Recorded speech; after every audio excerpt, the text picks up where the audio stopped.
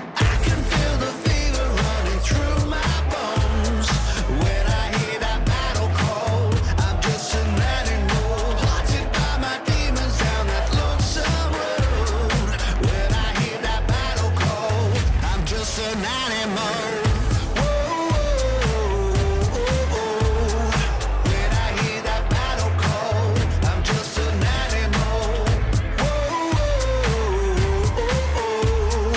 When I hear that battle call, I'm just an animal. Another day passed, another day gone. Time flies by, it leaves no stone unturned. I see the sky as I watch it burn. I hear the midnight cry, scream of regret in the night that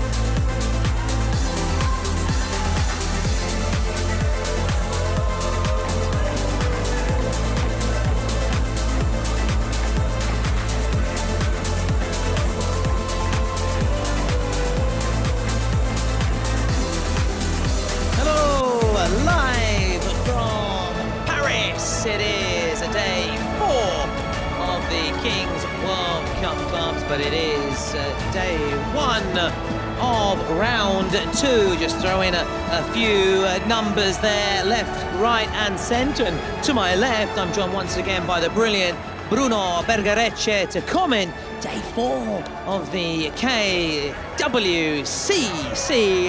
Just abbreviate it, why not?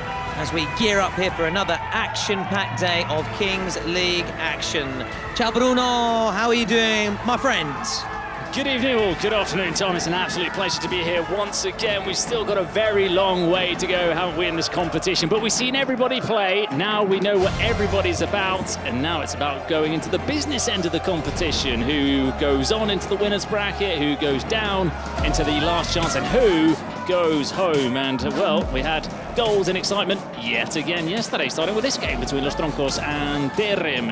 Absolutely, with the Kings League España Stars, the finalists, taking on the Italian champions, but it was Viva España as they got the better of TRM, the Real Marza. It was a good, confident performance from the Spaniards. The Italians certainly gave a good account of themselves, don't get me wrong. They were beaten with their heads held high. Here is Caputo, their star player, who did score, albeit from a penalty, so we didn't see him score from open play. This was a mistake from the Italian keeper, Vajovic allowed Giannoia to come in, and he was the MVP. He was very impressive for Los Troncos, who confirm that the Spanish sides, like the Brazilian sides, are really, Bruno, the ones to beat, whereas the Italians have been a little bit of a mixed bag, as of course the wild cards, and there'll be, of course, no offence taken because it's for the results that speak for themselves. Just to your right, you can see this is live footage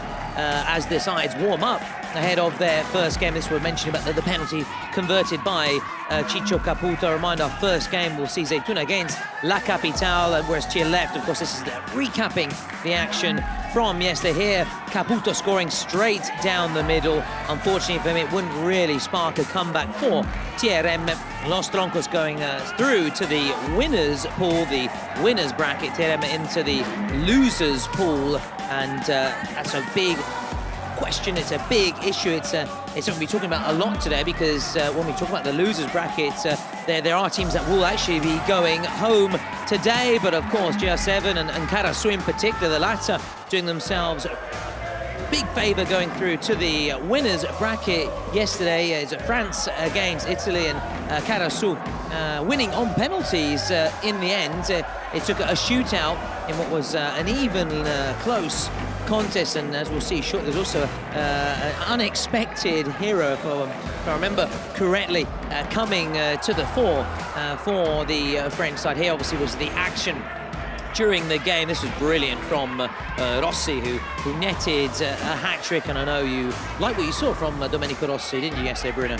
Absolutely, very all-round performance from him. As you said, the Italian teams have not won or didn't win yesterday, but there was no shame in that result against Los Troncos. They are the finalists of the Kings League Spain, so that was a good result, you could say, in inverted commas, for TRM going into that losers bracket, because, well, they showed that they can compete with the very best. As you say, there are some teams today who will have margin for error, but for others, it's completely gone. That safety net has disappeared. But yeah, talking of yesterday, the game between GR7 and Karasu, again, it was very tight between an Italian and a French side, but it just seems that the home advantage, that little bit of noise, that little bit of support is getting them over the finish line. Yeah, you're right, because they had a lot of fans inside the ground. There was the chant, wasn't there, of Karasu, Karasu, just coming from the stands behind the goal, as the Italians had that to deal with as well. They had that to contend with, taking on a side which is playing on home soil, or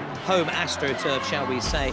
But for the likes of GR7 and FCZ and the Boomers, the Italian sides present here, it is a big learning curve for them, playing on this stage, the Kings World Cup Club. And as we can see, that's with an open net, it actually wasn't that easy a finish. It may appear to have been an easy finish there, but he had a lot of pressure coming towards Efetos. And here the president now, he stepped up, and we said he was looking very nervous. He didn't give you that sense in terms of his body language that he would convert it, but as we're about to see, the president for Caruso was impeccable here, impeccable from the penalty spot.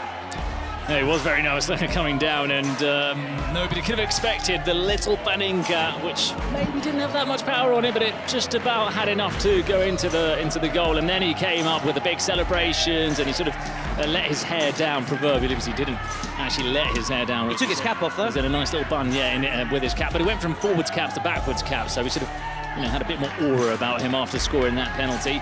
And, well, we headed into the shootout, didn't we, towards the end. But before that, Domenico Rossi with another goal. He was brilliant in the shootouts, wasn't he? He scored exactly.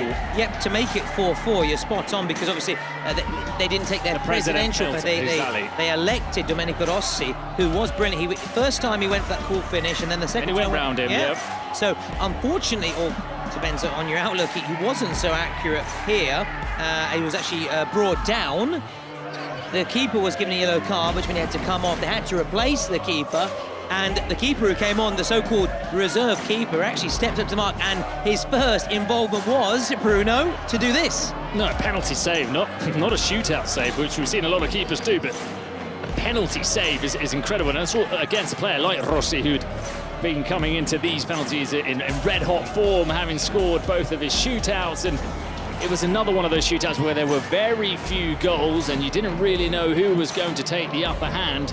But in the end, it was the French side that ended up winning. That would prove to be the winning penalty for Karasu, because this one was not scored, was it? Exactly, because of Cherki's heroics before and there, definitely, because he made that angle very difficult. Now, if that was a close game, Bruno, unfortunately for Los Llamos, this game we can't really call a close game. Far from it here. Fouad in action, and what a start and what a goal from the Moroccan ace. Spoiler alert, Expire team went on to win, yes, 10 goals to 1, and we were checking the stats. In fact, we're talking about off air. It's actually, Bruno, the biggest ever win the Kings World Cup clubs.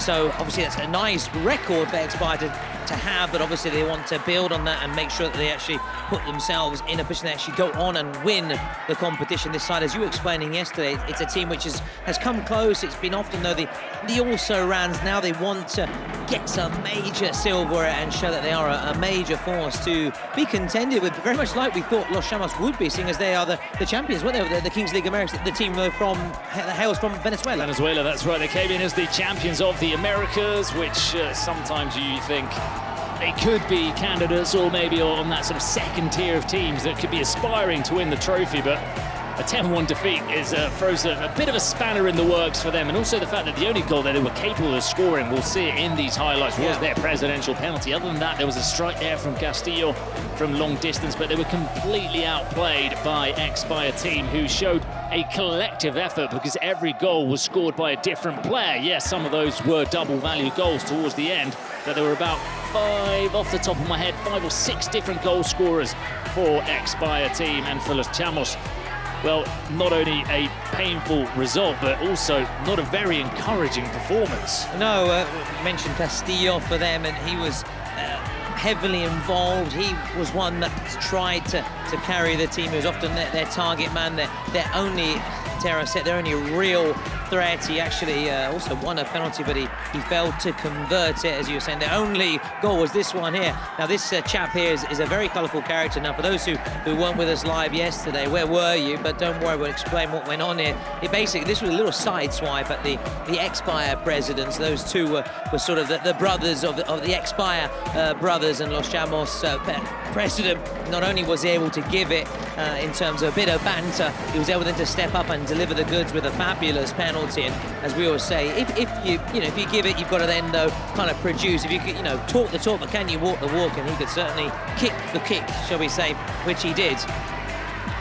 So as we continue to run through the performance from both sides yesterday in this game, and this is what I was mentioning about the penalty that was won, but oh, yeah, of course, there were so many goals. There was this little controversy, if you remember this. Do you remember this? Yes, the ball didn't go off. Yeah.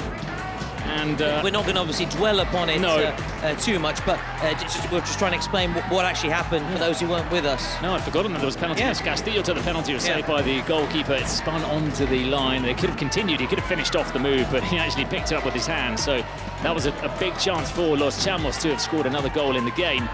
And then the other presidential penalty, you've got the both brothers, the Bayers, and Eric Ruiz. Well, they played a rock, paper, scissors to see who would take the penalty. He's the better player of the two. He's the better taker, and he drilled that one into the top corner. So in the end, you almost forget about that goal because it was 10-1, but it came at an important moment because it was only 2-1 for ex-Bayer team. Yeah, that stage, and it just continue to reiterate the theme, and we often bring up the importance of presidential penalties, that they can swing the tide, shall we say, swing the pendulum in your favour. And then from then on, Pablo Beguer, one of those several different scorers for ex-Bayer team.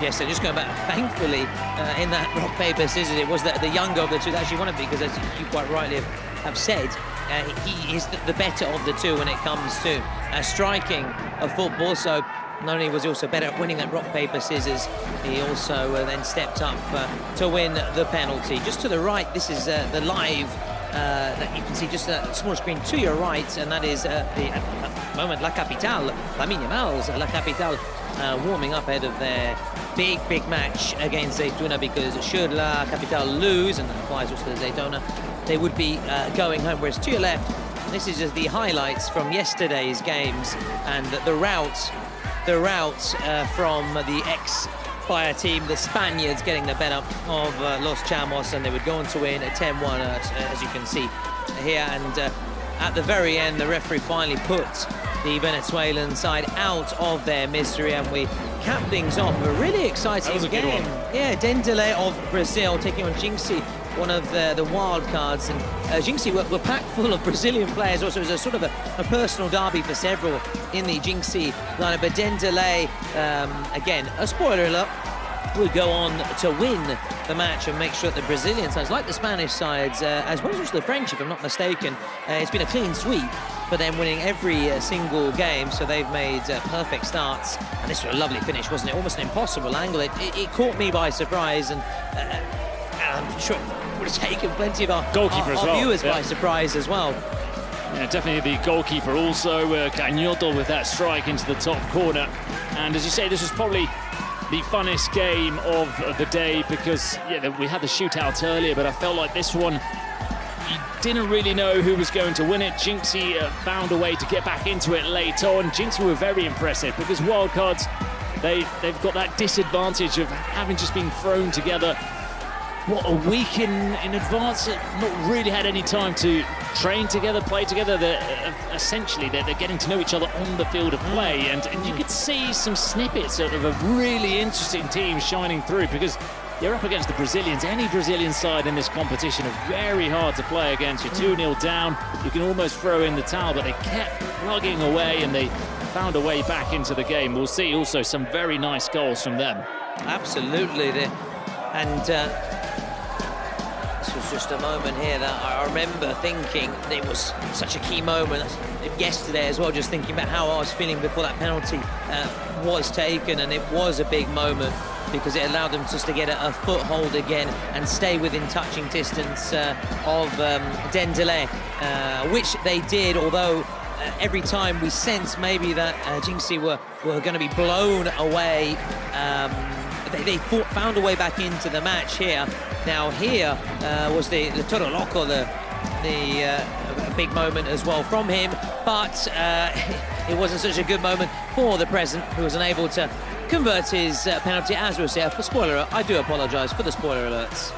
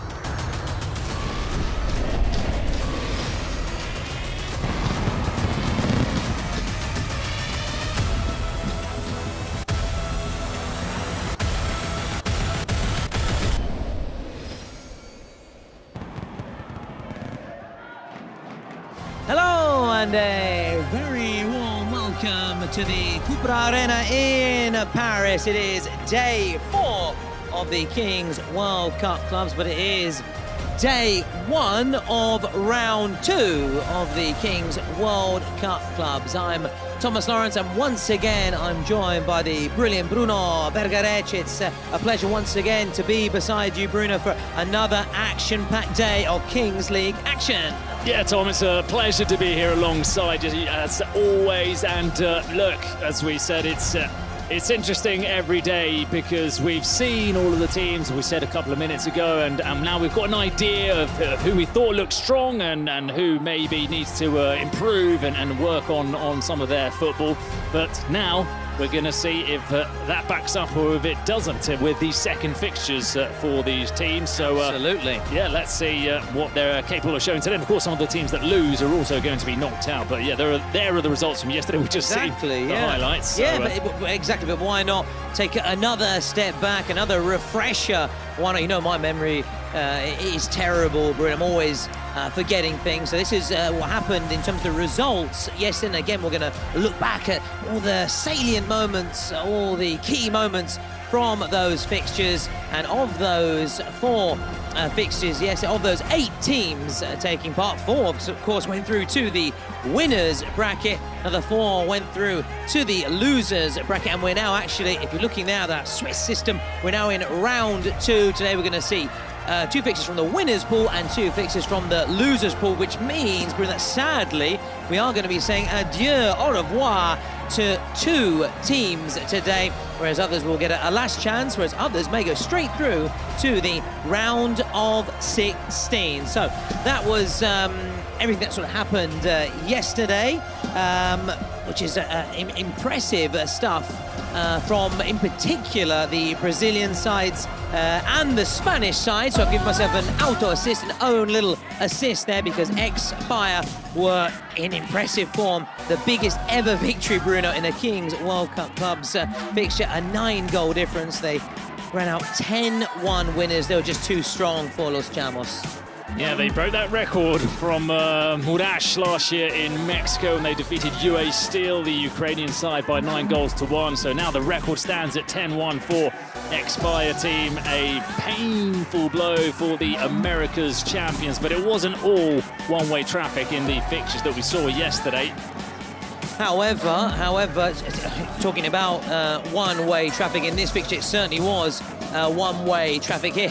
This was a great little moment, deciding who was going to take between the brothers. They did a rock, paper, scissors, and fortunate it was the younger of the 2 that stepped up, and as you have always been telling me, is the much better of the 2 and more capable of the 2 when it comes to taking penalties. 1 of 10 goals, although of course not all goals came in normal times. There were goals worth double, but in the 10-1 thrashing. And on the subject of presidential penalties, the Los Chamos president, who's let's say renowned for taking little digs and jibes at opposing presidents. This was him sort of having a little side swipe, shall we say, at the 2 ex-Fire president, the 2 brothers here, nicknamed them Thing 1 and Thing 2. But if you talk the talk, you've got to walk the walk, and he certainly did when he stepped up to take his penalty. Yeah, it's Yolo who always brings that entertainment to the presidential penalty. It's a big show when he's playing. That's why Los Chamos is one of the most loved teams. The Venezuelans who've got that sort of a Caribbean, laid-back, cool vibes about them. And then there was that big game, wasn't there, between the Spanish finalists and the Italian champions. We were very interested to see how TRM were going to fare against a strong opposition. And look, they didn't win, but they came close. They weren't far off, Tom. No, it was a very even contest. I think what really perhaps made the difference, Bruno, was the experience of Los Troncos in the end on the bigger stage, the international stage. Of course, HM are Italian champions, but they haven't really ever made that step up. And talking of Italian sides, Gear 7 were beaten in the shootout by Carasu, and there was a big moment in the shootout which would decide the contest here. Yassin Benchik would come on after Bilal was given a suspension, and look, immediate impact, immediately saving the penalty, and it would be the first of several heroics here, and here looking how he wanted to close down the space, and that gave the French outfit the win. So très bien, Yassine Ben Cherki and Karasu marching on, making a clean sweep as well for the French sides. And we capped off the action with a Brazilian side taking on a wild card. Yeah, Dendele with Jinxie, the American side. And it was up and down. Dendele pulled away. You thought that maybe it was going to be a comfortable win. Jinxie started to grow into the game. They're a newly formed side, so they probably took a bit of time to really start gelling together and being on the same wavelength. And then they showed snippets of impressive football and being a team that's going to be difficult to beat in that losers bracket. But they ended up coming short, as we see some of those goals. For example, this one was a double goal as they used their card, and it worked wonderfully for Dendele, and in the end it was just about enough for them to defeat Jinxie. It was, and it capped off, as I was saying, yesterday's action with the fans playing a big part in yesterday's marathon of fixtures. A brilliant atmosphere from the Brazilians. That's the stand just at the opposite end of where we are sitting and where we're broadcasting from. We know that sort of samba style, don't we? The Brazilians like to bring the party, and they were getting behind their team. Although I have to say the Jinxie fans who were to our right also made a bit of noise as well, but nothing can really quite compare to the Brazilian tifosi, and they showed they bring the party. Now, moving on to today, we are having a full action-packed schedule once again for fixtures, and one of the standout games has to be, Bruno, Ultima Móstoles against Porcinos. We have the Spanish split champions against the world champions. It's DJ Mario against Ibai Llanos. Do you guys really need anything more?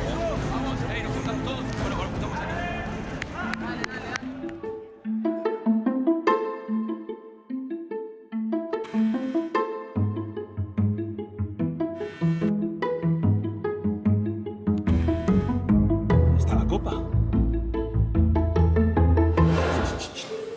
Se mira, pero no se topa.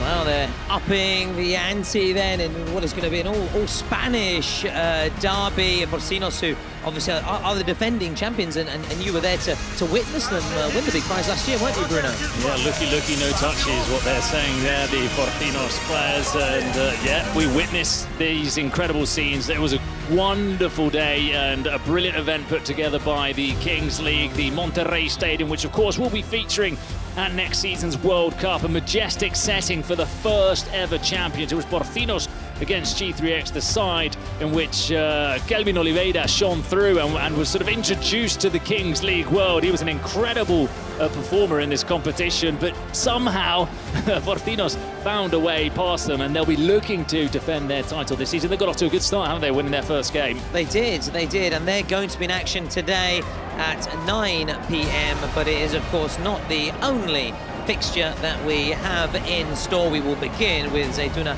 against La Capitale, two sides that lost their opening fixtures, which means they have to win to stay in the competition, Bruno. It really is a make or break for them. They cannot afford to lose. So we get underway, Bruno, with a moment of real pressure, real tension, and of course we're only in day 4, but already the stakes are high. Zaytouna, aside from Morocco, but they have a Congolese-French president in James, and La Capitale, as we know, president is the teenage talent. I can't call him a rising star. He already is a star in the form of Lamine Yamal. So this is live footage of the warm-up and the moments before, but let's take a little step back. Zaytouna's first fixture, which we said they were beaten, but they scored their penalty, and how about this for a celebration? Now, wonderful from Jims, who will be putting on a show at La Défense Arena on the 14th of June. He already showed us that he is a showman here with that celebration, which I think caught all of us by surprise. We didn't think he had that in his locker. Let's see if he can do it again today. Yeah, I don't think he'll be offended if we say it, because he's a big chap, but he surprised us with his flexibility. We were not certainly surprised. He wasn't Yeah. doing any flips, was he? Like, Absolutely, he didn't even try. But what he did do was just like James. He did score. It was a brilliant strike from La Cobra. But as we were saying, and we've already seen over the past few days, they were actually beaten in the shootout by Persas. Now,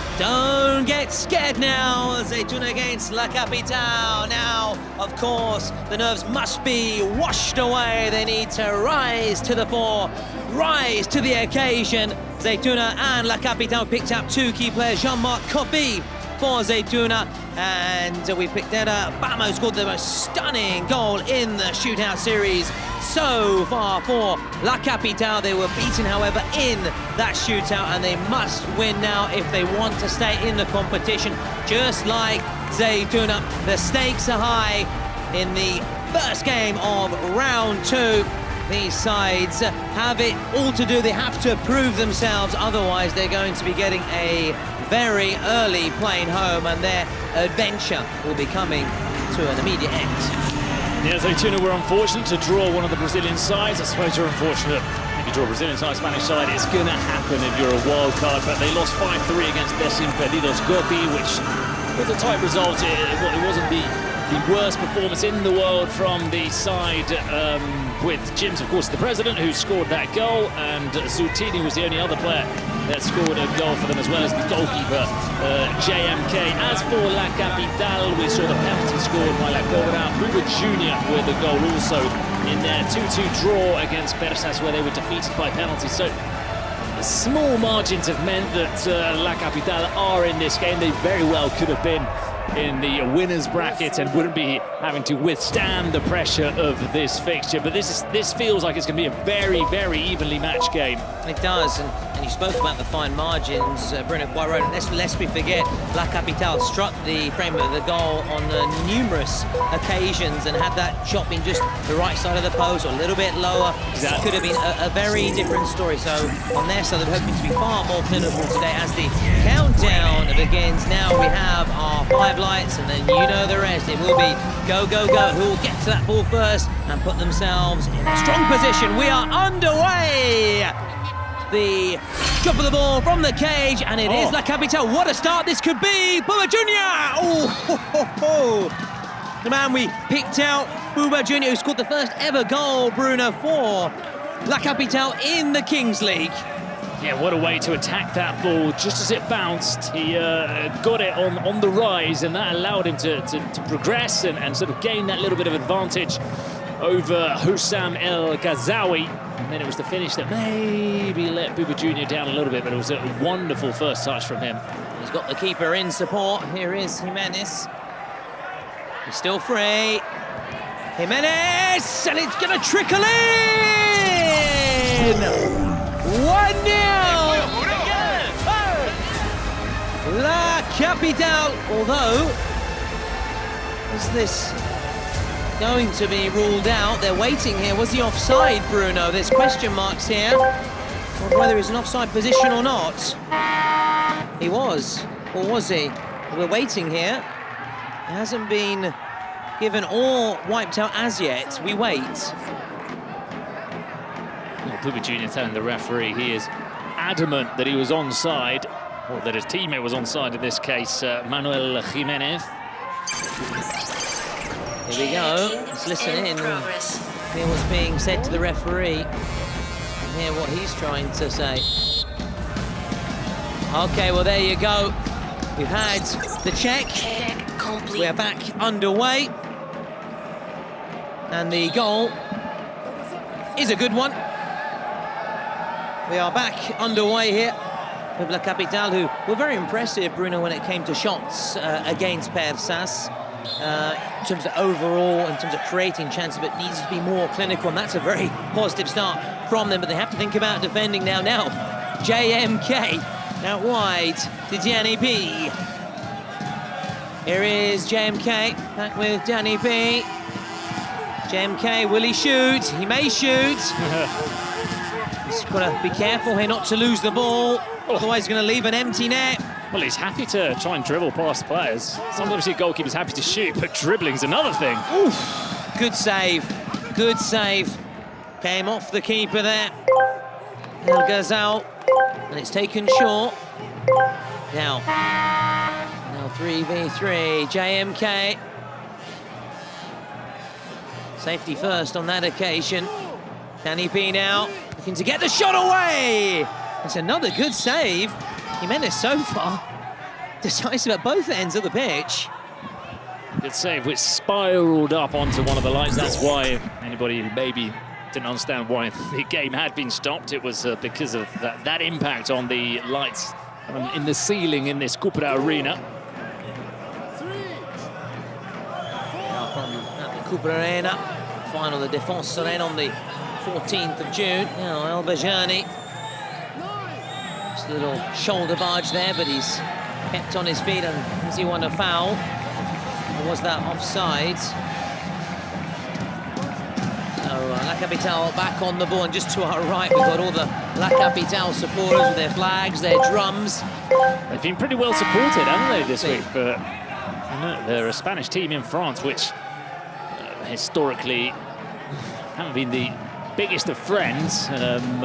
Slight rivalry between both countries, but we do get the feeling, being here, that Lamine Yamal has sort of broken those historic rivalries between the two nations, and that's why they like La Capitale, who score a second goal. It's that man, Jordi Cano, who doubles the advantage, and that's one of the reasons why they're loving Lamine Yamal's La Capitale, who go 2 goals to the good, and it clearly is showing that they have learnt the lessons from their first fixture, from that defeat, but now have to quickly focus back to defending its end-to-end stuff in the Kings League. Is that a foul? I think the referee will halt the play. As for Zaytouna, this is not the kind of start they would have wanted, of course, after that defeat in their first fixture. As things stand, although I know there's still a long way to go, but as things stand, they are going home. Can they get a goal back here? Danny P.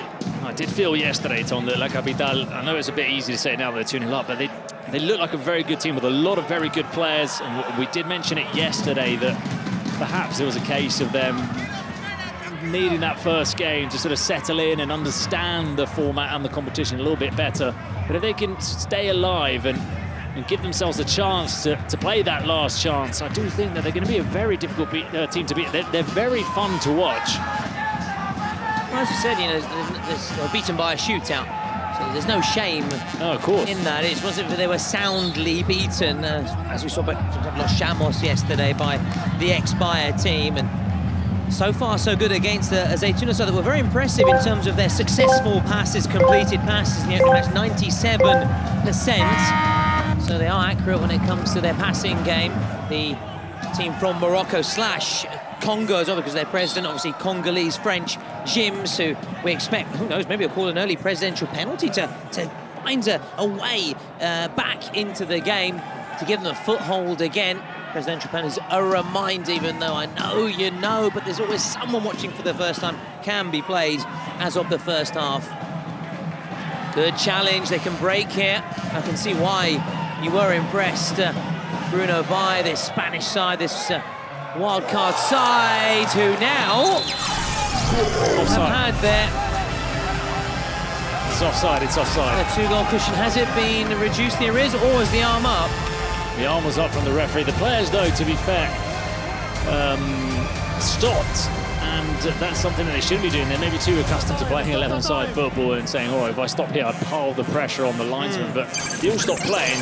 They raised their hand to sort of suggest he was offside, and the Zaytouna player went through, made the most of that stoppage in play, and then curled it into the corner. Look how tight that is going to be. Let's try and listen in.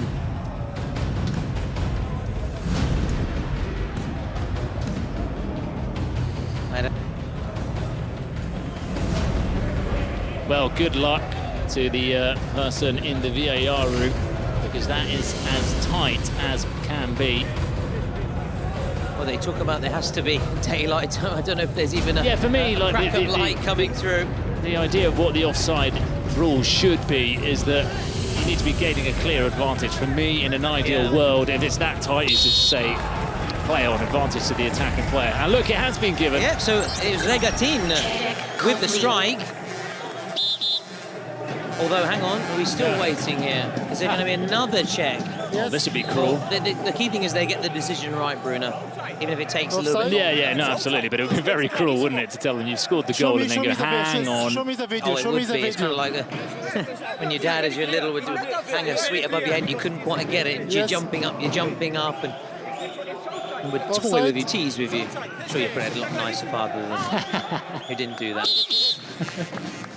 So, yeah, it was your initial impression. It's offside. No, well, it wasn't because of my impression, but I saw the referee straight away raise his arm. To be honest, from here, I couldn't tell. Look, you'd have to have incredible, not even incredible eyesight. It was impossible to tell whether he was onside or offside, but it was a whisker. We like saying that, whisker. We love our football cliches. It was a whisker. Oh! So after Regatin's strike being wiped out, Zaytouna, a reminder, without Rabu, who's missing out today there, number 9, trying to get a goal back. It's a really good finish from Regatin. They've actually had that also overturned. They thought they had a corner. It's actually a goal kick from La Capitale. The present is Lamine Yamal, who spoke a lot about his impact that he's already had at such a young age. But of course, we don't want to pile too much pressure on him, even though there's already been comparisons with the likes of Messi. But of course, one step at a time. Let's give him time to continue his development without too much pressure, although the early signs are very promising, and they're very promising for La Capitale here, trying to get that third. And it's Buba Junior being very impressed with not only his work rate, his energy, but his finishing as well. In that shootout, he scored a real lovely little cheeky chip as well when the pressure was on. So he's got a lot to his game, a complete player, Buba Junior, and he'll always have a place, dare I say it, in the La Capitale history books, because he was the one who scored the first ever goal for La Capitale in their competition for them. So that's something he can always cherish and take with him. So cherish it, Buba Junior. So this is the first of 4 games today as Zaytouna try and thread that one through. Obviously, our eyes are naturally drawn to that Spanish derby 2100 between Móstoles and Porcinos. In terms of quality, the best game is probably the 9 o'clock kickoff.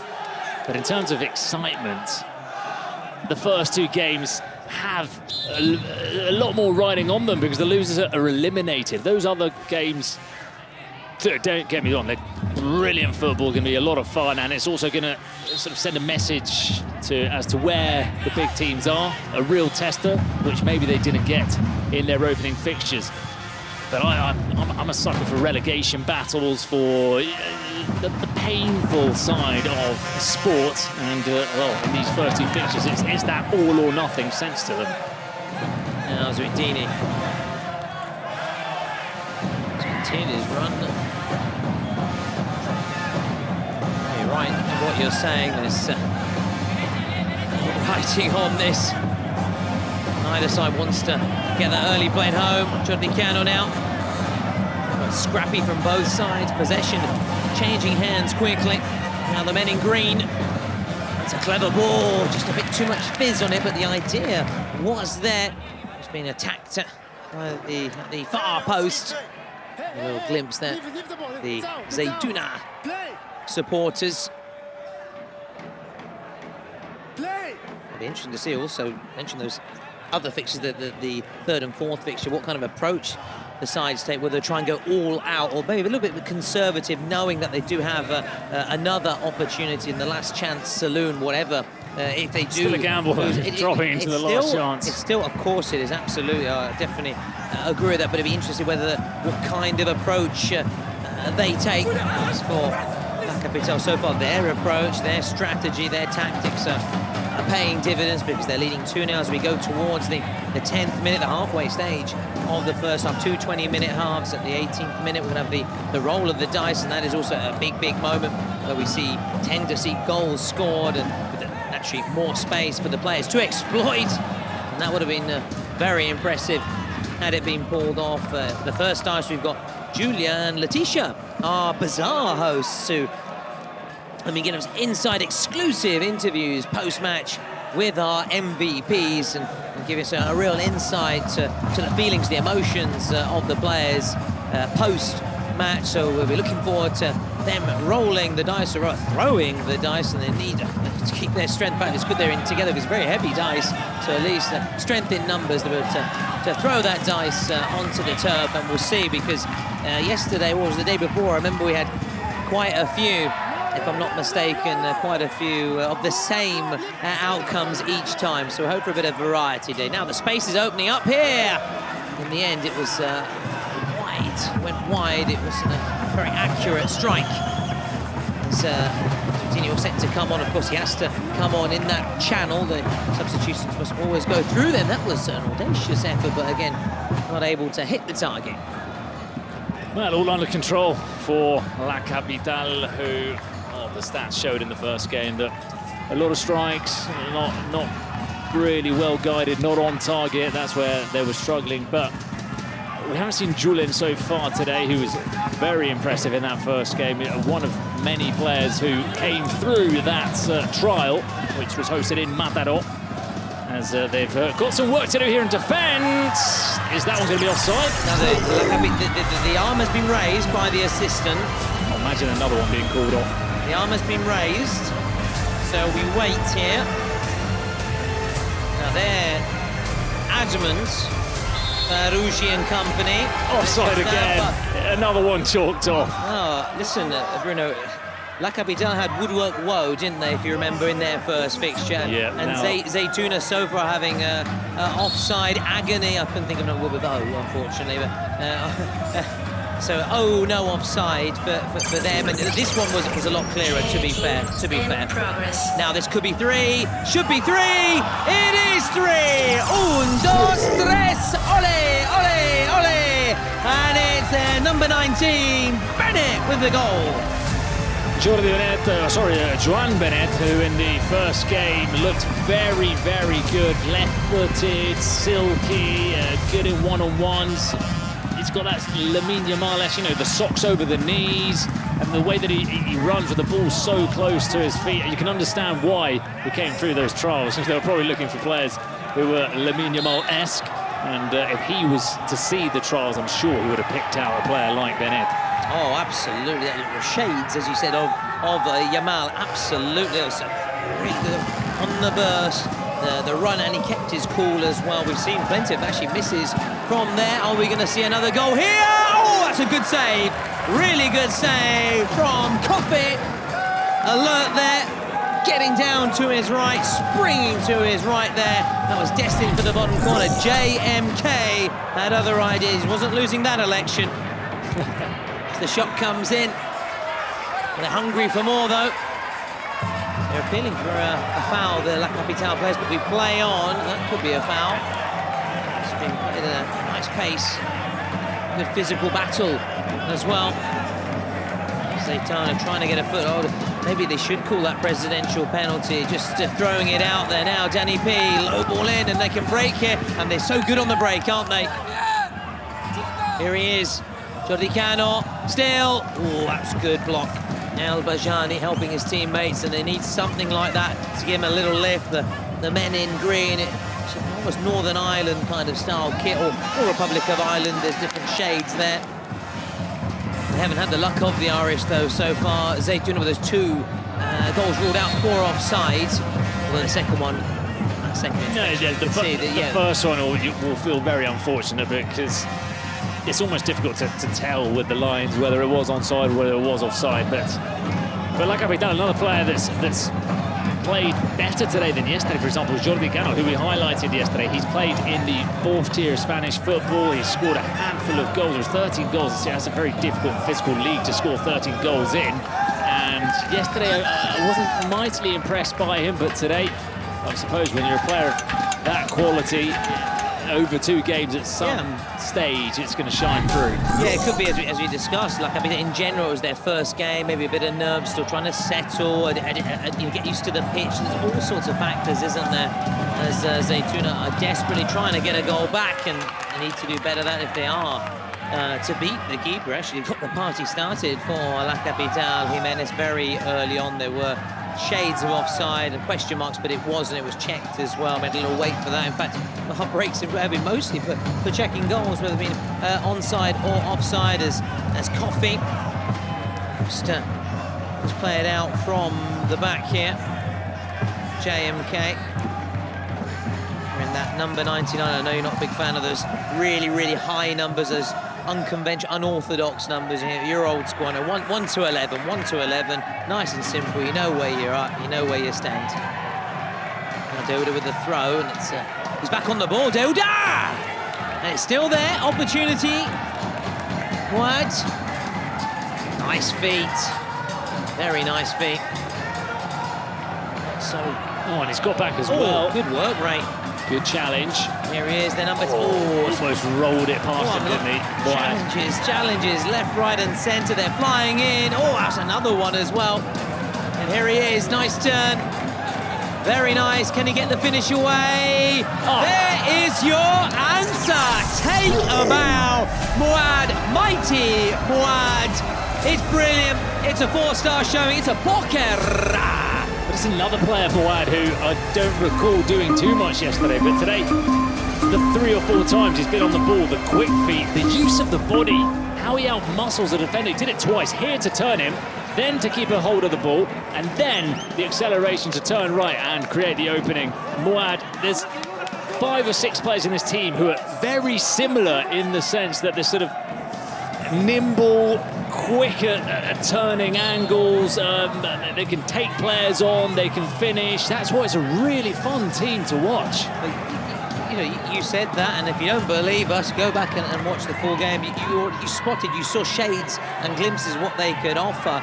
La Capital have actually called their presidential penalty. We like that. Looking to try and go for a 5th goal here, unless Zaytouna can pull one back here.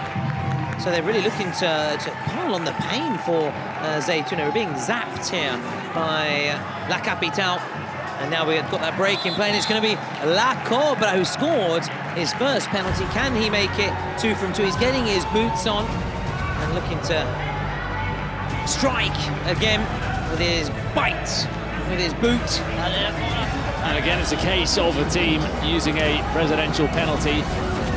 Not when things are perhaps looking a little bit bleak to try and get back into the game, but on the other hand, when things are going your way, to try and extend the lead and trying to inflict a bit more pain, so rub some salt into the wounds of the other side. So it's an intelligent use of that presidential penalty. Yeah, we go back to this a lot, don't we, Bruno? It's a strategy game as well. You've got to be very smart, intelligent the way you use your cards when you play them.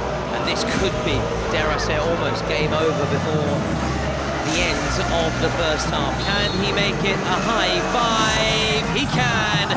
There is your answer. La Cobra, another venomous strike. He's got another victim to add to the collection. He's on cloud 9, whereas La Capital are heading for a high 5. And I don't know if you saw that, Tom, but he was sprinting off, and his teammates wanted to celebrate with him, but he was intent on getting back into the booth, so they were all running behind him saying, "Oh, mate, come back here, celebrate with us." Oh, it was just too quick. And there you can see it. We're all trying to catch him off, and he just wanted to get back into that booth. Very good spot. Carver just racing away. I think he just wanted just to keep momentum going, maybe not just take the sting out of the game, La Cobra. And that's, well, nearly as bad as my golf swing. Nearly. Obviously still better than my golf swing, but knows he can do better. players of this quality, this caliber, and they need something much better than that. We're into those final 10 seconds, and we are going to have our first JD roll of the dice from Julia and Letitia. JD, of course, our official partner of Kings League World Cup clubs. A reminder to everybody, download the app, visit their websites or one of their many stores to check out the new range and all exclusive, only at JD branch. Don't forget, also Instagram channels, and you can get all sorts of exclusive Kings League content. And talking of JD, we've got the JD logo, just that one there for the JD roll of the dice, which means 1v1 avec goalkeepers.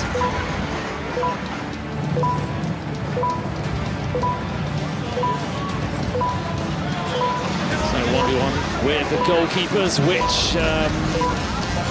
generally gives us about 2 or 3 goals. It'd be pretty strange if there weren't any goals in this window, so perhaps a final chance for Zaytouna to try and get back into this game. We are back underway. Zaytouna trying their best to win the ball, which they do. It's El Ghazawi, twisting, turning, nice feet. It's a nice shot, but not quite the nice outcome that he would have wanted. Now, a reminder, as we remind everyone again of the rules. In this stage, the keepers cannot come out of their area. Now, Booba Jr.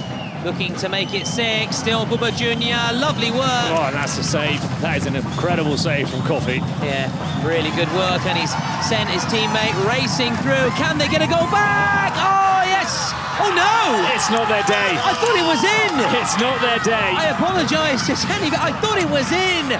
It really isn't their day. Lady Luck is not on their side. Dani Perez, the pitbull. I think there was a slight touch there from Manuel Jimenez. That will have to go down as a remarkable save from the Capital. Look, we're going Did to he save it? Oh, that one, that angle perhaps not as clear. Oh, that one also. Need another one, please. Regia, give us another one, another replay. I thought he did touch it on the We may have first done. one, but If he did, you're spot on. That has to go down as one of the saves. What are they just checking something here, Bruno? The field before he goes out. So it's a bad substitution. No, it's the same time. No, Something it's a bad regarding the substitution. No, it's a bad substitution. So it's a yellow card for you and shoot out. It's a yellow card for you and shoot out. No. Regatin. Well, poor guy's showing a yellow card. Probably not his fault. Maybe he was told to come on when he wasn't meant to come on, or maybe he came on where he wasn't meant to come on, and he's ended up having to take that yellow card. Well, he's Yes. one of those 2 players that have got ruled out for offside as well. So as you say, it's really not been his game. It's not been Zaytouna's game either. We continue to wait though, so it could still be chalked off, and we No, the could ball, have a the different ball decision. was Let's not keep in the waiting. game. See if It was a goal here's kick. something that's being said and spoken about. Yes. For which color?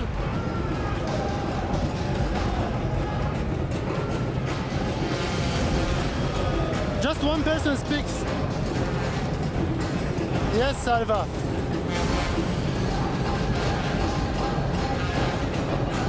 So no bad substitution? Okay, so no yellow card. You can hear no yellow card, so it looks like the yellow card has been, there you go, confirmation, wiped out. So that's the, again, the VAR coming to play, just clarifying the issue. So we are back underway here with Regatin. Will this be the moment he does finally get his goal? He has to actually get back and help out. This could be 6. It should be 6. Oh, it's not 6. Defender's finish from Almeida, who of course was at La Masia with Lamine Yamal, the half Ecuadorian, half Spanish defender. Now Regatin twisting, turning. Can he get this goal back? Still Regatin. The chance went to shoot there. He had it. Still Regatin. Yeah, as you said, the momentum perhaps just went, didn't it, Bruno? There was one moment there that I think he had a bit of an opening, some daylight between Jimenez Almeida and the goal. But Regatin was waiting just for the moment to be a little bit too perfect, and it's difficult. Yeah, you've got to know when to strike, when to play your cards, when to hold them, when to show them. Will try again though, can't fault the effort. And at first you don't succeed, try again, and he's going to have to keep on trying. This could be it. Aleput still, oh, that's another good save from JMK. May get a second bite of the cherry though here, La Capitale. Aleput, and again another good stop. Oh, Regatin slipping, not in the best moment. I think 3 attempts overall. I think he's running on empty here, Regatin, after all of that attacking and now defending. He lost his footing, and I think he'll be looking over to see if he can get a substitution, but he's going to have to defend yet another attack. Oh, Regatin has been beaten. Aleput! It is 6 goals! Yes, it is 6 goals for La Capitale, and they are on course to set a new record perhaps for the biggest win at the Kings World Cup clubs after Expire's performance yesterday, and no coincidence, it's another Spanish side. Yeah, they're well on their way, aren't they? That record could just be lasting under 24 hours because it was one of the later kickoffs, so La Capitale proving what they showed yesterday. Let's see if we can hear them in this halftime team talk. Hey, recuerdo que esto es Kings, ¿vale? Hay que seguir pencando, ¿eh? ¡Ey! Y hay que ir a por más, no me puedo cagar, hay que ir a por más. ¿De acuerdo? ¡Ey! Escuchar. A nivel defensivo bien, en el bloque, los que saltáis punto y mediocentro no tenéis de golpe. Y con valor, los de fuera más bajos, ¿vale? Para ayudar a Diego y a Vico en salida. Y hay que buscar el punto al pie, Manet. Que bote lejos, que no el cuerpeo. Venga, vamos. Vico, Almeida, Cano, Buda. Benet, bien, Cardenales. ¿Será penalti?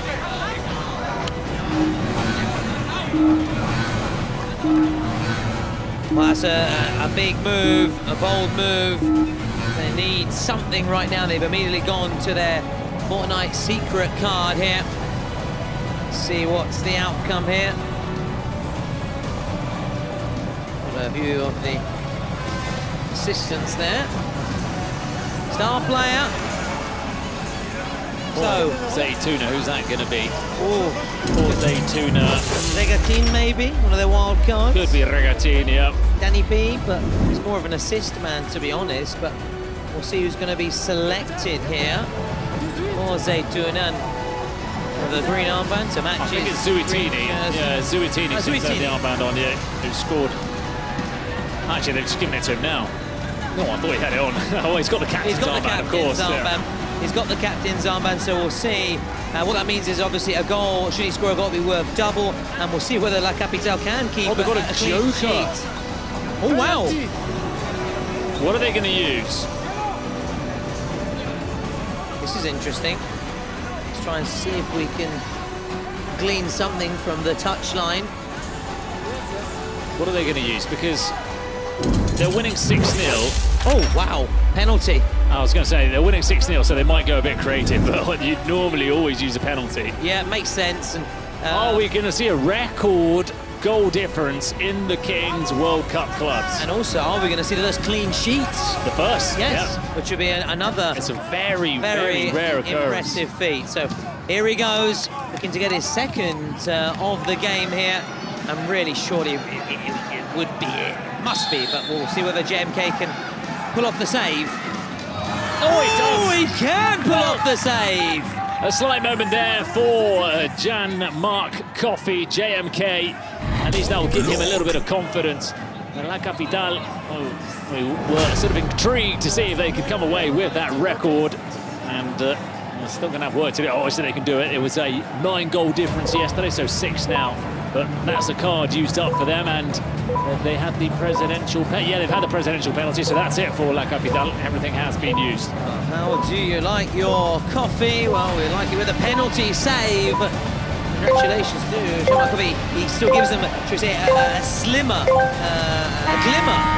of hope, and talking of presidential penalties, Jims isn't actually in the arena, unfortunately, so Zaytouna will take a shootout. That's been just confirmed, so unfortunately we won't see his somersaults and his acrobatics there, which is a shame, but and hopefully we'll still see them to some extent, because at the minute we won't see it again.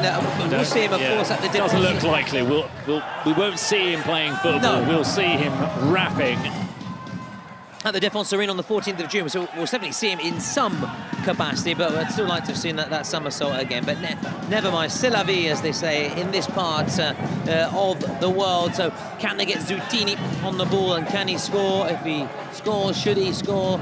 It would make it 6-2, which would give them, as we said, a little foothold, something to build on. And if you're La Capitale, what do you do? Do you just try and protect this, or do you just really try and go for the jugular? I mean, I'd be enjoying myself, seeing that things are going my way and we're playing good football. I'd keep doing what we've done before and try and score more goals. As for Zaytouna, it's only one option, really, all-out attack. All-out attack, unless they just want to just keep it tight and avoid conceding more goals. If they've should we say, accepted that they're not going to win it and don't want to be humiliated. There's various different approaches, but having said that, in the Kings League, anything can happen. There's still plenty of time available. They've got that star player card, and of course, in those final 2 minutes, goals will be worth double, unless we get another goal here. This man again, just wide from Bennett. Another one you've been really impressed by, and Mouad's another one you spoke about in the first half. In the first game, so many of them. Yeah, in the first one, Jordan and Julian, yeah. we've not seen Julian today. I don't know if maybe he's got some sort of issue from that first game. I felt like those two, but also Bouba Jr. and Dawada. Those four were the ones that sort of shone the most. But today we've also seen Murad, we've seen Jordi Cano. So it's a complete performance from this team, and I'm sure that a lot of these players, look, they don't play Kings League football generally. Save. Still there. Oh, it's in! Bonita! From close range. So we're not going to have that clean sheet record from La Capitale. Buni saw fit to that, the quickest to pounce, the quickest to react. A predator, a fox in the box. To slot it home and make it 6-1 and give them something to cling to. And if their star player scores, it becomes 6-3. Yeah, no, and just what I was going to say about La Capitale, where, of course, sometimes it's difficult to get points across. So many things happen. Now there's a presidential penalty, but it's all good. What I was going to say is that these players aren't Kings League players, and I'm sure that the Kings League president, seeing how they're playing these first two games, will maybe be having a couple of conversations and thinking about signing a couple of them for the regular season in the Kings League Spain. Well, hang on, hold your horses. Could it be Here, Bruno. Three goals ruled out for offside. Incredible. What is the issue? Let's try and find out. But I think that touch was from Bouba Jr. So then it wouldn't be a... Wait. Did you see the angle? Yeah. Previously, As you said, it looked like it was the toe of Bouba Jr., which was the final touch. As you quite right say. Oh, and this is where they're looking at the offside, of course. This shot doesn't go in, does it? And then, Oh, wow. It is more misery from the looks of things. Okay, take your time, The offside. You can just imagine how they're going to react to this. 3 goals ruled out for offside. Let's see what happens, Bruno. Yes. Okay.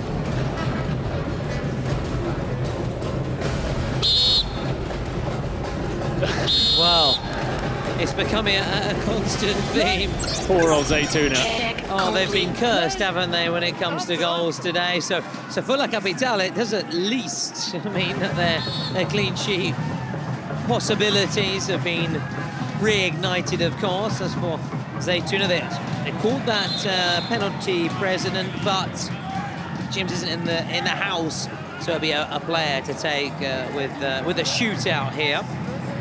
So at least they've got that opportunity again to try and get up and running and get on the score sheet, and they need something like that because, well, they're trailing by 6. It's pretty self-explanatory why they need to score this. Find out who's going to be the designated shootout taker. And for anybody at home thinking, oh, give it to Zaytouna because it'll be a double goal. No, of course. Sadly for Zaytouna, it doesn't work like that for Zutini. But you're right to clarify that, because it's an obvious question to ask. And you can see, I think the referee's also telling him as well. Not to. Well, it shows even the players sometimes have doubts, because there are a lot of rules and regulations and different quirks and loopholes, so understandably wanted clarification. So he has, after the 3-second countdown, he's got 5 seconds to get his shot away. Can he get the better of Jimenez in between the sticks?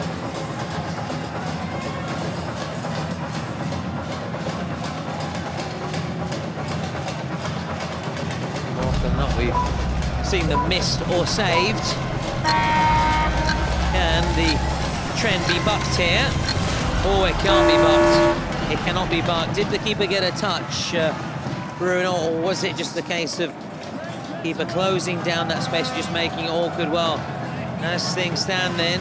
Yeah, he saved it, didn't he? The right hand. Yeah. And you can see the players down here, down the other end, whilst they were waiting for the shootout to be taken. Big celebrations from La Capital. Despite being 6-0 up, it still means so much to them to maybe keep that clean sheet. Yeah, and that's a sign of a Very, team. very big celebrations for a 6-0 lead. Yeah, but it's a sign of a team that means business, that's growing into the competition, that doesn't want to afford anything to their opposition, to their opponents.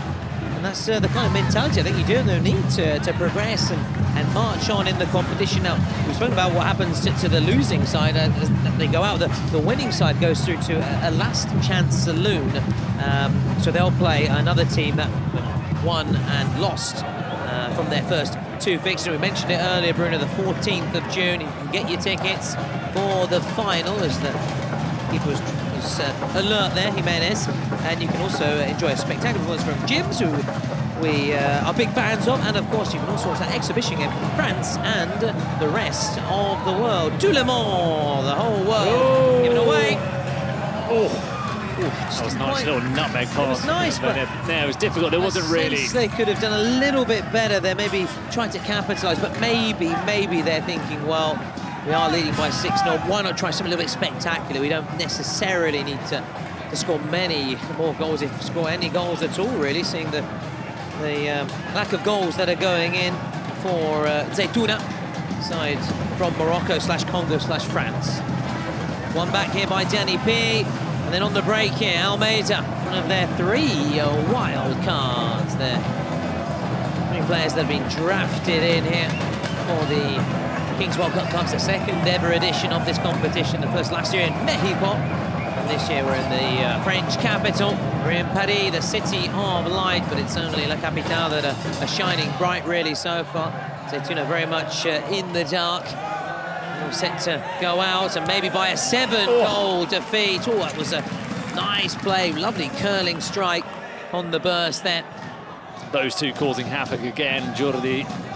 Oh, I like Jordi. Juan Benet and Jordi Gano. It's all good, it's all good. As long as they're winning, I don't think La Capitale mind. Now, here comes the shot. Ooh. Now, he meant this was a full stretch there. So he dived to his right. Let's check this replay, see how close it was. And did the keeper get a touch? I think he did, you know. Played short. Zaytouna still has that star player power. And as, apart from the shootout, which of course, as we've said, wouldn't have counted for double goals, I've not really seen him involved too much in this second period. But it can't be, of course, the scapegoat's the entire Zaytouna side, which has just been blown away. Completely. We've not really seen much from anyone from Zaytouna today. It almost makes you forget about yesterday or the performance 2 days ago. Here comes the shot! And there's a clean sheet gone. Oh, will it? Well, I wouldn't be celebrating just yet. I was about to go full-out goal celebration mode, and I thought, well, let's maybe just rest the voice a little bit, because we've already seen 1, 2, 3 goals ruled out for offside. I don't think that one was, but I've said that about the other 2 as well, didn't I? Let's check this out. Now the referee in contact. the VAR. It was a cool finish. It would be cruel to wipe this one out as well. Looks like it is going to stand on this occasion. Is Zaytouna just saying I was the one that took the shot? I think he's saying that, yeah. That's what he's just trying to say to the referee. There's no goal without controversy here. No, it's just one of those games.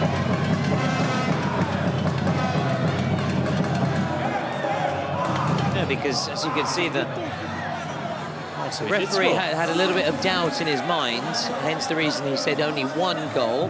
Zaytouna then coming across and saying that he was the one to get the shot away and obviously put the ball into the back of the net.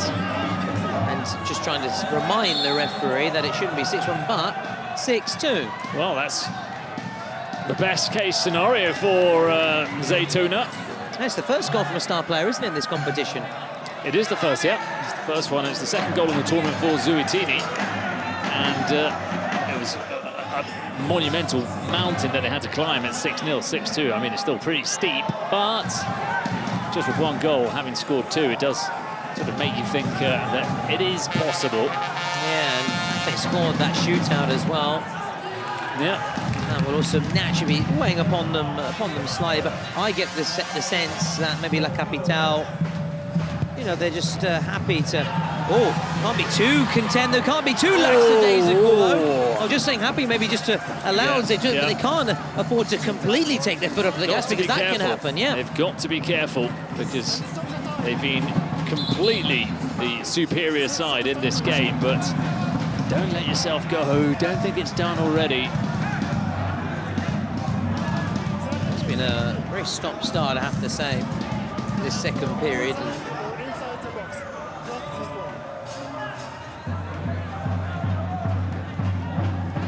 Again, just waiting for instructions, waiting for messages to come through from the VAR. Let's see what the issue is, Bruno. Checking in progress.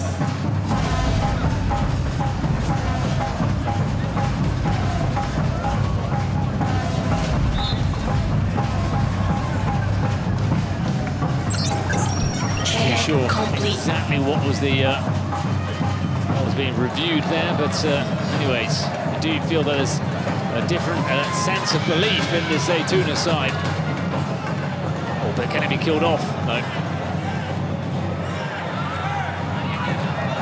Now, Zaytouna, can they set up a Grand Slam finale to this match? Put the fear, spark the fear, strike the fear into La Capitale. I wonder if Lamine Yamal is watching on live or whether he's going to get updates. I assume he's with Spain, isn't he, right now? Playing tomorrow, yeah. So I assume obviously he may be in training, to be fair, but if he's got a bit of downtime, no doubt he'll be watching, keeping tabs on his team here, which so far, very, very good indeed. And talking of downtime, another big shout out to Fortnite as well. Don't forget, whenever you do have a bit of free time, and you're not watching the Kings League, to get on Fortnite. Bruno and I both got a lot of downtime, of course, before the evening fixtures in our hotel rooms, having a couple of battle royales and reloads and ballistics. Fortnite, of course, the sponsors of our secret cards, which have both been played now. Capitale with that penalty, which was saved by JMK, who has been, despite the fact he has conceded 6 goals, he has actually played very well for him. He's actually kept the score down. He's reduced the damage. JMK, who is a very good keeper. Very, very good keeper. Oh, a goal here, you know, going into final minute 6-3. You then go into the double goal period in the last 2 minutes and you score one and you're sort of breathing down their necks. So, well, do you remember Gigantes against SXB, Chongbong side? It was 4-1. They were 4-1 down, and then they got a goal back right away from Ortega, and then Victor Vidal, yeah, the keeper. So listen, and for me, I think probably tend to agree with me, it's been the most sort of exciting moment, pulsating moment that we've seen. So maybe not the best game, but that moment. It was actually on the home site of the homepage of the Marca website. Oh, wow. My dad actually spoke to him this morning. He said, I saw there was a goal in the Kings League that the goalkeeper scored from the halfway line. I was like, yes. And did you make him hear your commentary at home? No, I think he just clicked on it on Marca. Oh, okay. Probably had Spanish commentary, but you know, True. just goes to show that it does, you know, it goes out into the mainstream media in Spain at least, and perhaps generations that wouldn't watch this are aware that a competition's going on and that a goalkeeper did score from the halfway line. Right, so Capital on course to win, and right now they would face the loser between Dendele and F2R in the last chance, and as we've said, Zaytouna on course to become the first team to be eliminated from the competition, which is a shame because I wanted to see more somersaults from Jims, to be fair. But again, we've the great consolation prize is we're going to see him live from the Défense Arena on the 14th of June for a pre-match show. This is going to be a tough last game, a last chance fixture for whoever takes on La Capitale, if it's F2R or if it's Dendele. Who would you prefer if you were La Capitale, if you were a player for La Capitale, Bruno? Well, there's a toss-up between playing a French side with F2R. I've got Amin, who is the most popular streamer, so they're the most supported side in France, or taking on a Brazilian team. That's the decision you've got to make. I'm sure the players would probably love playing in a packed stadium with everybody against them. But if I were F2R and I'd had to drop into the last chance against La Capitale, I would be a little bit worried. That is those are the options, shall we say? Well, that's the possibility. Or F2R or Dendele. Zaytouna trying to, as we said, set up a grandstand finish here. A nervy finale, that's a nice bit of feet. Now, Tafik, just offloading Regatin. Continues running the box. Make sure he stays on side, of course, and may have to now trap back and help his teammates in defence. He will have to help his teammates out in defence, certainly will.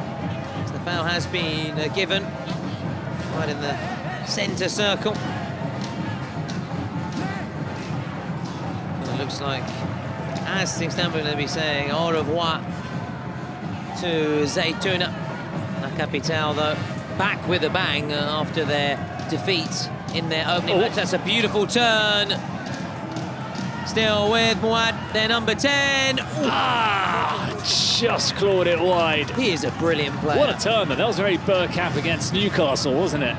It was. At the St James's Park, one of... an iconic goal. Yeah, one of DB's many iconic goals. There was a wonderful one against Leicester City, you may remember, at Filbert Street. And, of course, Argentina, the 98 World Cup for Holland as well. Goal. But that was, as you said, very much in more of the latter years of Dennis Bergkamp, but still at the peak of his powers. And I'm loving the references to the 1990s and the early 2000s, Bruno. Much more of them to come, of course, from your millennials in the commentary booth.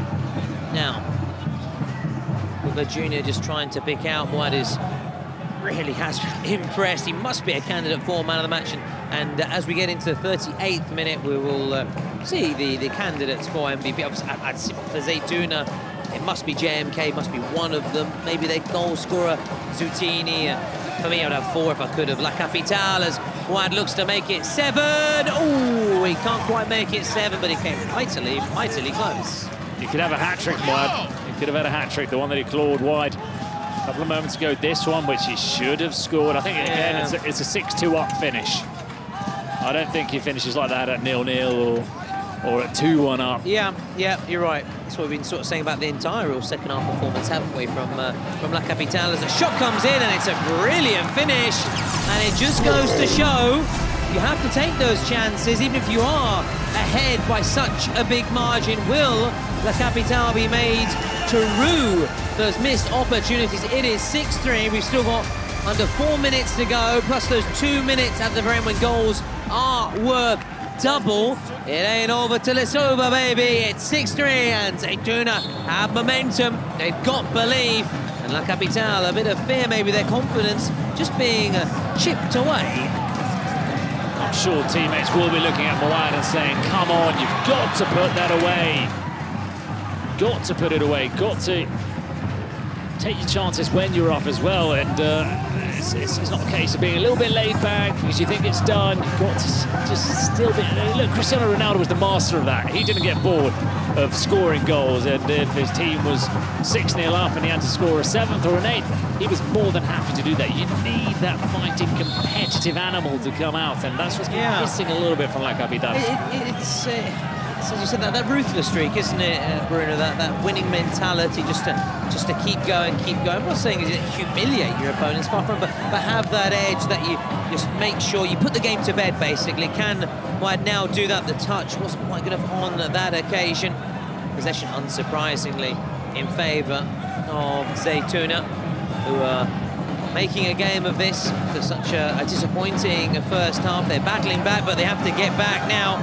Wide. Holds it up, waits for options. Buba Jr. Keep an eye on Doda on this near side. Too long. A counter-attack now. Is this going to be 6-4? Oh, off the line. Goal line clearance. And then referee halting the play. Oh, he's blown the free kick. That's a strange one because there was an advantage, really. Yeah, and they finished the move. Yeah, and they used the advantage. It's spilling over. Are we going to have a card here? Are we going to have a red card? Is this game going to end on a little bit of a sour note? It's Alibus is down on the ground, one of the scorers for La Capital. We need a replay to understand exactly what happened, the nature of the contact. But you can see Doda, what he's suggesting here. There's a little bit of pushing and argy-bargy. Well, it's Danny Perez, known as the Pitbull. You can see why. Pushing.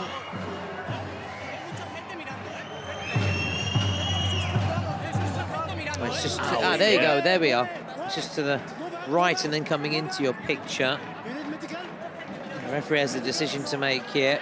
Obviously, he needs the assistance of the VAR because it was all off the ball, wasn't it, Bruno? You really need to be more disciplined in Kings League as well, because a yellow card is 2 minutes in, but it really does hurt your team. It's not just yourself. A yellow card in normal football, obviously, sometimes you say, I'll take the yellow here. But here, you need to think about it. Because, look, you suspension for 2 minutes. You get a yellow card here, and it's the last 2 minutes of normal time without one of your players on the pitch. Go back, go back, go back. Hey, please. I don't accept having words with both players. Let's try and listen in. You have no right to touch the ball, and you have no right to take the ball. Okay? No, you don't have no right to take the ball. No. Yellow for both players then, so both Diplomatic teams will end the game with 6 players out on the pitch, so a little bit more space sort of opening up, but there's still no numerical advantage for either side. 6v6 in these final 2 minutes. El Bajani for Zaytouna and Alipus. Did you say he was the pitbull? No. No, Danny Perez. Danny Perez is the pitbull. What's the word for pitbull in Spanish? In Spanish? Pitbull. Wow, I like it.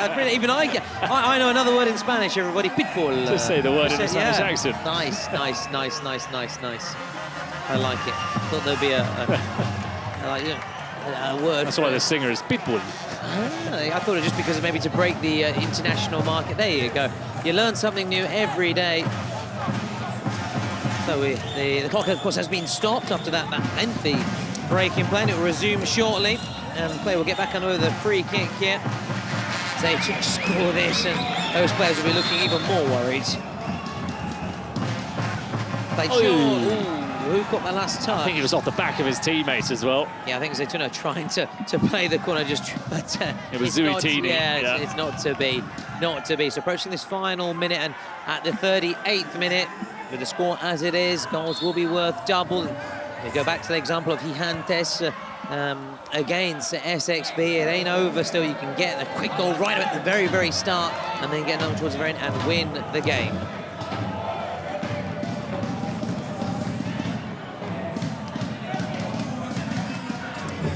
So regarding the yellow cards, they accumulate during round 1, round 2, and the last chance phase. So if you get 3, you miss 1 match. After that, they reset. No more accumulation for the bookings. And we see similar things, of course, in traditional football as well, don't we, Bruno? As Zaytouna are just trying to maybe get a goal back and They make it 6-4. That would be very interesting. That would allow them to actually draw level right away, but into those final 2 minutes. But it doesn't look like they are going to make it 6-4. The final 10 seconds. The countdown is on. Try and take a little break as well and see what or rather hear what the coaches are saying in this little quick break, this quick turnaround.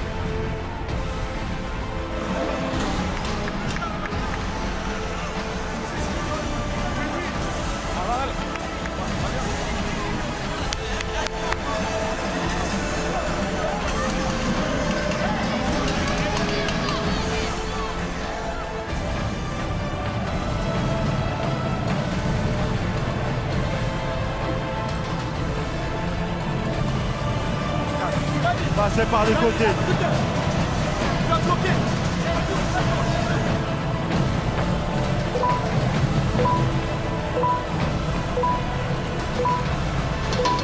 We are back then. The countdown is on to remind the players that we're about to get back underway for the final 2 minutes. Goals worth double. Should La Capitale score, then you really would feel that they can now get their passports ready, the Zaytouna players, and get their flights home. Should Zaytouna get the goal, then maybe La Capitale will have to think about getting their suitcases packed, because they would be at risk of going home. There's 3 La Capitale players, candidates for MVP. Get voting via Twitch. It's the first time we've had 3 players from one team. Yeah, and it just shows the dominance up until the closing stages, really, of the second half here. A bit unfortunate for Bennett not to be on that list for me. Yeah, a little bit, but can't really criticise too much. I think Jimenez made that really good save, didn't he, in the first half. And also, to be fair, in the second. Yeah, the goalkeepers are always going to shine because they're so heavily involved. But I think it's a game in which the strikers have shone, the attacking players have shone more than the goalkeepers or the defenders for La Capitale. But anyways, anybody would be a worthy winner, of course. And they'll be chatting out on the pitch after our bizarre interview with one of our journalists, chatting with the MVP, which, as things stand, it looks like it's going to be Jordi Cano, and it would be richly deserved for La Capitale. They just remind a little bit of Inter Miami, that pink and blue. But of course, they are La Capitale, and they're from Spain. They're not from Miami, although there's obviously still that sort of Spanish-Hispanic connection, naturally, of course, in that part of the USA, proximity to the likes of Cuba. The shot comes in, and it had Jimenez very, very worried, very relieved to see that one go out wide, as we now get towards the very closing stages of normal time. We'll see how much added time and will be given by 22 the match shots officials. apiece. Wow. I wouldn't have thought that Zaytouna were as close to, had the same shots as La Capitale in this game. It really felt like they've been completely dominated, but they've reacted in this second half and, I suppose, put together quite a few more shots. They still got 3 minutes, still got 3 minutes. Here we go. Final 3 minutes, now or never, really, for Zaytouna, if they are to have a chance of winning this. As things stand, they're in touch with the travel agency and getting their flights booked, and they're heading home to their... You might want to hop on that email. ...respective nation as the shot comes in. Not because I want to get you out of the country, but it's just so you can get that flight sealed. Oh, exactly. I need to get. You're still waiting for. Oh, there's also my flight, of course, to be booked for the trip home. I don't want to go home this Sunday, unless you want me to go. No, of course. No offence taken. That was not the undertone to the message at all. No, I know. We're just a bit of banter here between an Englishman and a Spaniard. Although technically I'm Scottish, but anyway, although the Germans continue to call us the English, I think if anyone has an English accent, a British accent is English for the Germans to our left. There are other casters. We've got plenty of international casters. This is an international competition, international event, as the shot comes in, and another close one. They're certainly peppering the goal, aren't they, with chance after chance, but it just doesn't seem to be quite working out here. That will leave a little bit of a bitter taste for La Capital to have finished this game. We thought for one moment that they were en route to breaking the record for biggest scoreline or biggest goal difference in the history of the Kings World Cup, and it sort of ended with them pegged back, pinned back by Zaytouna, and just really not fighting for their lives, but just trying to get over the finish line when that wasn't the sense whatsoever. Halfway through the second half for La Capital. Can they go out though with a bang here? Sulen, who is on the pitch in his closing stages, the number 7, who had a real big impact, didn't he, in that first game, which he was very unlucky striking the woodwork on more than one occasion. La Capital want the final whistle to go, but there's still time left on the clock. Zaytouna looking to pin back La Capital. Close out on the front foot. There's the volley! Oh, I thought it was in. It went just wide. And maybe that is it. C'est fini for Zaytouna.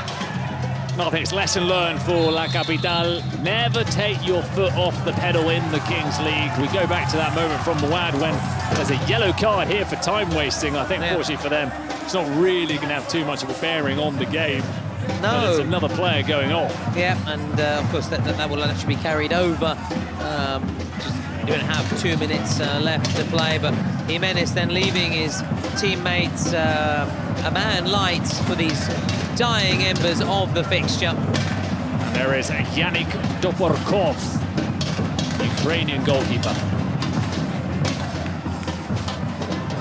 Well, it looks like it's been a very brief cameo from him, but still playing his part in these closing stages. Well, we saw an impressive brief cameo from a goalkeeper yesterday. Say that, yeah, for Karasu, yeah. Yasin Shevki coming in and being the unexpected hero in the shootout. 4 marks to him, so of course it shows there's always time to have an impact, but with the 3 minutes of added time up, although we continue to play on here. Zaytouna, can they make it? 6-5, surely, still there, and again, and it goes over. Is there time here? Is there time? Well, they're going to let them take the corner. I mean, they need 2 goals, so that even if they get probably isn't time to... Yeah. At least go out with a consolation goal. Referee looks at his watch. There it is! They do get it! But I feel that time is not on their side. The clock is not their friend, Bruno, because the 3 minutes of added time are up. Well, and they may go out with a consolation goal, but it's not enough. It isn't enough. Look at the relief from the La Capital players. How did it come to that? Zaytouna then, Bruno, are the first team to crash out of the Kings World Cup clubs. La Capital march on, and they'll take on one of Dendele or F2R. We'll find out shortly who's been confirmed as the MVP. We'll be chatting to Julia here for the Bazaar interview. Okay. So there are the goal scorers, 6 different scorers for La Capital. Tears for the players from Zaytouna. Look, this does mean a lot to the players, of course. There's the prize at the end, which is not only a trophy, but also the prize money for the winners, but also it's the competitor inside that these players have. They want to win, they want to go as far as they can. It's a very special occasion, and we've got our first eliminated team from the competition as Jordi Cano has been named the MVP today, and he showed why he was one of the players to look out for in match day 1, having come from Europa, where he scored so many goals in the 4th tier of Spanish football, having gained promotion to the 3rd tier of Spanish football. And today, him alongside Jean Benet, they had a formidable duo, which did just about enough in the end to overcome Zaytouna. So they celebrate with their fans there behind the goal. There's a lot of love for Lamine Yamal here in Paris. And we're going to go over before we see the last chance, which we only have one team in right now, of course, which is La Capital. We'll wait to see if they take on Dendele or F2R. And there is the look at the teams that are eliminated. 0-2, Zaytouna, the first team that we bid farewell to in the Kings World Cup. The side from the Democratic Republic of Congo. They were eccentric, they were fun to watch. But now we're heading over to listen to Jordi Cano. Congrats, Cano. You are the MVP of tonight. How does it feel? Are you happy? If you want, you can speak in Spanish. I'm very happy because all the fans travel long kilometers, but my team is so amazing y ojalá podamos, I wish to pass more rounds. You want to sign our shirts? Here. Guys, remember you can only find these jerseys on Bazaar, so hurry up or you'll miss it. But don't worry, if you miss this one, there are many other coming really soon. So what are you waiting for? We'll see you on Bazaar, guys. So get the app and get ready.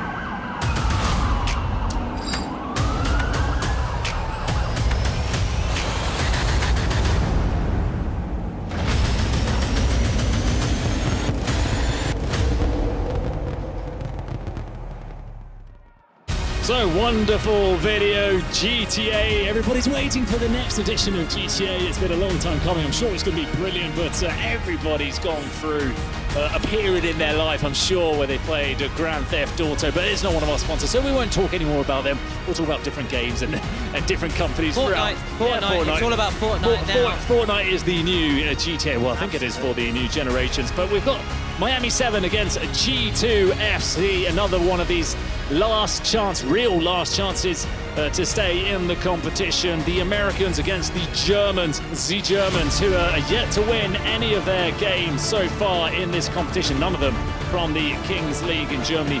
They were, out of the teams to come from Germany, the last to qualify because they extended the pool of German sides because Bastian Schweinsteiger said to Gerard Piquet, hey, come on, man, we've only got 2 teams, give us 3 slots, and that's why they're here. And they're taking on a Miami 7 side who played quite well in the opening fixture, didn't they? G2 were beaten 3-1 by Ultimate Móstoles in a game where we felt that it was a bit of a coast by the Spanish side. Yeah, what was a bit of a big moment, shall we say, for Miami 7 in that game. We've spoken a lot about it after the game together. I thought Vives getting that red card, which really punished Miami 7, and from then on, obviously, it gave the advantage to the opposition who went on to win. So Miami 7, obviously, after that red card, are going to be without their number 17 today, and we'll see what impact it has on them, whether it plays into the hands of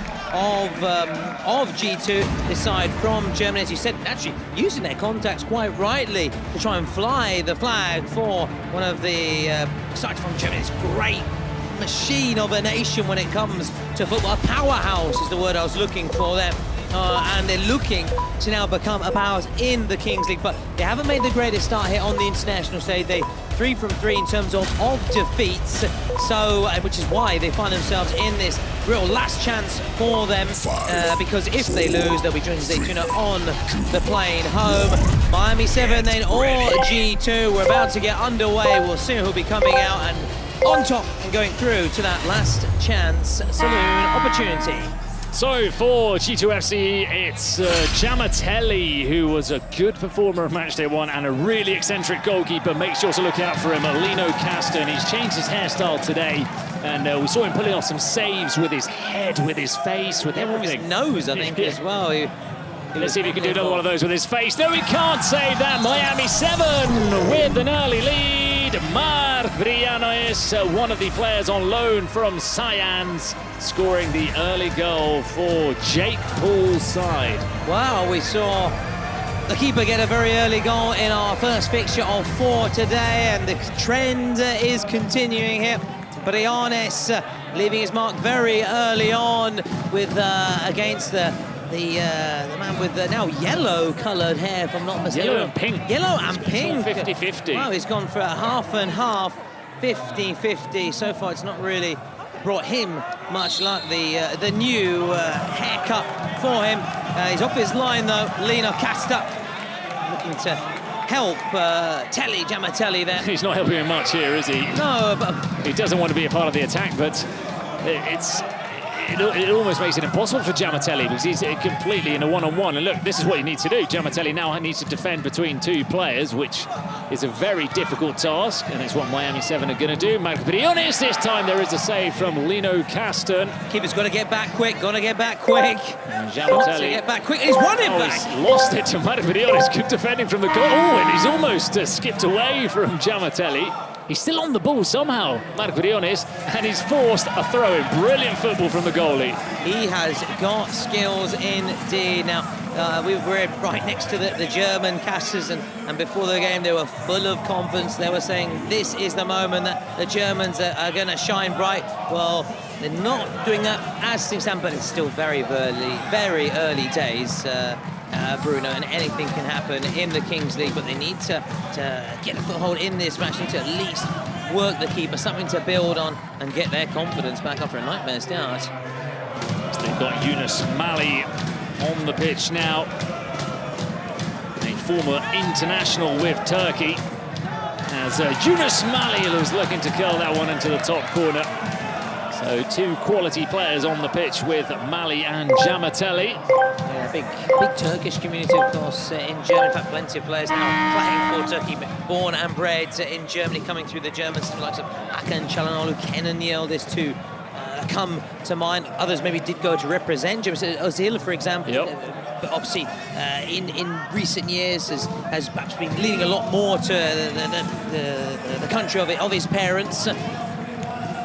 That's a more comfortable save for Lino Caston. Wow, look at that. It's also got the kind of curtains, hasn't it? Yeah, because yesterday it was, or the other day, it was sort of like offspring, yeah, kind like of Linkin spiky. Park, yeah. Yeah, very like when you went to an English school in the 90s, everybody had that over-the-top gelled spike quiff. Oh, that's gone off the face of Marc Briones. I don't think he was attempting to make that save a la Lino Caston. They all count, of course, in terms of the staves, and I think we're naturally the referee stopped the play because he's going to feel that one in the morning, isn't he? Oh, it's a weird one as well because he saw it coming and somehow sort of, I don't know, he didn't get his hands up to meet the ball with his arms or with his hands, and it just caught him on the chin. As we've also been saying, there isn't a stretcher, is there, at the Kings League here in Paris, but a wheelchair. Oh, straight off the face. Yeah, it reminds me of an episode of Top Gear. I don't know if you ever saw it, where they were driving around the world, and if their car broke down, they had this sort of battered old car which was always looming in the background, as if to say, if you can't make it, you're going to have to drive that piece of rubbish. Old banger. Yeah. An old banger, let's put it that way. But yeah, well, it's the same. You start seeing the wheelchair coming out here. It's like, if you don't get up on your feet. Yeah, it sort of scares them and makes them jolt back up to their feet pretty quickly. And the good news is Briones is back up on his feet. He's going to certainly feel that. Well, I said in the morning, he's going to feel it right now, bless him. Why did they say he'll feel that in the morning? I feel it right now. It's painful, he's going to be saying. But well done, and for getting the body behind the ball and making the save and preserving Miami 7, not Miami Vice's narrow lead. So G2F through Yunus Mali. That was a difficult shot as was going to have to travel through the legs of Juanan Gallego. German cast is also sporting. We can hear them now, can't we? Yeah. Apart from everything, they're sporting their brand spanking new Adidas hooded tops as well. Of course, Adidas, one of several famous sports brands, isn't it, in Germany, alongside the Puma, for example. But here they're gone for the Adidas, which also for many years sponsored Die Mannschaft, which our good colleague Julian confirmed is a term they use in Germany for the national team. Die Mannschaft, but one of the teams that are representing Germany so far continue to be very underwhelming, haven't really offered too much, and Miami 7 continue to look very dangerous each time they come forward here in the final third. Obviously, an American side, a wild card side, but obviously lots of different nationalities in what is today, of course, a very international game. So Briones playing it out of the back for Juanan Gallego. Miami 7 on the ball, still in the lead, thanks to their goalkeeper, thanks to Marc Briones. The only other player other than Juanan Gallego to have scored for them on the field of play, because of course, as I said earlier, Aitor Vives 2 goals in the first round is unavailable after he is sent off in that game, as there's a chance here to shoot, but it flashes just wide. It was Luis Peralta. Yeah, Lino Casta very relieved, they're very happy to see the ball go wide, the right side of the post for Lino Casta, the wrong side of the post for Miami 7, of course, who said every time they come forward, they just give you that impression that they can create chances, they can cause problems for G2. G2 would be the mixing the languages. Well, we are in Paris, so we're not throwing a bit of French as well. The shot comes in and it's high, it's wide, it's nicht gut. It's nicht gut for die Deutsche. It was Danny Blum, one of their wild cards, who is a cup winner with Eintracht Frankfurt. Actually played a little bit for Las Palmas as well. Las Palmas have got a knack for signing British and German players who are, there's a bit of a link between the islands and those holiday makers from Germany and the UK. So we've got a couple of Scottish players in their squad this season. Oh, wow. They did have Danny Blum back in the day. So you said, was it a Europa League winner, did you say? No, no, it was a cup winner, just a German DFB Pokal or whatever they call it over there. Yeah, with Eintracht Frankfurt. Oh, it's still impressive. As I always say, one more than we've won, unless you can spring out your winner's medal under the table, and then I will be kept quiet. Ooh, referee just get in the way there. They're screaming at her, and I'm sure she's going to calm it down, like she always does very well. Oh, she was very good, and has been very good into acknowledging when maybe good negotiator, it's her mistake, and not just the whole refereeing team has been second to none so far. They've been really good at allowing the game to flow, making those correct calls, and putting down their authority as well when needed. Foul by Josu, yes, we said, look, the referee again is going to talk to the players. We did say that she'd be pretty handy in a negotiation. There are a few world issues going on right now, and I think she'd be quite good at sort of finding a solution, because how many times do we see the players? She had the difficult task of refereeing Moritz Leitner. Oh, yeah. She kept saying, hey, calm down, don't worry. Yes, I may get it wrong, we're all human. So a very good approach. She was brilliant, and we'll see whether Miami 7 will be brilliant here. They have a throw-in, but she was very good. I remember, listen to me, number 10, stay calm, it's okay. She was brilliant, and putting a Leitner, who's a very imposing and intimidating figure, dare I say it as well, putting him in his place, and he actually ended up getting a yellow card as well. He didn't show himself in glory in that fixture for his side, and they'll be in action in the next couple of days as well. And one of the other three, including G2, of course, the German side, says that's given away. Oh, they've lost the ball, playing it out from the back there. It was Luis Morales who benefited from it. This is what you were saying earlier, Bruno, about Aitor Vives. Yeah, there's the confirmation of that. It was a nasty challenge. One match ban, yeah, it was a late challenge on Nico Santos of Porcinos. Josu. Another silver fox. Like to see it. Fabrizio Ravanelli-esque. Juan Gallego. Back towards Josu. You mentioned Ravanelli. Every time I hear that, I want to say sort of the late Peter Brackley, where Ravanelli, just that rolls off the tongue. Danny Blum. Now it's Giamatelli. Well, he ran into 3 Miami 7 players. Giamatelli's still down. He was thinking about going back up. I think he had a look. And I think they might put into touch in a... But Antonio Pellegrini was telling his teammate, kick it out of play. That generally means that the player knows that there's been contact. Well, from Ravanelli to Giamatelli, who's down there in that centre circle. But yeah, it's clearly a foul, and not going to be any bookings, of course, for that, or any cards, quite rightly, but it's did well to draw in the kind of players there. And, it's good to see, obviously, due to restoring possession, giving it back to Miami 7. Obviously, Sporting put it into touch to allow the player to get back up to receive, and now potentially receive some treatment out on the touchline. It is Antonio Pellegrini. It's Miami 7. We're approaching the 10th minute mark. Second game of match day 3. Miami 7, a goal to the good against a G2F. We've already said goodbye to Zaytouna. It's going to be one or the other here to be joining them on the plane back home. As it's Briones on the ball. Josu high press now from G2F, making life difficult for Miami 7. They find a way out. Josu is out-muscled. And in the follow-up, it's all a little bit scrappy. Yeah. Who's going to get onto the end of the ball? Danny Blum, and there's a foul. Yeah, I need to mention about the trip home. Before I get home, I certainly want to get my hands on one of these jerseys before I fly back to my home, to my nation. And of course, if you want to take home a piece of the Kings League merchandise, such as balls, signed jerseys, and much, much more, you can find it all on Bazaar.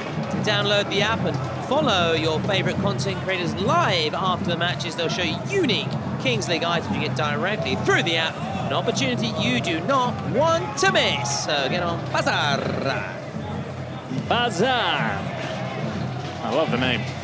It's pretty, but it sounds good with that Italian accent as well. Bazaar. Bazaar. But I assume it comes from, obviously, it's the Arabic for market. Bazaar, yeah. So I assume, again, at times I do get... Call me Sherlock Holmes, yeah. But I think it comes from that. You don't say, Sherlock. Yeah, exactly. But that's where, obviously, the play on words obviously comes from. And, yeah, get online ASAP, ASAP. So Caston playing it out from the back. He's not as comfortable as other goalkeepers on the ball. He's happy to give that one to Danny Blum. Back with Caston. Caston. Now they're moving around well. At risk of being best remembered for those haircuts, really. Oh, and they've hit the cage up there on the roof. It's still shaking as well, Bruno. 61 is Cihan Uchar.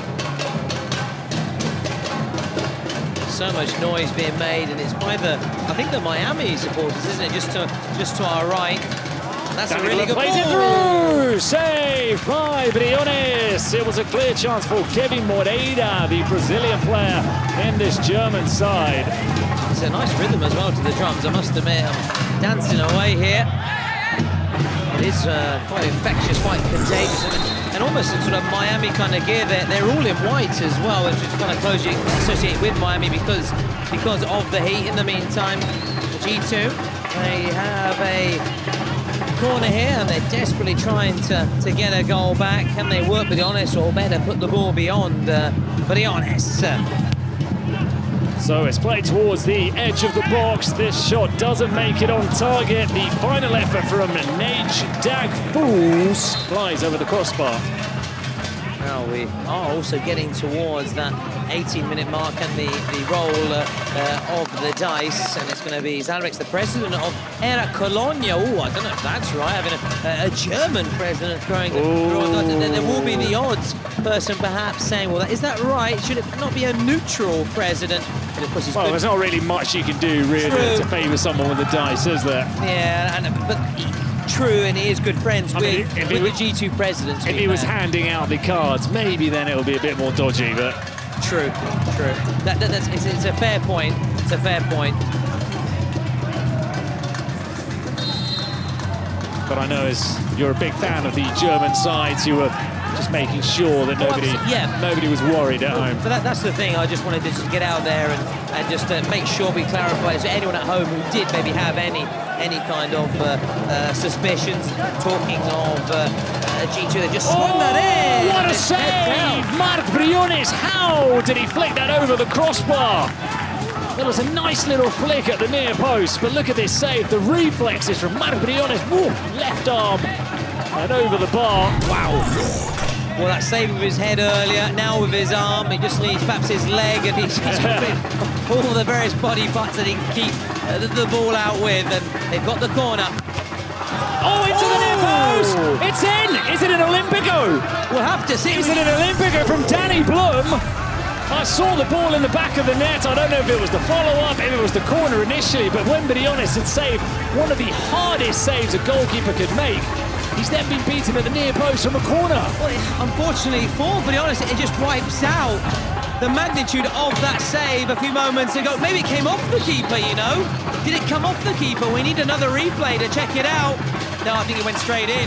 Straight in. Look at this. What a corner it was. Oh, no, it is Briones. Yeah, so it is an own goal. It's an own goal. It's Briones who didn't know how to deal with the cross, and he's turned it into his own net. So he's gone from hero, that's a bit mean to say zero, but from hero to not so hero in a couple of moments there. Let's just say decisive at one end and less impressive at the other end, that's for sure. Playing his part at both ends in the right way and the wrong way for Miami 7. So Miami 7, how do they respond to that sucker punch, that own goal from Marc Briones? That shows that there's always time to get back in it. There's always opportunities. Miami 7 looking to retake their leads. It's Josu. Can he get the curling effort? How close was that from Josu? You can see from the moment he got the ball, he was looking to cut in and have just enough space to try and curl it. So I'm just still bewildered by the choice of the haircut and the colours as well. I mean, interested to know why exactly those two colours as well. Why the yellow, why the purple? There must be, you know, some. Didn't you used to get some those little ice creams at school that were sort of half yellow, half purple? I'm not entirely sure what the flavours were, but that's what it kind of reminds me of, his haircut. Yeah. Oh, was that a hand? No. Well, nobody's appealing, so I'm guessing not. Remember there was that Neapolitan ice cream that you had, I think, vanilla, chocolate, and strawberry, if I'm not mistaken. But anyway. Hopefully we can maybe ask our German colleagues at the break as well if there's a specific reason why those two colours have been chosen. The clock has been stopped here while the referee just has words with one of the German players of G2 football club, G2 FC. I do like their badge, I must admit. It's a lovely crest. Who designed badge for G2. Just trying to listen into what's being said, maybe. Well, look, I initially thought there was a potential handball, but nobody asked for it, so it made me think that there was nothing there. Exactly there. Yeah. Check is over. When players don't react, generally that's the best indicator that nothing has happened. Oh, there's a throw-in that's gone the other way that everybody was anticipating, the opposite direction. Not cleared yet. Over the top. He will battle, try and tee up one of his teammates, and now down the other end comes Joshua Rodriguez. Pass out wide, wasn't quite good enough. Celebration, Bruno. Look at the celebration from Delebi. talks about the defenders at times celebrating any kind of interception. I love it. I love as if they've scored. I love it. I suppose they don't get much sort of Exactly, they don't chance to shine in that sense and limelight. And that's them doing their job. Yeah. Much like a striker scoring goals. Pellegrin tried to flick it over the top towards Josu. Again, they're screaming that there was a handball. This time the referee does give it. Straight in to stamp down her authority. Get us back underway here. Final 40 seconds or so before the JD roll of the dice. The Era Colonia president, and of course he's very good friends with the G2 president as well. We'll see what the outcome will be. Just feel if it is going to be a 1v1 with keepers, that would slightly favour Miami 7 with their pacey kind of players they have, the good tricksters, the dribbling abilities that they have on the ball. Get the shot away, get the shot away. Oh, will there be enough time? No, it's blocked. There are screams on 17 minutes, 59 seconds. Let's see, because I'm sure they're going to check it like they check every incident inside the box.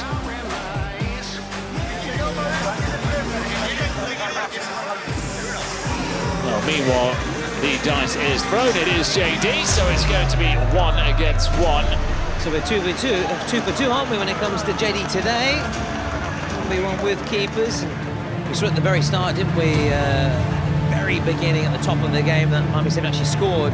With this situation, on this occasion, the keepers can't come out of their area, so they have to be very smart making their substitutions if they want to have 2 outfield players when they're on the ball.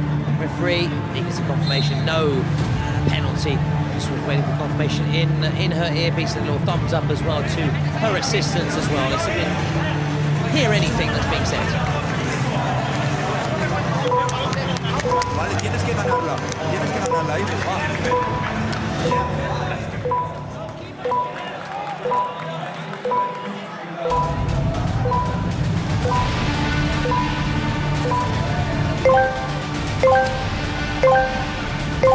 So as the countdown begins, manager telling his player he has to win that first possession, and he has not done that.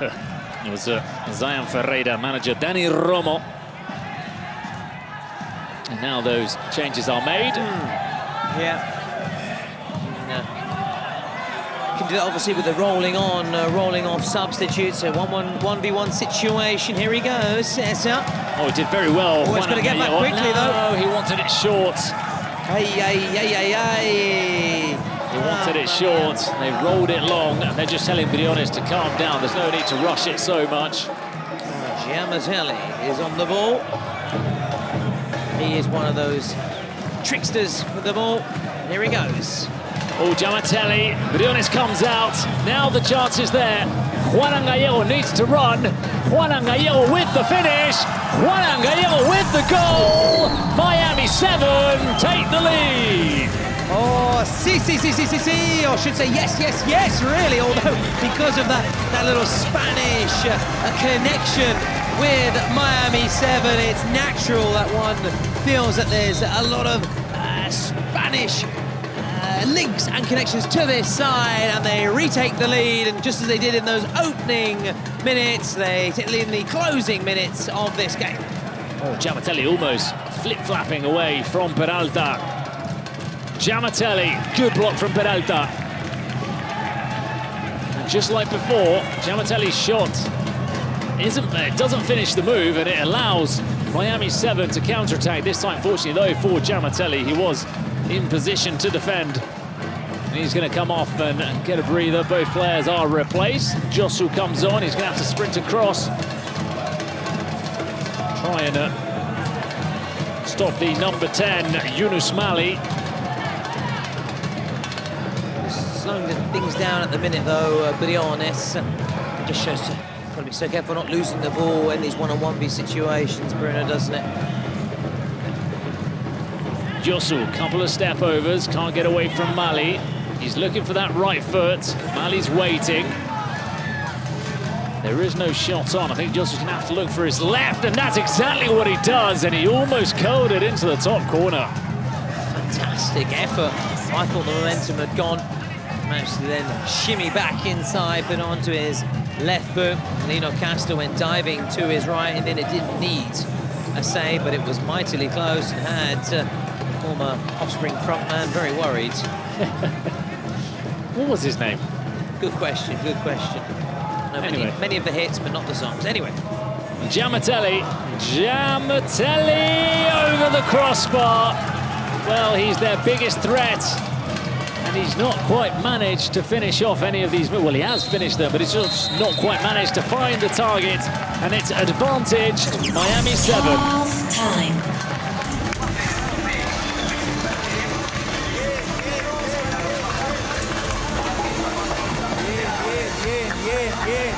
Bien.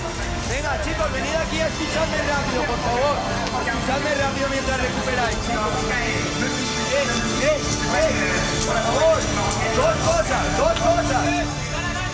Dos cosas. La primera, meteros más en campo rival, por favor. Meteros más. Y que Josu vaya más por dentro y Juanan vaya más por dentro. Que si Pele mete el balón ahí, les hacemos daño, tío. Sí, pero que sean los extremos los que pierdan esa altura. Tú métete allí, que es mucho mejor, creedme, tío. Ja, alle, okay? Und dann gehen wir komplett.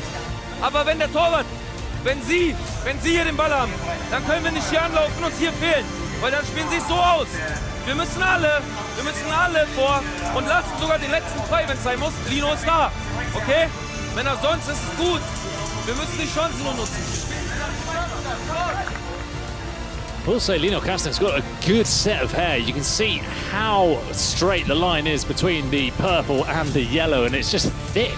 Well, the German... It looks like a wig. The German efficiency as well. They do everything 100%. No room for error, that's for sure. But they are currently losing it. And our German casters normally at the break do help us with the translation, but I think they're a little bit disappointed. So we weren't able to understand everything that was being said. But a few words, but you can get that message across. That it's just a case of just trying to stay in the game and keep believing. For G2, Miami 7 though in the driving seat. Then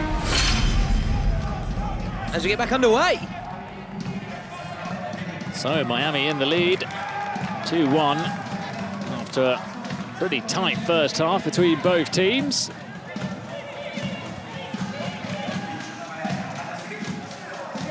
And it is Lino Caston, who I think you've dug out the name of the offspring frontman for us. Yeah, it's the beauty, I must admit, of having something such as a mobile phone nearby. Mr. Dexter Holland, how could we forget that? Yeah, Dexter Holland. How could we forget? An icon of the 90s.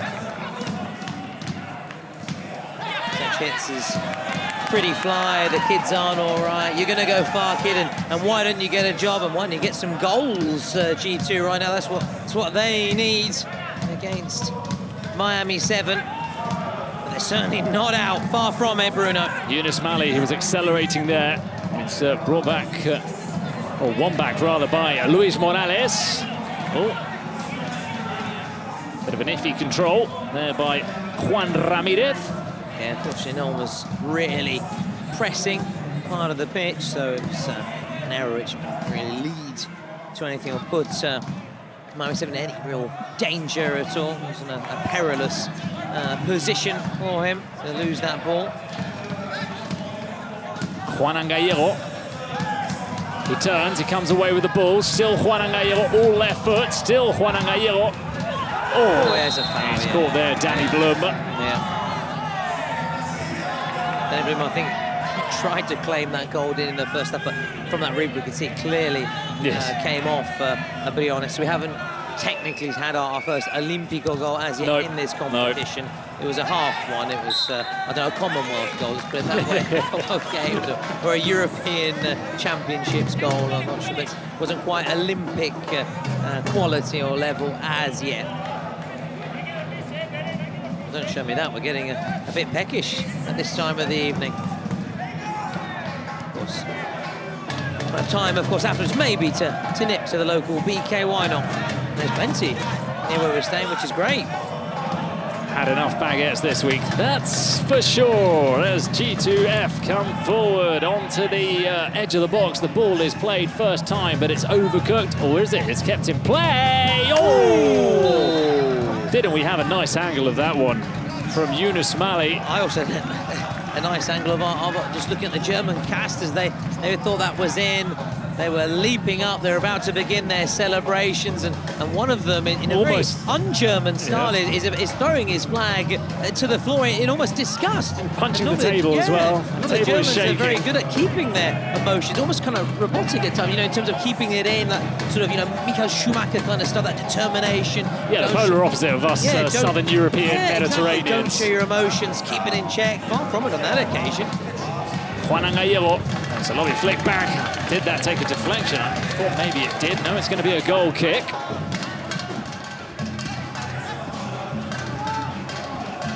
Of course, not only poking fun at the German, we're very self-deprecating. I mean, think of me, these German guys next to speak a number of languages, and I'm hanging my head in shame as a Brit who, unfortunately, je ne parle pas français, and so you speak Italian. Come on, but just to say, don't do yourself a disservice. Yeah, but the point I'm just trying to make is a sense of, it's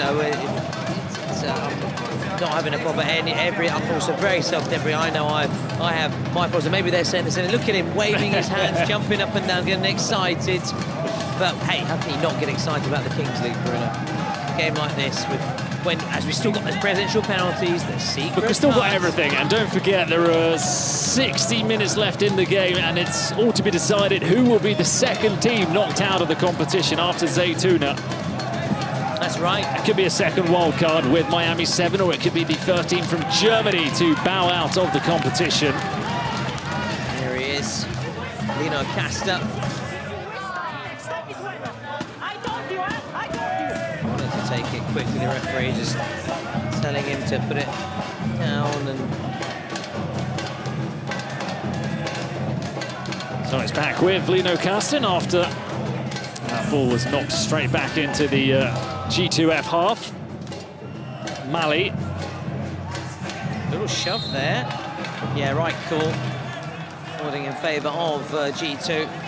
Look like they're preparing a change here. The bib is being just waved up there just to try and catch the attention of the match officials and, of course, the G2 players. Rolling on and rolling off substitutions, one of the many rules and regulations in the Kings League. Is it different to traditional football? Danny Blum looks to get onto the edge of onto the end of that ball, and he's done well to force the throw in back into the mixer, headed away by Juan Gallego. Now it's Chelebi. No way through, denied by the Miami 7 defense, who have completed over double the amount of passes that G2F have in this game. But it's still lead 2-1, and it's going on like this. Maybe those secret cards and presidential minutes, that maybe could be the difference then. Again, they're looking to curl one into the box. As now there's a counter, and this could be a clear chance for Miami 7. It's saved by Lino Casta. Again, it's a little bit unorthodox for him, but it does the job. Oh, absolutely. Got his body in the way. Keeps it at 2-1. Rolled back. Juan Gallego. Briones goes long. Danny Blum will head it to safety towards Lino Casta. Just right, also got some players from the Futbolistas Locos side. Yeah. The German side that was supporting their good pals. Yeah, supporting obviously their fellow German team.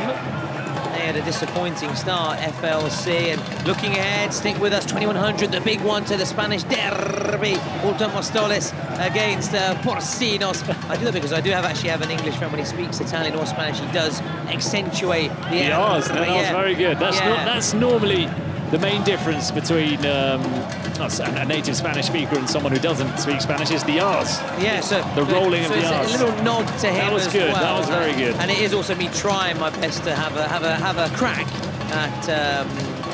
at Spanish in some kind of way. But all jokes aside, there'll be no joking when those sides go head-to-head. Ultimate Móstoles, the Kings League Spanish champions, split and champions, Porcinos, yes. the world champions. That was where I was trying to get to, and we've had that in the past. Remember, Inter would win for many years Serie A, but then Milan would win the Champions League. Oh, it's got to be! Oh, and that may be sending G2F home.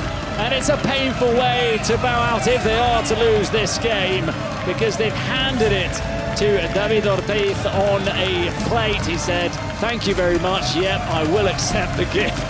And it's Miami 7-3, G2F 1. Well, you're saying earlier from the offspring songs, you're going to go far, kid, on that evidence. Well, he and G2 aren't going to be going far at all. They're going to be going home. It's going to be Auf Wiedersehen to the Germans unless they can change things and turn things around. They gifted Miami 7 an opportunity there when we were saying how tight it was, and that maybe the secret cards, the presidential players could make the difference, and it's now put advantage to the USA side.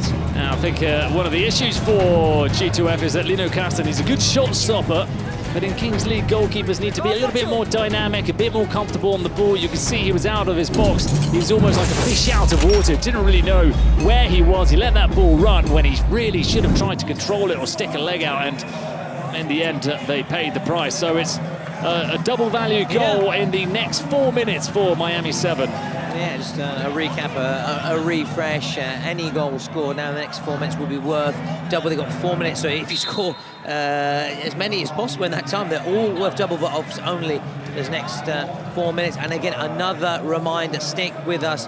Coming up next, huge fixture.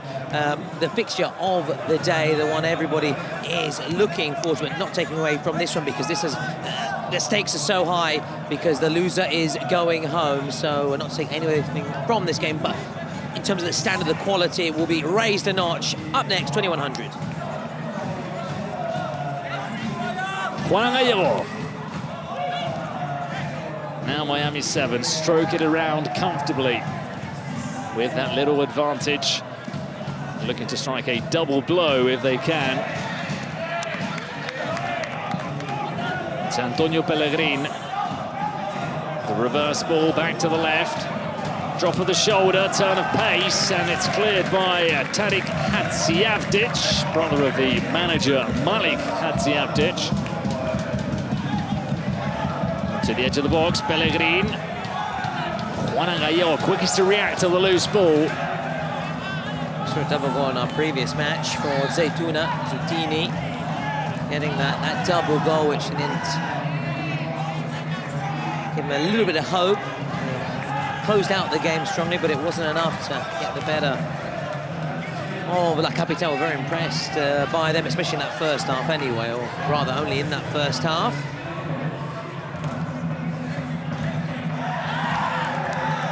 Well, that's all a little bit scrappy down on the flank. That was Fabrice Monchev, who almost stuck onto each other, glued to each other, the two players, as the ball rolled out of play.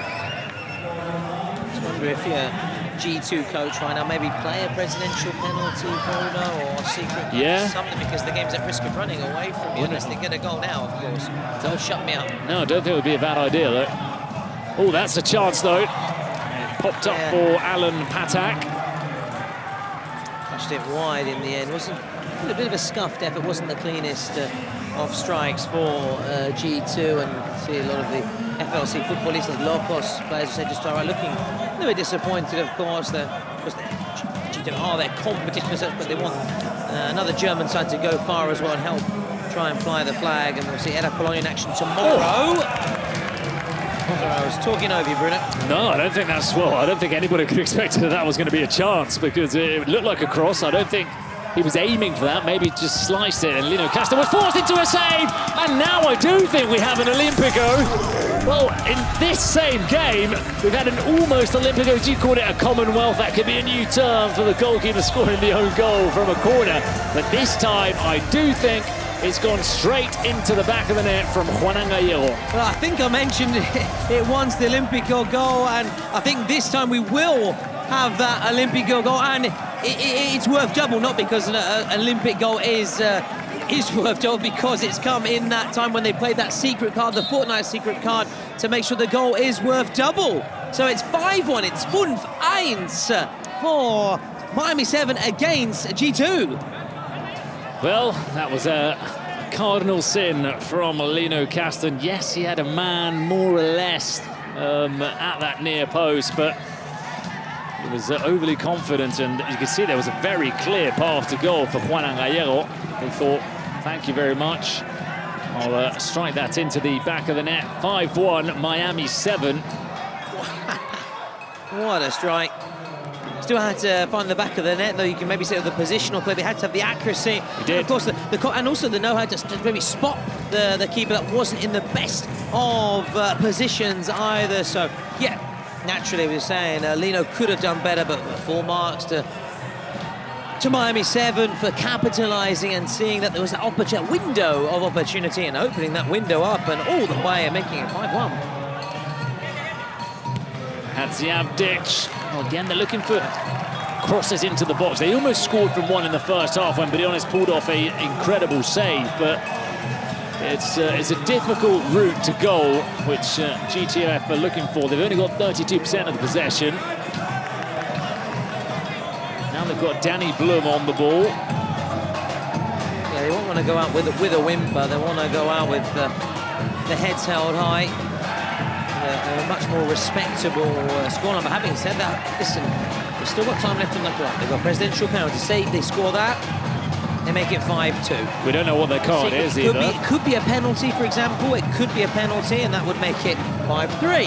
And then you've still got time to get more goals, and there's goals worth double in this final 2 minutes. But as things stand, it looks unlikely we're going to see G2 at the Défense Arena on the 14th of June. And there it is again. The cross into the box, the header. It's a little bit more sort of archaic in their approach, but the header did force Briones into the save. He didn't take any risks, did he?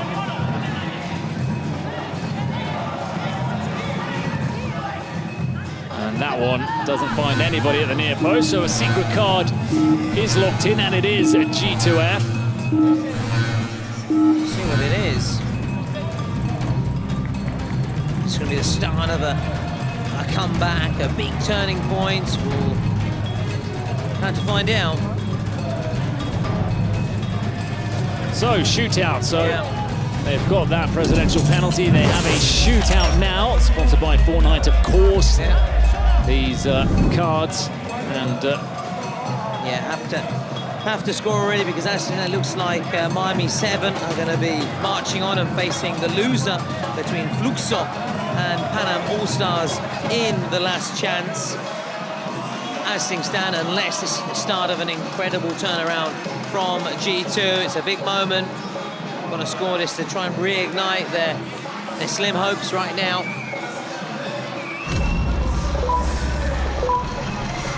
so it will be Yunus Mali, former Mainz and Wolfsburg player. He goes round and he scores. Brilliant. He makes no mistakes. So there is still life in this G2 side. Brilliant shootout. The perfect 10.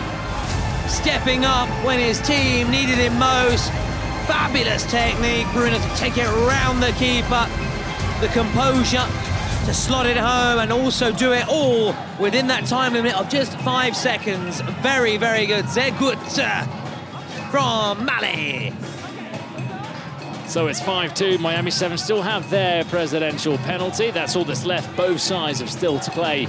Well, it's not a card, that option. And there's not long left for them to play it because we're already surpassed the 34th minute mark. It's Miami 7 run forward. Josu. Oh, the referee taking a very long time to blow her whistle. Oh, tension spilling over. See, body's rolling. Yeah, tension's bubbling over here. Referee could have some big decisions to make here. Actually, we'll look to the VR to give her a hand. I saw Berkan Chalebi flying out and rolling on the ground. Let's see. I don't know what happened. Oh, no. No. Yeah, I think the referee can just get away with just speaking to both players, really. There's no need for cards for that. Just have a word, say, come on, guys, come on. You know, when you look back, you're going to think, what am I doing? The pair of them, the pair of them. Okay, okay. Nice. But I'm gonna give 2 yellow cards if you... Oh, 2 yellow Two cards. yellows! So nothing. Wow! They need to think about this. How many times have we said you need to think about the yellow card because of what it means? Because it's a sin bin, but it's going to be for both teams, so yeah, no one's going to come out more. Like we had in the last game as well. Well, maybe the referee could have just spoken to both players, but by the rules and regulations, she's spot on. Quite rightly, that the rules clearly state these situations need to be punished with yellow cards. It's not the best dive from David Ortiz, I must say, the way that it goes down.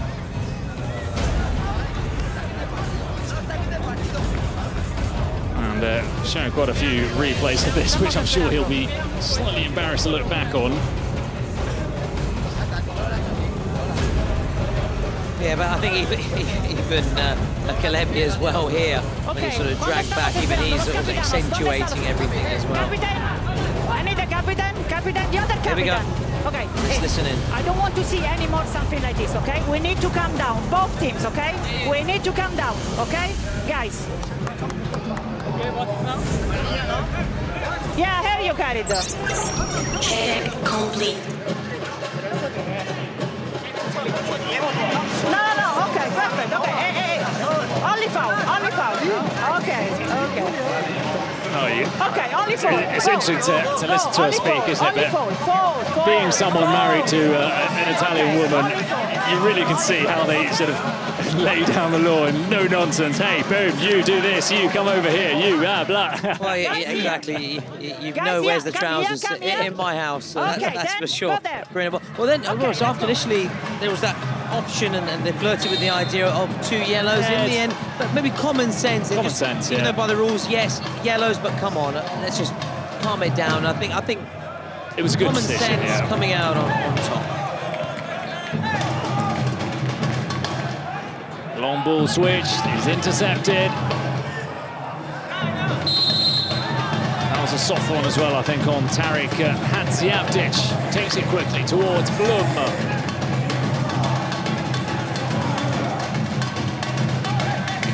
One back by Miami 7. They were little. I thought he was playing out wide to the free man, but he's a substitute waiting to come on. Danny Blum again. Well, he showed that he's got the capability to shoot from long distance. There he went for it. I think maybe he should have tried a couple more, should have, Danny Blum.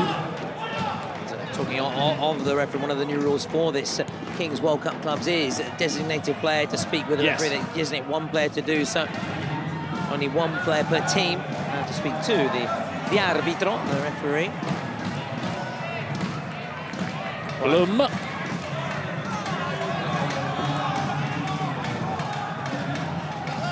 Out wide, Yunus Mali wants it back.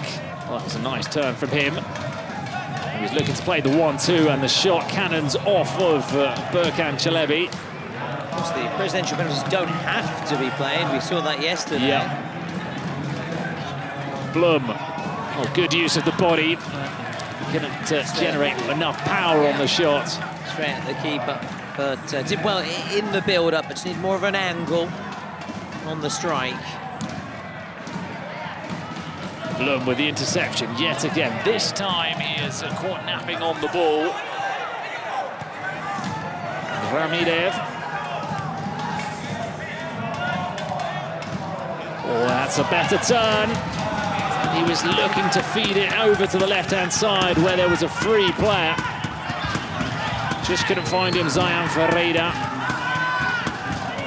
Number 7 can certainly take this going into the final 2 minutes. Those final 2 minutes when goals will be worth double, that 3-goal cushion. So G2 would need to score twice to take the lead. It was in a really good commanding position, in pole position, if you like, to go to the top step of the podium, to drive away with the win, drive on to the last chance saloon for them. It's G2 running Zaytouna.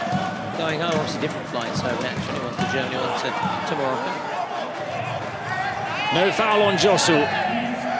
They're getting the rush on as Giamatelli goes down. They needed to rush, I was going to say, because they've got 20 seconds left and the clock was ticking down and will continue to do so. Of course, they will still get time if we reach the 38th minute to take the free kick. And I think that is going to be the final action of these 38 minutes. Here we go.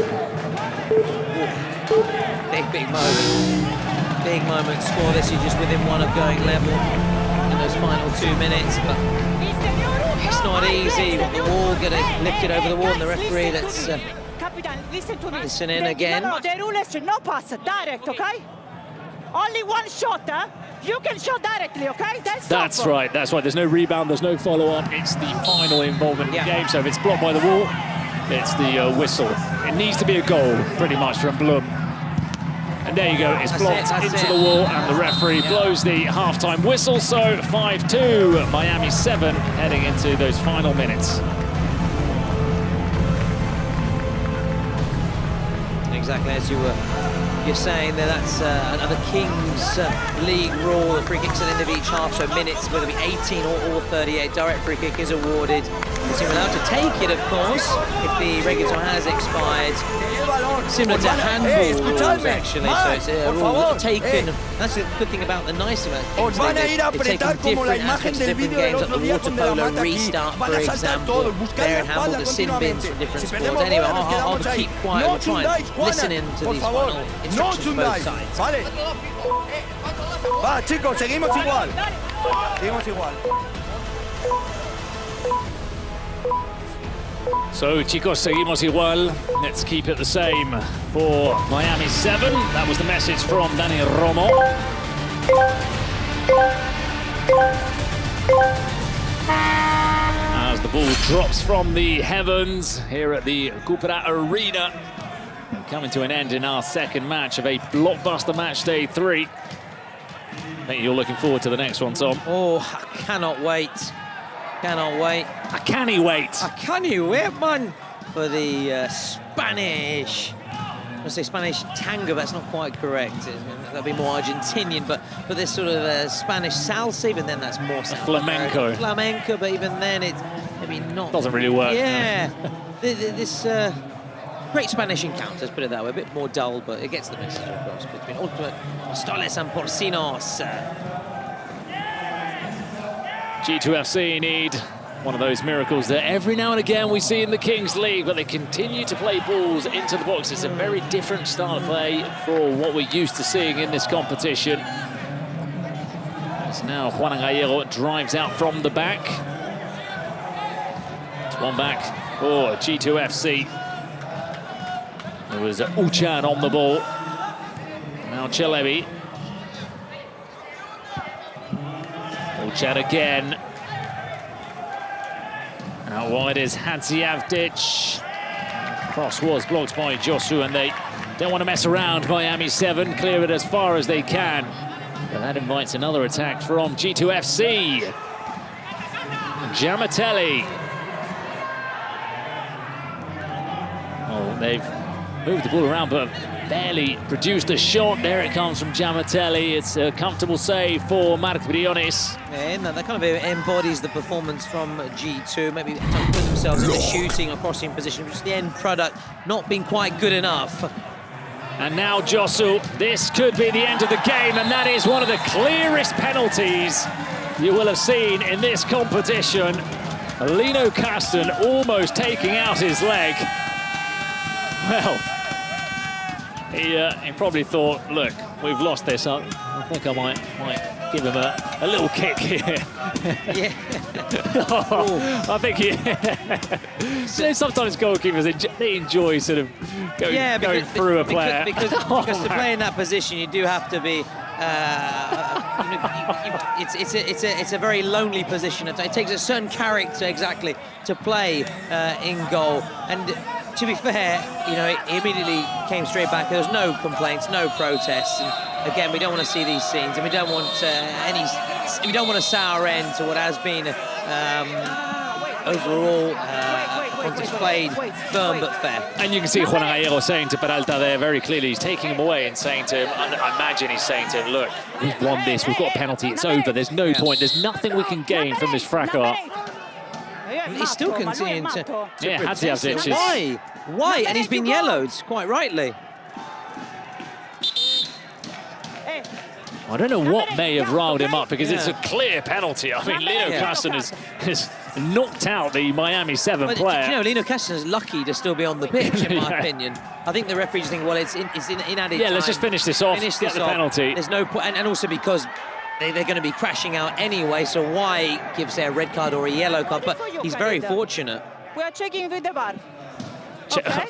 Checking to see if his leg's still on. What's going for the ball? I think hopefully just for the sake of Miami checking whether it's a red card. I think if anything, they're checking to see if it's a red card. If anything. Yeah, or whether there's any offside in the build-up, maybe. But even then... Penalty is confirmed. We are checking for the card, okay? Yeah. Not checking for the We card. said it, didn't we? I was surprised that the referee hadn't already taken out a red or yellow. But yeah, this could be more misery for G2. But it doesn't really... I mean... What does a red card do here? G2 are bowing out of the competition, so it's not really going to affect too much going forward. In that sense, absolutely, but just... They're checking. Just to sort of, again, go back to those rules and regulations and common sense. Where's your cut-off? Where's the... of course. There's checking for there are some grey areas, of course. Penalty is confirmed, okay? Tell me. Red card, yellow card. Yes, but he's a goalkeeper. He's inside, okay? We go down. But he's checking, okay? If it was a red card, we go down, okay? This is why. This is the only reason why we're checking, okay? All clear from the referee. Oh yeah, she's brilliant at explaining what's going on and letting the players be in the loop and in the know. We've had one card. 61. I need to wait. Zayazic. Hey, you're not the captain. I one. told you just once. If you continue, I give you a yellow card. This is the last one I told you, okay? Khalid. Perfect. Okay. What are we saying? Okay. No card? No card. Obviously the penalty. Goals worth double. So Josu scores. It's going to be 7-2 for Miami 7. And it is now definitively put an act to the Germans. It is Auf Wiedersehen to G2. And they are joining Zaytouna on the plane on their Flugzeug. Going home, and you know, I'd love to have that referee at home when my toddler's causing problems to explain things, because I think she'd do a much better job in explaining things and getting the message across than I am. She's very calm and never loses her cool. And look at the keeper's off his line again. He's something else, this guy, isn't he? And look, it doesn't really matter now anymore. It's another goal. It's 9-2, but. He's been a fun watch, Lino Caston. Oh, he's been a for character. one reason and another. He's been a character, and listen, the work. Listen, let's try and always put everything on the table and be objective. There are a couple of really good saves in the first half, but if you take the whole performance, then he's going to be more remembered, best remembered for the haircut, for that terrible foul, for just slicing down the Miami 7 player a few minutes ago. And look, he was in no man's land. And look at that. What is he doing in that part of the pitch? Maybe got lost. I don't know. But listen, we'll miss him in some respects. We will. We hope to see him back soon. Handball. Handball, which again in different circumstances could have been a yellow card. Exactly. There's no point in kicking a man whilst he's down. Exactly. They're out, and listen, I think maybe the referee could even just blow the whistle just before the 4th minute of added time. Miami 7, few moments where you sense maybe G2 could squeeze back in it, but Miami 7 fully deserve to be going through to their last chance saloon, and G2F are heading home, just like Zaytouna. Man of the match, we haven't had a chance to speak about that. Wanan on course to be chatting to one of our hosts, one of our journalists for the MVP prize, sponsored by Bazaar. I got the R's now. Any R, it's going to be. We'll try it with the Spanish/Italian. Bazaar. Bazaar. interview. Post-match, it looks like it's going to be Juanan. It's played a big part in this big win, and of course Lino Castano, he has played his part in a negative sense, unfortunately for him. But I'd say we will miss him. He's brought colour. The hairstyles, both literally and metaphorically. Yeah, some bizarre choices, let's put it that way, including not just with the hairstyle, but also out on the pitch. Some bizarre choices. No, look, the save where he headed the ball away, I've never seen anything like that. it was drilled at him from point-blank range, and he just reacted by putting his face on the line. Well, we continue to run down the clock. Let's see if a full-time whistle is blown, and there's finally more goals in this game. There it comes, 9-2 to Miami 7. So game over. They will be in that last chance. Game over, and it's game over for G2 FC, the second team to bow out from the competition. There won't be any more saying goodbye this evening because the next games are between teams that have won, but big celebrations for them. Aitor Vives is a relieved man because he'll be able to play at least one more game in this competition, returning from a ban for their next fixture. So all smiles for the American side. All smiles indeed for the all-American heroes.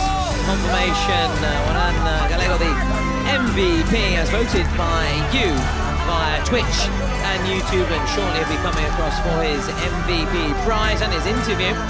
And of course, the signing of the jersey. Looking forward to hear what he has to say about that performance for Miami 7, who go through to the last chance round for them. No more chances, as you were saying, Bruno, for G2 joining Zaytouna. They go out of the competition. But now it's the first day of round 2. When the stakes go up, the pressure goes up, and where the margin for error is reduced, you have to take your chances. Miami, certainly as they celebrate in front of their supporters, you can see their flags there, hoisted aloft and being waved with a real pride. And talk of pride, look at that moment. They look to savor these moments here at the Cupra Arena in Paris. We're at the Parc d'Exposition, part of the city, close to Charles de Gaulle Airport, if you are wondering, at the Cupra Arena, which will be our home as well for the next, well, now less than 13 days, but right up until the 13th of June and the 14th of June. The final at the Défense Arena. Will we see Miami 7, who go through to their last chance alongside La Capitale? So the first two teams we know are definitely going to be going through to that last chance to win that game. They go through to round of 16, lose, and they'll be going home. As for G2, they join Zaytouna in going out of the competition. Early exits for them, as you can see at the bottom. 0 where no one wants to be. No one wants to be, and we say adieu and auf Wiedersehen to those two sides, respectively. We say hello and hola, of course, though, to Miami 7 and La Capitale, who go through them and have the chance in that last chance saloon, that shootout in the all-Western kind of style. This town ain't big enough for the two of us, and they look to show through to the round of 6. Now listening to the MVP. Hi guys, welcome back. We are here with Juanan. So we really know that it's really emotional to play in this pitch. So I want to ask you, how do you manage the pressure in the most important moment of the match? Bueno, la verdad que es que las emociones estaban a flor de piel aquí todo el rato. Hemos hecho un grupo muy bueno, llevamos 2-3 entrenos. La verdad que los equipos Wildcards tenemos ese hándicap, pero hemos hecho un grupo muy bueno y creo que nos merecíamos la victoria porque ya el otro día lo tuvimos a nada y el equipo ha hecho un esfuerzo enorme, o sea que muy contento. Bravissimo. Sign your shirt. It's time for signing. I'm going to help you. You have to sign in this exactly in this space here. Ok. Complimenti. Do you know a little bit Italian? Conosci l'italiano un po', no? Italiano no. Complimenti, congratulations. Thank you. Go to party. So guys, you can find his jersey on Bazaar. You can purchase the jersey there. So download the app and get ready. See you there.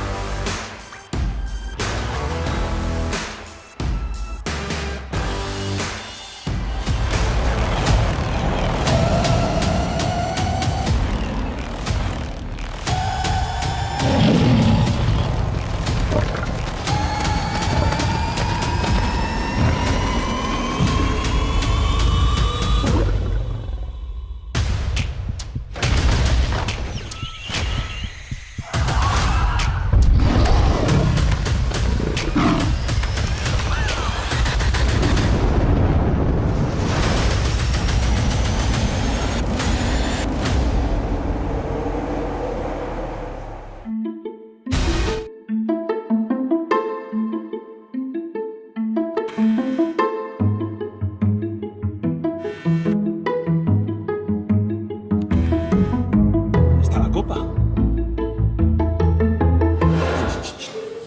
Se mira, pero no se topa.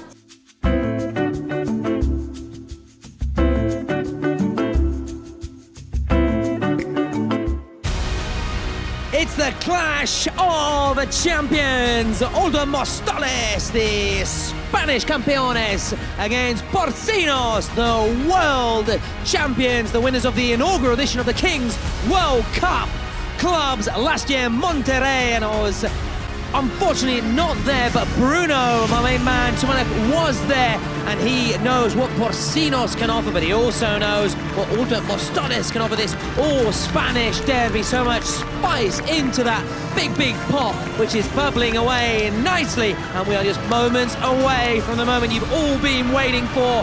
It's the game of the day. Will it be one of the games of the tournament? We'll certainly find out, won't we, Bruno? Yes, no, look, we've had a lot of big games in this tournament so far, but I would say this is the first real big fixture of the championship, where we're seeing, as you said, world champions against Spanish champions, and I'd almost dare to say that the favourites are not the defending world champions in this game. I think Ultimate Móstoles are the stronger of the two sides, because we did say yesterday there were just 3 or 4 players in this Porcinos side that won that World Cup.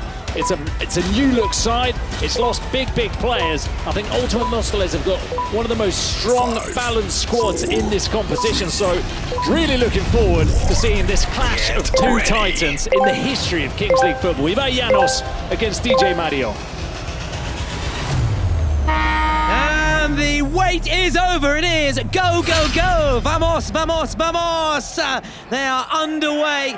These two heavyweights, and Bruni, I always trust your judgment. So if you say that Ultimate may have just the edge, just slightly, then you could well be proved right here as Segovia sets up his teammate. Oh, that's a good save. He's got to get back quickly, but just playing it safe. At times maybe keepers a bit overzealous in getting the ball forward. On that occasion, just taking the time, and why not? There's plenty of time on the clock. Is this the opening goal here?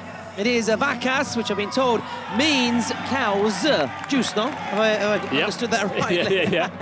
Anyway, let's get serious, because Porcinos want to defend their crown despite the fact they've shaken things up in terms of their playing squad. As Móstoles, we were saying, in their first fixture, they never really got out of third gear. They didn't need to. They did enough to get over the line, and that's not gone over the line. Again, both keepers then having chances here early on. We go towards the end of the first minute. Are we going to have the first goal of this huge game? Good defensive work. Another chance maybe on the rebound here for Porcinos, who may just settle for a corner.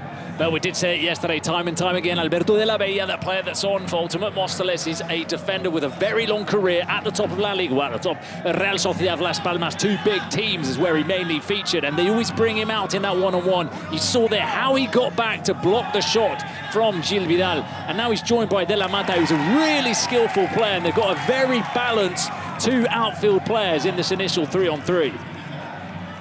It's been a little bit cagey, this, as you'd expect, between two sides, which I think sometimes will maybe cancel each other out, because there is so much quality in both of these teams, and what a statement it would be for Ultimate Móstoles should they win this by beating the defending champions. That's unselfish from the keeper. Back on the ball here. Segovia, options to his right. Here he is, Diego de la Mata, DLM. That was really well struck, just couldn't keep it down though, Diego de la Mata. Unfortunately for Ultimate Móstoles, Segovia was quickest to the rebound after that first pass, and he just about poked it to De La Mata, so there was no open goal, there was no counter-attack from Porcinos, and it's very tight, as we were expecting in these opening minutes. No goals yet. Passing around nicely though, can they get there it is. Ultimate into play? They can! Porcinos shall not be dethroned, far from it. Adriano breaks the deadlock, and they like what they see. Watching on from the presidential booth. Ibai applauds as Adriano scores the first goal of this game. Porcinos taking the lead, the defending champions, showing why they've got the crown. As you saw in that video, you can look, but don't touch our trophy. Was this Segovia beaten then, who made his debut in the Kings League with Porcinos, so taking on one of his former sides. It's a date then with his ex, which is never pleasant at all when you come up with one of your exes, and so far it's not been a pleasant reunion because Porcinos are leading here. They're looking to double their advantage. Santos teeing up nicely, and is it Yedo or is it Ledo? I beg your pardon. Yedo, yeah, you said it perfect. Not bad, thank you very much. Now can they get that second goal? Oh, Spanish deferred to the brilliant Bruno to our left, and waiting to see whether we'll see another goal here. It must be. Oh, it's palmed away nicely. Just wasn't able to find that angle, but did the hard part. Look at the pass from Segovia. Oh, it's DLM again. Wonderful! Brilliant end-to-end stuff. Quick thinking from the keeper, wasting no time. And Móstoles just reminding Porcinos that may not be the kings of the world, but they're the kings of España. Hernando, el rey de España, and hoping to be the rey of the Kings World Cup clubs. What a pass as well from De La Mata. Yeah, it all starts with the pass out with his hand from Segovia, which was quick thinking. He saw the pace from De La Mata, but he didn't look across. It was almost as if he was hiding what he was going to do, and it was a perfectly weighted, perfectly angled ball to be finished by Hernando. What a great start to this game. Oh, brilliant. It's living up to expectation, isn't it? Living up to the hype. With Porcino, they don't want their crown to be wrestled away. As we saw in that fantastic pre-match build-up with the video and the two presidents having a little pop at each other. And despite Móstoles' poor regular phase, DJ Maris' team defeated Porcinos 9-5 actually in match day 3 of the previous split. Just we'll see whether that really has any impact in this game or not, but it's worth just reminding everybody.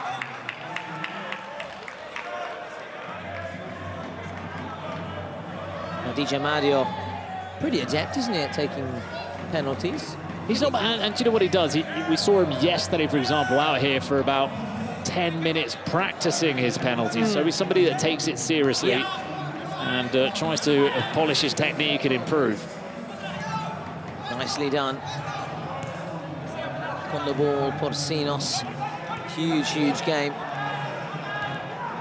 The eyes of the world are on both Móstoles and Porcinos. Their white strip with that pink trim. They're looking to retake the lead here. They are now 7v7. Space, this is where you need a bit of technique, maybe a long-range ballistic missile, something to beat your opponent, something special. Who will provide that magic touch, that sprinkle of stardust, and there's plenty of stars out there shining bright in this universe, this galaxy that is the Kings League. We've got so much to come. Look at that in terms of possession. Well, it's no surprise that Porcinos have seen more of the ball to Móstoles that we saw how good they are on the break a few moments ago. Maybe that is their strategy. Now, Santos. There he is, the number 3, Nadir Loua. Always a fan, aren't you? Absolutely, him and Fuad. And of course, Obed Martinez as the shot goes in. And actually, Kelvin Oliveira, who was actually beaten, if I'm not mistaken, in the final by Porcinos. In Monterrey, beaten by Porcinos 5-3 in a remarkable performance from that team with, I always say it, but GOTI and Pablo Hernandez particularly were the driving force in that final. Of course, they are no longer with the side. So it's down to this different bunch of players to try and keep a hold of the crown. It would be some feat, wouldn't it, with obviously retaining the trophy and with a completely different side. Móstoles, a lot of continuity from the Spanish split. It's given away, and Porcinos capitalise to make it 2-1. Very tight, very cagey, real battle out there. This is promising. This is very promising indeed, but Loua just closing down that space really well there. Corona de Oro winner in 2024. The equivalent of, is that the Ballon d'Or, isn't it, in the traditional men's game? Yeah. So showing the kind of player He is the Moroccan ace, winning a bit of his fellow countryman Fouad, who's representing the Expire team, who were in stunning form, weren't they, yesterday? Sweeping aside Los Chamos, little thumbs up there, just gave up the ghost. The man who scored the 11, Hernando, in this all-Spanish derby. You can really sense the intensity in this game, can't you? We were talking yesterday or today about how ultimate Móstoles. I keep saying yesterday for every game, but you know what I mean. Oh, it is through. What a save from Segovia, but we've been saying how ultimate Móstoles almost cruise through their game. But here, right from the off, you can see the players, how alert, how intense they are in their movements, in the checking of what the other team is doing, in their controls, in everything they're doing. They're making sure that they get everything right. Yeah, they certainly learned. Santos dances his way through, still, a little slip there. It's scrappy. Porcinos have the ball. That's good work. That is really good work. Nice twisting and turning. Nadir looking to spark things off. Shake things up here.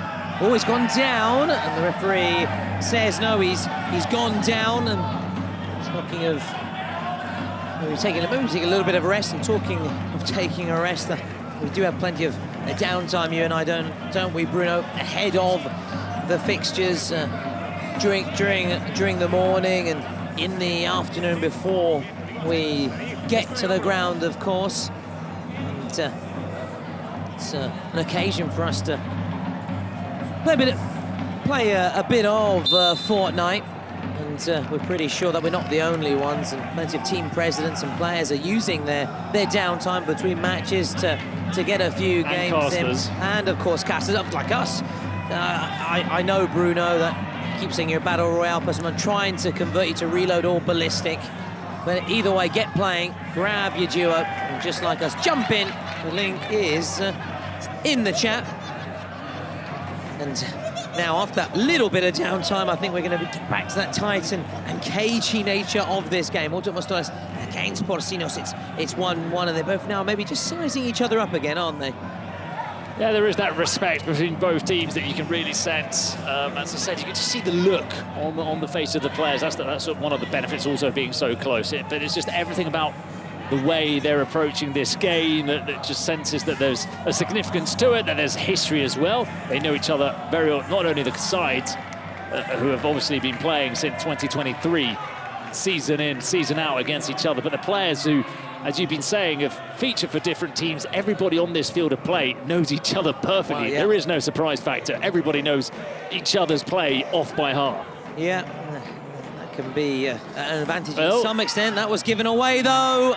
And unable to real capitalise on that mistake there. Ultimate Móstoles, it was Hernando involved, who wiped out an early goal from Porcinos.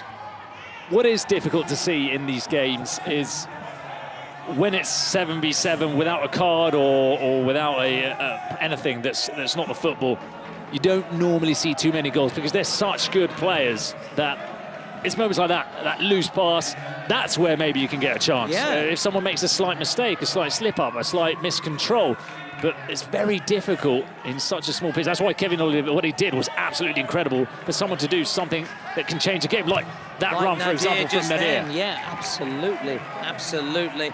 And maybe we'll see Nico Santos involved again. We've seen him in these early stages, show a few glimpses, and he's actually back at, of course, on loan from 1K and the champion of the from Kings World Cup 2024.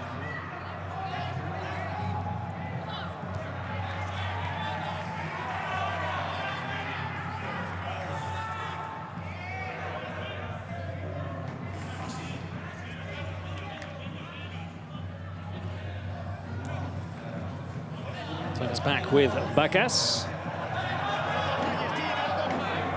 Who's in control now again as the tempo has slowed down. Yeah, Sting has just been taken out of the game. Bacas just assessing his options here. Maybe trying to, as we're saying, get that man we were just talking about, Nico Santos, back on loan. Yeah, one of the few champions from last year, as you were saying. As we were saying. A lot of changes in this Porcinos side, but it was good to point out that there are some players on the pitch who can win games and who have been world champions, like Nico Santos, despite the fact that he has been playing with 1K, which is, of course, Iker Casillas' side. Another high-profile name associated with the Kings League project. We mentioned Lamine Yamal. Is La Capitale who won, as you can see from those results, 6-5 earlier today. Then Miami 7 sending the Germans home, G2F. And then we have DMG against Persas, both winners, of course, of their first fixtures. And it really is tense out there. This is one of those games you mentioned. You're quite right, maybe an error or a moment of magic from someone could be the difference. And maybe, of course, the secret card or the presidential penalty. Those could be little key moments and take one of these sides towards glory and towards going straight through, Bruno, to the round of 16. We've got our first team that we know is directly going to go through to the round of 16, and they've done it in just 2 games, so it gives them an extra bit of rest as well, which can, of course, be an advantage. Naturally, you arrive for your round of 16 game with having played a game less, so a little bit fresher, but then maybe you want momentum going into your games. It can go either way, kind of. It can work both ways, really. And the squads they have, of course, they can rotate players. They're rolling off. So maybe it's not such a big factor compared to, say, in other football, such as maybe modern-day football. You're playing on 4 or 5 fronts across the season, and you want to get in tip-top shape come the business end of the season. And the last 16, of course, is where the road ended for Ultimate Móstoles last time round, as they were knocked out by G3X, by Kelvin Oliveira, and it was a controversial goal as it came after added time had finished. There was a big brawl or big complaints on the pitch from DJ Mario from his team, so they left Mexico with a real sour taste in their mouths, and you can sense there's a mission for them to try and at least go a little bit further, or if they are to get knocked out, they would want to go out in a different kind of way than they did that time. Yeah, sour taste from that, and not from maybe the sauce they put in their burritos there when they were in Mexico. They were, as you said, they were disappointed to go out in those circumstances, but so they're looking to make sure the second time around they get it spot on. They don't get it spot on there. Now Adriero poke through, good save from the keeper. Pelas thought he'd scored. Still with Porcinos, Nadiloa just lurking as he does on the edge of the area, trying to win it back. Good challenge, good work rate. He works so hard for the team. He's not just one of the individual players. Puts in a real shift, doesn't he, Nadiloa? Again, it came from a mistake, didn't it? It's almost one of the only ways for openings to occur. Nice shot, punched away, fortunately to an Ultimate Móstoles jersey. Still with their number 10. Nice turn here. Can he get Nadiloa into play? He's in the middle of the box. Chip towards him and it goes out. Look at this hit. Real nice hit from Stelios. Punched away by Segovia. Not Segovia, Segovia. Which is the name of a city in Spain. Nice. About an hour north of Madrid. Ooh. Well, I mentioned Casillas, obviously Real Madrid icon, legend. Segovia, we can come full circle here. There's a little bit of concern here for their star keeper. Meantime, the clock has been stopped. See whether he requires treatment or not. We'll see one of our first players to be wheeled off with a wheelchair or not. We haven't seen that yet. Is it coming on the wheelchair? I've not seen it today. I haven't seen it either, but it may just come out of one of the corners. It does sometimes, yeah, come out of the shadows, doesn't it? We are approaching also those final 2 minutes. We have the JD roll of the dice. It's going to be Toguro, the president of DMG, who are in action in our last game against Persas, the Brazilian side, against Persas of Peru. Yep, Persas of Peru, with their president Zayn. He's back up on his feet, so positive signs indeed. No wheelchair. You can see them right there, the two presidentes just watching on, and even Stevens, as we expected it would be, as we go towards this closing stages and those final 2 minutes. Segovia Reminder, champion with Gigantes and also Móstoles. That's pretty impressive feat indeed. The best goalkeeper, split 5. So I remember him with Gigantes last year in Mexico. a real pedigree, real experience. To be fair, so many of the players associated with the Spanish sides have. Now, Pelas. Adriejo, Yedo. Adeloa.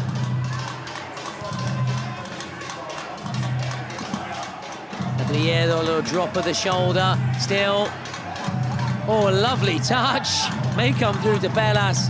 They have it covered. I tell you what, I cannot wait for the final 2 minutes. Those when we're going to have loads of space. And I'm sure we're going to have goals in those final 2 minutes. Can we have a goal now in the final minute before those final 2 minutes? Reminder to get on at kingsleague.pro, get your jerseys, get your caps, balls, anything that your heart desires.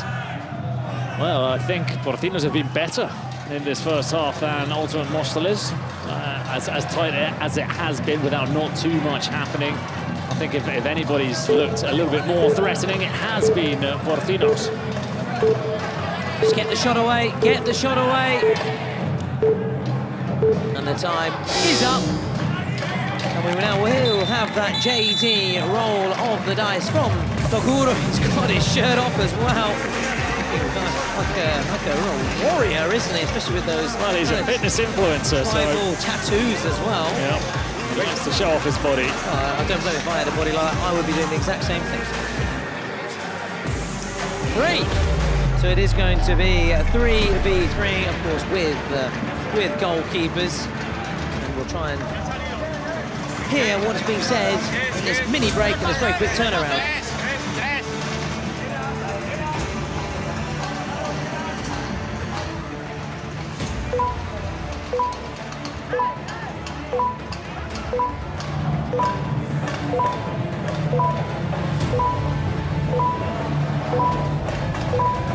So the countdown is on.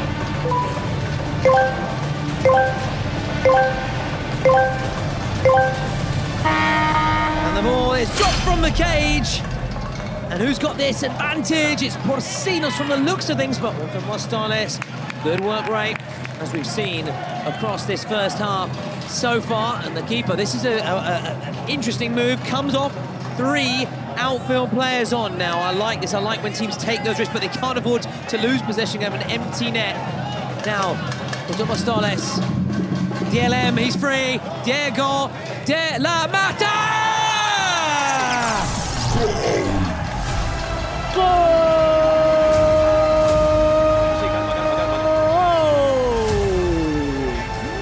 What a hit! And it's 2-1. And I'm loving the celebration of Bruno there. It's a all Spanish derby, so why not have a Spanish celebration as well? What a hit! And it's that man, the number 21, DLM, Diego de la Mata. And the current coach of Porcinos, Nacho Castro, who began his journey in the King Leagues on the bench of Ultimasos, won't be happy, especially if this is going to be another goal. Oh, it's got away from Linares. Here he is, DLM is there. Here he is, here he goes. And this time it just took the sting out of the shot, and that move paid off, having 3 outfield players. And I think Porcinos are going to try and do the exact same, aren't they? Of course, it's what you've got to do in the 3-on-3 when teams don't do this. We saw Lino Carson in the previous game. It just doesn't help you at all. Nadir offloads. He's not Santos, I beg your pardon. It's Santos! It's punched away. Oh, he got there first. Oh, no keeper. Oh, yeah, it was a foul on Linares. Yeah. Just very relieved there. Because Porcinos had an empty net. Now the bring on Nadir. And there's no added time, so Móstoles have the advantage, narrow advantage at the break, Bruno. Perfect for them, the 3-on-3. It's where these games, when they're so tight and so close, can be decided, and they've scored the only goal in it, and they were probably struggling a bit in the first half towards the latter stages, so brilliant news for them. That goal from Diego de la Mata, a rifle into the top corner, gives them the edge into the second half, and it's going to be extremely tight, right down to the wire this game. Let's hear what the coaches have to say at the break.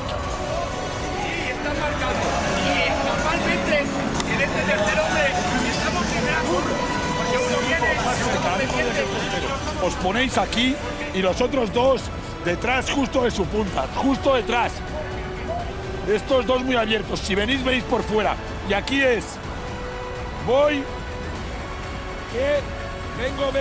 Vengo. Y cuando le corréis, os paráis otra vez. Y luego, chicos. Cuando la tiene Sego, lo hemos visto desde aquí. Hernando, Ilian, jugador de fuera. No vamos a conseguir absolutamente nada. Por lo tanto, medias alturas.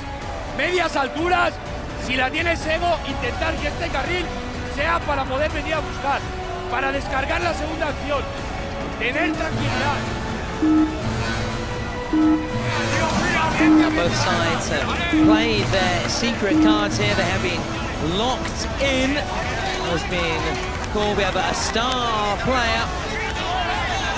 We'll see who will be selected to wear, Bruno, that green armband. We'll find out shortly as the referee comes across now. They're going to be big, though, aren't they, the secret cards in this game? They could be defining.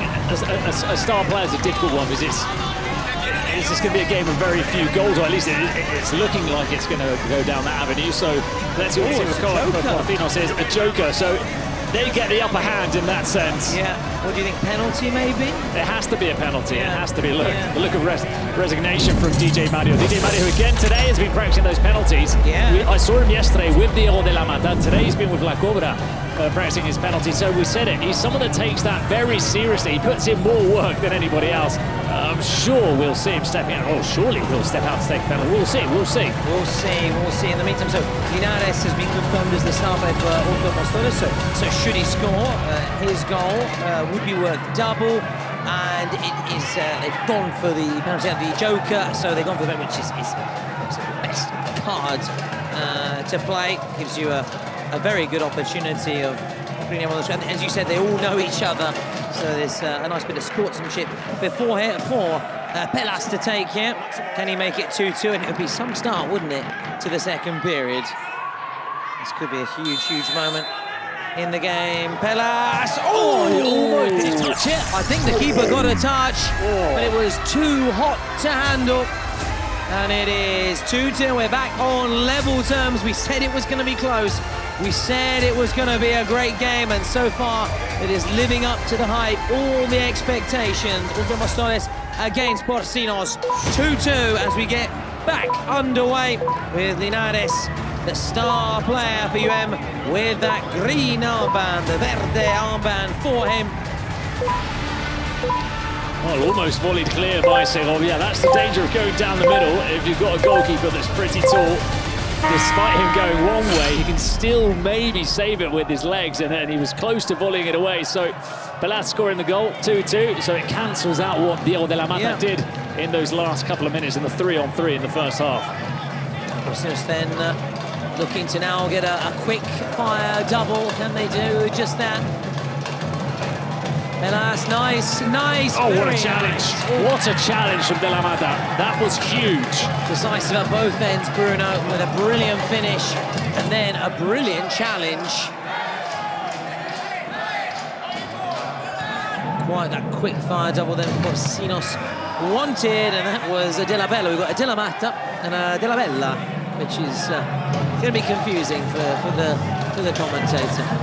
No, I'd say commentator singular, not plural, because I know Bruno won't have that error, but I might, so I'll hold my hands up now for any mistakes. So Móstoles then just trying to win back possession. Porcinos just bypassing the midfield. It goes straight out, so from one end to another. Now we're going to have another sort of cagey moment, cagey period in this fixture.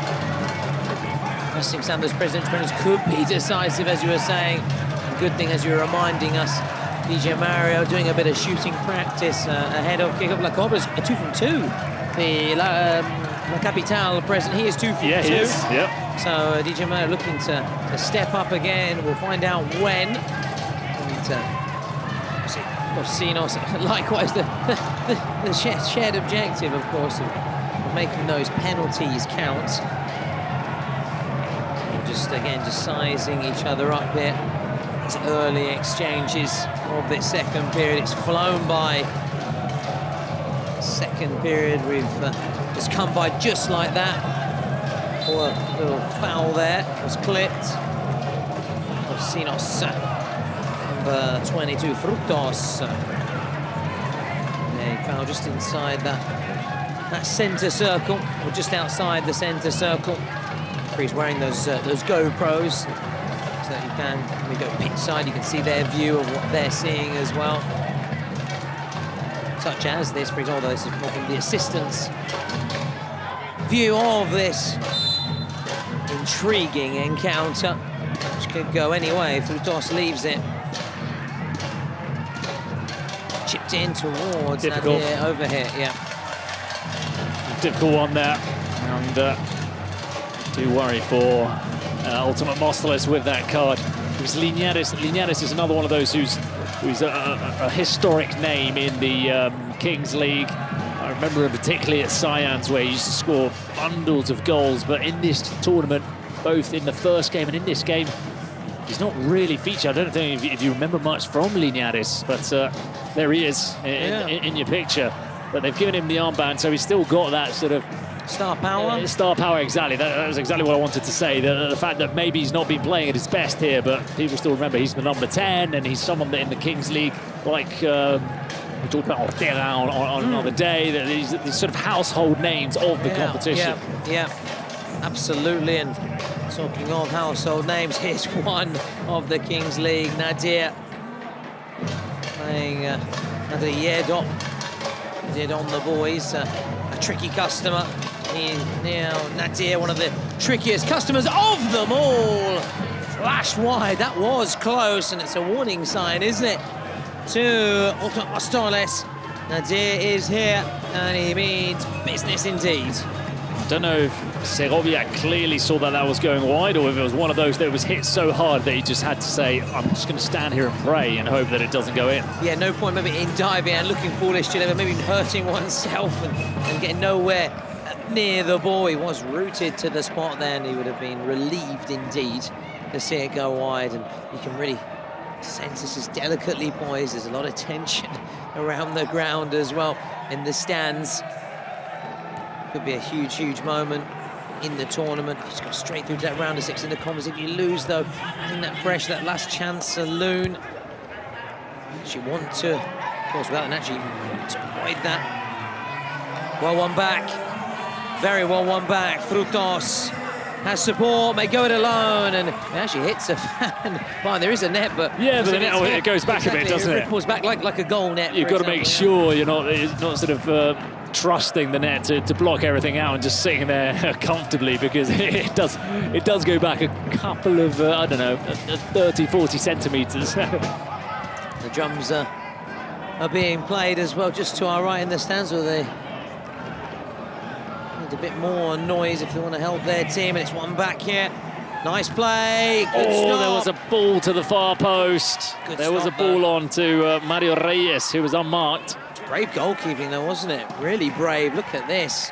Brave goalkeeping indeed. But you can understand why he took the shot, because it was Linares who's got the armband on, so he probably thought, yeah, my best strike and see if I can score 2 rather than pick out the man at the far post. Back by Diego Dynamite. Safety first. I suppose maybe just floating it in the box and making a 50-50 ball and increasing maybe those chances of losing the ball. And really lost out there, didn't they? Móstoles. Interesting to see the possession stats and shooting stats and passing stats as well. Porcinos! It's 3-2! The champions showing why they are the champions. Oscar goal from distance. It's a perfectly placed shot from Oscar Coy right into the bottom corner, in off the post. Not really much more Segovia could do. When it's a shot like that, sometimes got to tip your hat and say, look, that was too good. And it's moments of inspired football or something special that decides these tight games, and Oscar Coy might have just had one of those. Oh, that was a brilliant strike. We try and just listen in here what's being said by the referee. Ok, gol. Dela. Se gira y se arroba. Checking in progress. They're just suggesting they felt there was a foul in the build-up for Bruno. Yeah, we're saying, just these saying, I got fouled. And the referee was saying, look, you turned, and they took the ball off. Yeah. Check complete. The check has been... The check's complete as well, which confirms that the goal is valid and stands as Móstoles now try to make it 3-3. In comes a shot, and it whistles over, much to the relief of the Porcinos keeper. But full marks to Porcinos. They were trailing at the break, but they've come roaring back here, thanks first to that secret card, the penalty, and then Oscar Coy with that strike, which hit just the inside of the post and in. Couldn't have hit it any better. I don't think he could do that again. Those, as you said, could be match-winning moments. The moments that take you towards a victory, that give your team that extra little confidence, and there's space on that left-hand side. Well, there was a little bit of space, although Frutos again, good work. Can't be a foul. We got the ball from, at least from our position, it appeared that he got the ball. I think Frutos saying the same, with his fingers saying, no, don't go down, because I got the ball. Yeah. We'll see here, we'll clarify it. May not have been Frutos in that initial... I think here, the issue is that Mario Reyes maybe sort of jarred his his knee in the move previous to the foul, so that could be worrying for him. The other one, it doesn't seem like there was a foul, but Mario Reyes before, you can see sort of trying to loosen up his knee. Yeah, so this could be a worrying moment for Móstoles. In the meantime, the clock has been stopped here as we go towards the 30-minute mark. Don't go away after this. We still have one more match with DMG against Persas who beat La Capital after a shootout. As for DMG, they just trying to listen, I beg your pardon, keep stum. And DMG winning their first fixture as well, and setting up this date with Persas. DMG winning 3 in their first encounters. The medical staff just trudge off here, make their way off the pitch. Hoping for my arrest, nothing serious. So back underway with Porcinos on the ball. Now leading 3-2, but it's still anyone's for the taking, still delicately poised. Can't afford to make a mistake there. He hasn't, he's actually found a teammate, but then there is a mistake and it trickles out on that far side. No time to lose really for Móstoles. If they want to find that leveler and they want to make the most of their star player status here with Linares, their number 10, and with good reason. Even though, as Bruno was saying, as yet hit the heights we know that he can hit, but there's time left on the clock as that's thrown in there. That was a powerful throw from De La Mata. Really good, and I don't think they'll be able to keep up the pressure though and keep Porcinos pinned back. So it's going to be a goal kick for the defending champions. And a glimpse there of DJ Mario to your left.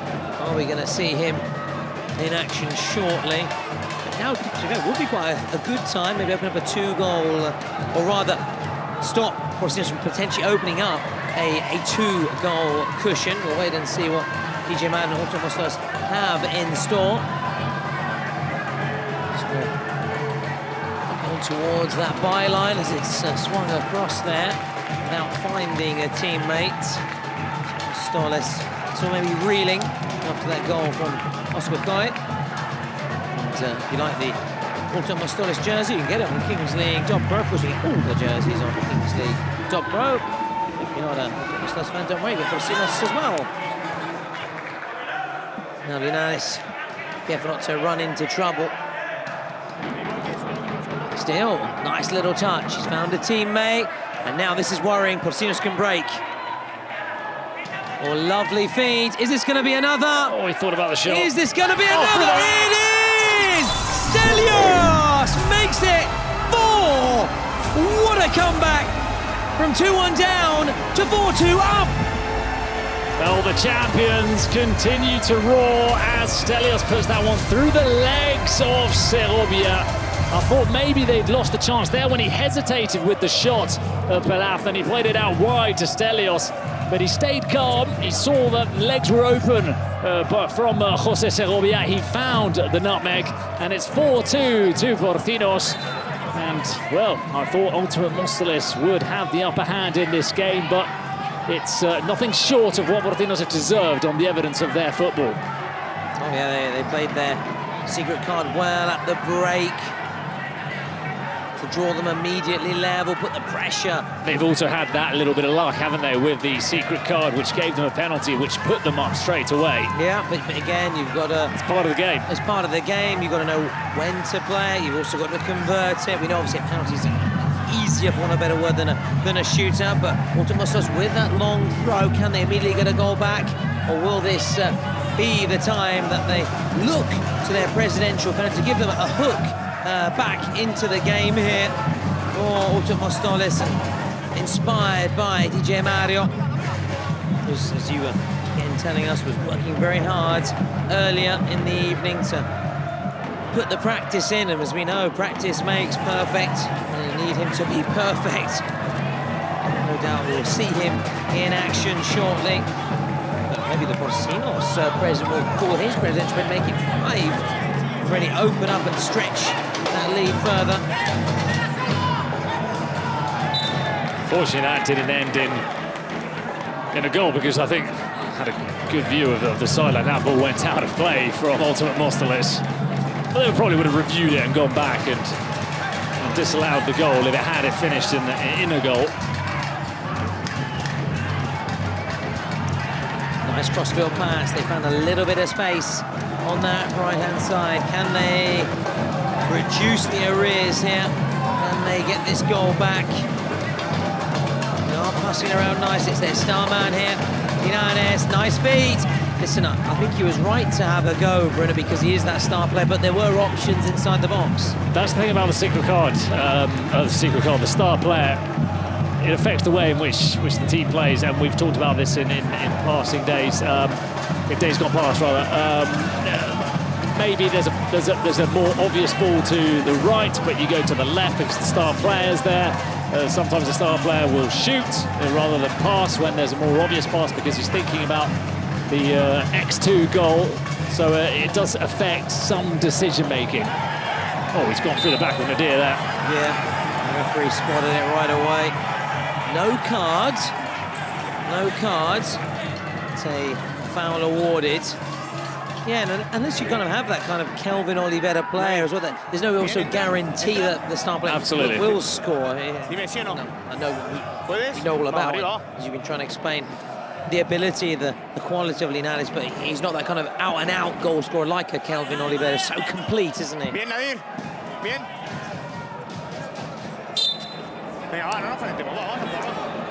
So we're approaching the 34th minute, the final minutes before that 38-minute mark, when as things stand, goals will be worth double. We've still got those presidential penalties as well, and that's going to be very interesting to see what happens there and the bearing it will have on the overall and the final scoreline, as Porcino taking a few little risks, and Porcino laying down a little marker and making a statement that they will be there again for the final 14th of June at the Défense Arena. Get your tickets now. A stunning venue in Paris. Oh, nicely done here. Could be through here. Oof, he was through. Just couldn't make it count, could he? Thought that was going to be it. Torrenbo showed a lot of power to get onto that ball down the wing and couldn't quite flick it through. I think he was looking through the legs of Segovia again. Still though with Porcinos towards that far post. Skokai first to it.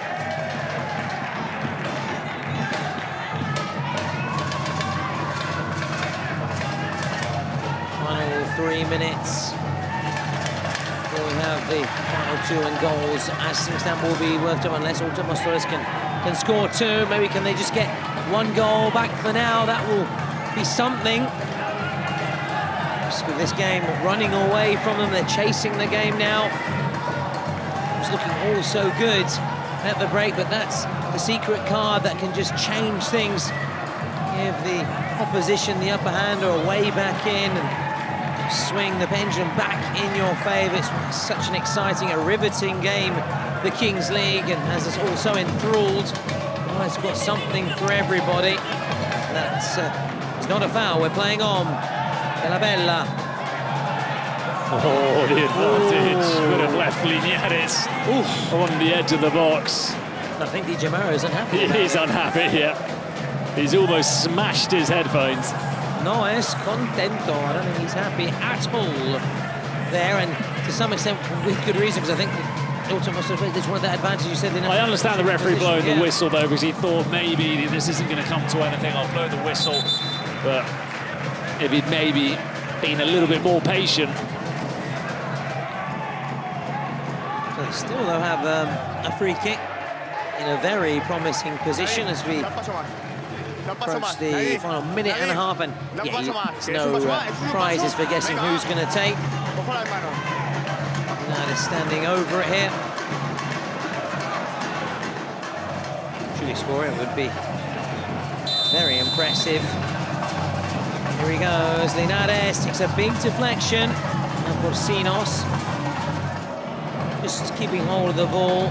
To commit too many men forwards and potentially then leave yourself open for a counter-attack. Oh, he's through here. This could be 5. It is 5. Frutos makes it a pokerissimo, a manita by Porcinos against Móstoles. Well, the gaps are starting to appear in behind the defence. I suppose also as a result of Móstoles taking more risk, but you can see just how he made the run. Nobody tracked him in behind. It was a clear pass. It was an easy ball through to Frutos. Earlier we had Torrenbo in a one-on-one as well. That time he was denied by Segovia, but this time there was nothing they could do. And there is Ibai getting ready to step out and take his presidential penalty. Yeah, both sides, in fact, have locked down the presidential penalty. You'll see Ibai and DJ Maro in action very, very shortly. Móstoles looking to get a goal back. Oh, it's just flashed across, far too much power on it. Now we are going to have the presidential penalty, Bruno. Well, they're going to check this before, as the player went down inside the box asking for a penalty. I don't think the referee will be awarding it, so chance for Ibai. A new look Ibai. Look, he underwent a remarkable transformation this year, which is well documented by him. Yeah. And he's shed a lot of weight. You can see he's looking a lot trimmer, yeah. A lot trimmer, yeah. Good for him, and we'll be hoping that he can transform the result from 5 to 6. Of course, then immediately afterwards, we're going to have DJ Maro's penalty as well. And then we'll have a quick break, quick turnaround, and then those final 2 minutes. What will that scoreline be, though? Will it be the same as it is now, or will it be 6-3? Who's going to go first? Is it going to be DJ Maro? I think it's going to be DJ Maro. There you go. So he would have locked down that penalty just before then. Oh, practice makes perfect, they say. Let's see if it is the case for DJ Mario, because nobody has been practicing their penalties as much as he has. So, DJ Mario to keep Ultimate Móstoles within touching distance. Oh, Porcinos, here he goes! There it is! He does keep Ultimate Móstoles within touching distance. However, Ibai can now restore that 3-goal cushion, this new look. Ibai, you're mentioning the big transformation which came after making a promise to start exercising more following the World Cup. The promise was that should they win it, he would. Well, let's see what he promises this time. Doing it. Exactly. Who knows? But it has been remarkable. The transformation. He's a new man. We'll see whether we're going to have a new scoreline. Can he make it 6? It's currently 5-3. Big moment, big moment.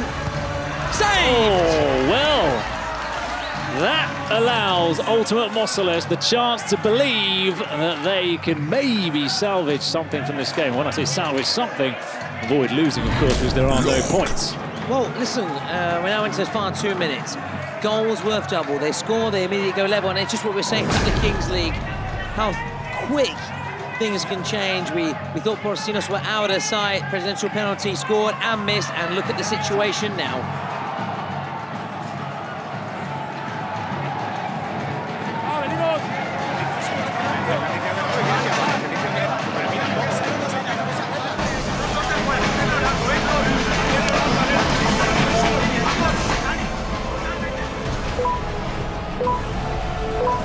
The countdown is on. Tell the players that we're just seconds away from this final 2 minutes. Móstoles are within touching distance. Goal to take them level. Goal for Porcinos would surely seal the win, seal their spot in the round of 16 of the competition. What a game that it has been, Bruno. What a game. Well, we build it up as the big game, the defending world champions against the Spanish champions. And it hasn't disappointed as expected. It was tight in the first half. It's been tight in the second half, but we've seen more goals. And that penalty scored by DJ Mario, the miss by Ibai, means that there is still life in the game heading to these last 2 minutes. Of course, a goal from Ultimate Móstoles, and we'll be heading to a penalty shootout. Oof, exactly. We've already had 2 shootouts already, to be fair. It would be another tense moment. Skokoi just looking to wrap up this win, as we were saying. Now this de la Mata, Pelas and Yedo, your candidates for man of the match. We'll be chatting shortly with one of our hosts for the Hazard interview post-match. Is Yedo to take the corner, low ball. And Santos there, unable to keep his shot down. Needs to get back and help out his teammates in defence. On to Móstoles, looking to get that goal to go level and take this to a shootout. Now, kept the ball well, and they get the shot away. Here he is! Oh, needed more of that when he had the star player armband. I suppose maybe they were tracking him a little bit closer when he did have the armband on. True. And he's won a corner, he'll settle for a corner. And it comes. Heart-in-mouth moment, wasn't it? For Porcinos, who've come away with the ball. DJ Mario did his part for Móstoles, allowing his team, those players, a chance to draw level with Porcinos. The 40 minutes are up. How much added time? Here it is! Oh, it's there! He's done it! Santos, the man back on loan! Fires it in! And secures victory for the champions in this all-Spanish derby. Well, there have been too many mistakes in defence from Ultimate Móstoles today. It's been a game which we thought maybe would have been decided more by mistakes than by flashes of brilliance, and it's been the case for Ultimate Móstoles. The last goal they conceded, nobody tracked the run. This time again, it's a sort of a fairly innocent ball into the box, and somehow Nico Santos has all the time in the world to blast it past Jose Segovia and Porcinos. Look like they're well on their way to qualifying for the last 16. And they will be the first team, Bruno, to go through to the round of 16 of the Kings World Cup Clubs, second edition. Just less than a minute now to Móstoles, can they at least just make the scoreline look a little bit more respectable? Will Porcinos get another goal? Rub salt in the wounds. He halts the play. Awards in favour of the Spanish champions, who, of course, to be defeated by the world champions, the holders, looking to defend their crown, keep it away from everybody as the shot goes in, and that really could well be it. Porcinos in possession for these final 20 seconds or so, and as we're saying, in the key moments, they've capitalised on any mistakes made by Móstoles. They've played their cards well, barring that presidential penalty miss. It's been almost a perfect game for Porcinos. Referee looks at his watch. That should be it. And there it is! Porcinos show that you're going to have to work very hard to wrestle away their crown and their trophy. They will not be dethroned. Porcinos win this all-Spanish derby, 7 goals to 3. The goal in the final 2 minutes, proving decisive in getting them over the line, and Porcinos become our first team to book a spot in the round of 16 of the competition. And here you can see how it's two of the bigger teams, how there's a lot on the line, because there's a slight brawl going on the field of play. I've seen a red card being shown, but I think it's to one of the backroom staff from one of the two sides. But look, there's players with a lot of history here that know each other very well. They're competitive, and I don't know if something sparked it or not, but clearly Ultimate Móstoles have not taken the defeat too well. They'll be having to play that last chance game if they want to continue in the tournament. Yeah, so they must win their last chance fixture, otherwise they will be going home. But we still have one more opportunity, having won their first game, as Pelas is coming across here. Just in front of us, he'll be speaking with Julia shortly in our Bazaar interview. Having been crowned the MVP, plus he'll be signing the jersey as well. Full marks to Porcinos then.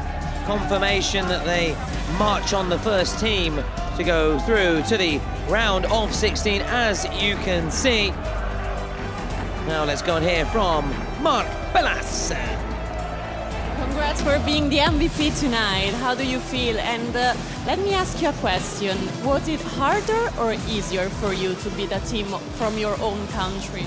Bueno, nosotros veníamos aquí a jugar contra equipos de otros países, pero bueno, nos ha tocado Ultimate Móstoles en el segundo partido. Sabíamos que iba a ser un partido complicado, son los campeones de España y la verdad que el equipo ha estado increíble y ha hecho un partido de 10. Please, can you please sign the jersey?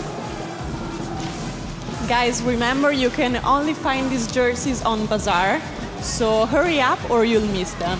And don't worry if you miss this one, because many others are coming really soon. So what are you waiting for, guys? Get the app and get ready.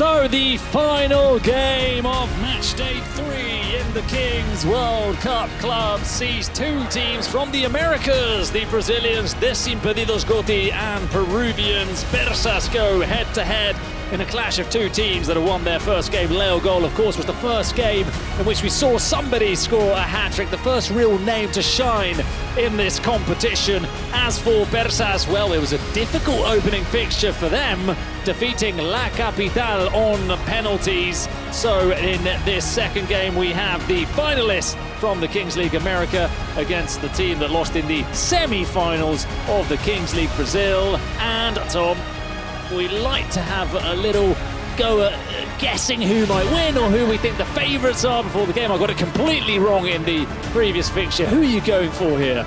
Wow, you're putting me on the spot there. Of course I am. But I never hold back. I'm never afraid to step up to the plate and have my say. Listen, I was impressed by Persas. They obviously need a shootout victory, but they still got the better of a very good La Capital side, whereas DMG, inspired by Leo Gol with that hat-trick, but the DMG side didn't give us the same impression as the other top Brazilian side in the form of Furia. So I'm just going to stick my neck out and go with Persas. Ooh. Yeah, with Hilario, I was very impressed by, and as I said, no Obed Martinez for them, so they need the likes of Hilario to step up, and he did that. I think he certainly put that, he was unafraid to have that responsibility. I don't know whether he can replicate his feats from what we saw in the last game, but I'm confident if you have that number 10 jersey, it means you can handle the big occasions, and he is looking to do that for Gabriela Batocletti's side. Well, he scored both goals, the only goals that Persas have scored so far in this tournament, in that opening fixture, up against hat-trick hero Leo Gol. And he knows them well. He's played against them in the Kings League Brazil. He, of course, is on loan from Real Elite. Scored 15 goals with them in that Kings League Brazil. And he is involved in the start to this game, taking on Jonatas of DESIMPEDIDOS. A.k.a. Batman. A.k.a. Batman, exactly. And I want the theme tune from you, pal. Oh, every time he scores, Batman shoots, saved by the wall, David Montero. What a goalkeeper he is. And he comes again. It's Jonas. Or Jonatas, I should say. Batman, just wide. Yeah, good strike, just a whisker wide. To go back to our football cliches, I don't know what the expression is in Brazilian football, in Portuguese, but just why I don't know if they'll use the facial hair measurement like we do in English football. Hilario over the crossbar. Well, he's already heavily involved in this game, the player that you have picked out, Davi Hilario. It's DESIMPEDIDOS' turn to come on the attack. Leo Gol has entered the game.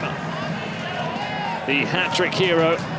Can he add to his tally and fight for the top goal scorer trophy come the end of the competition, taking over from his compatriot Kelvin Oliveira. Hilario all over Jonatas, forced to pass it back to João Pedro. So Rossi getting a hat-trick.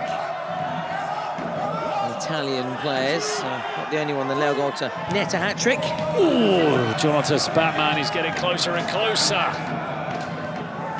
Still unable to fire any of his shots on target, however. Now we see Jade Arias, the Colombian, formerly of Ranitha, one of the hardest working players in the Kings League.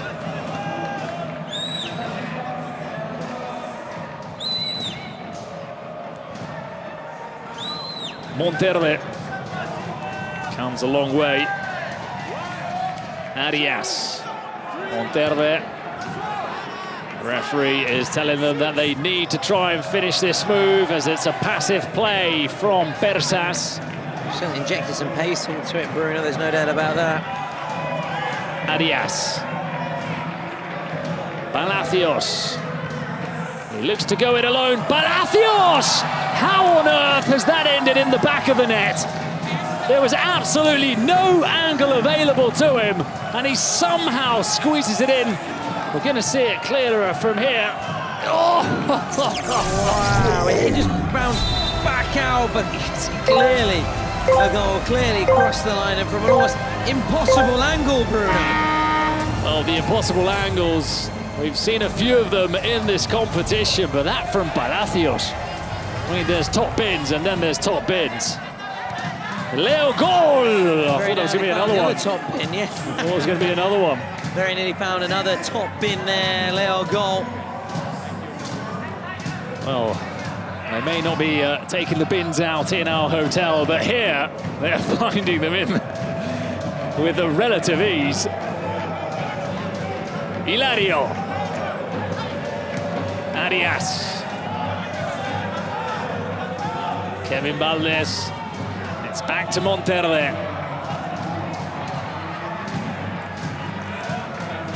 Valdez again. No hurry now from Persas.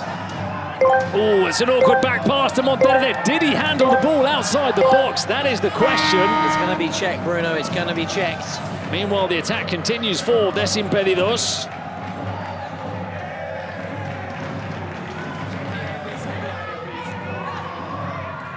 Out to the left-hand side. Didn't catch the replay. Don't know if there was a sense, at least live, it looked like maybe there was a handball, but DESIMPEDIDOS come with the toe punt finish by Marcelinho into the side netting. Yeah, haven't really found their shooting boots yet. Plenty of efforts, but all wayward. Persas then continue to the after that fabulous goal, stunning goal by Palacios. Arias keeps the ball in play. Now it's Michel.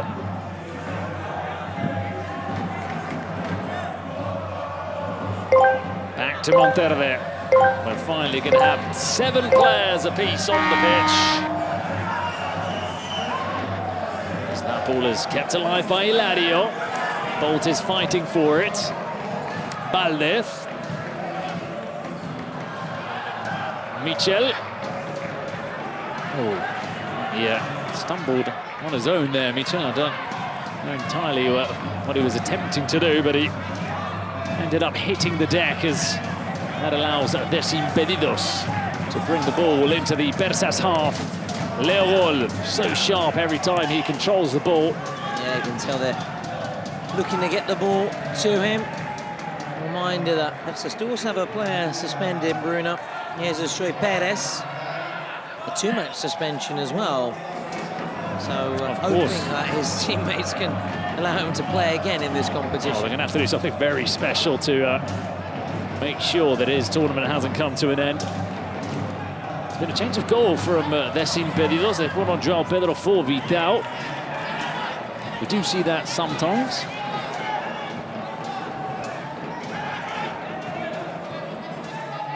Now down the left flank. There's no way through for Luisinho.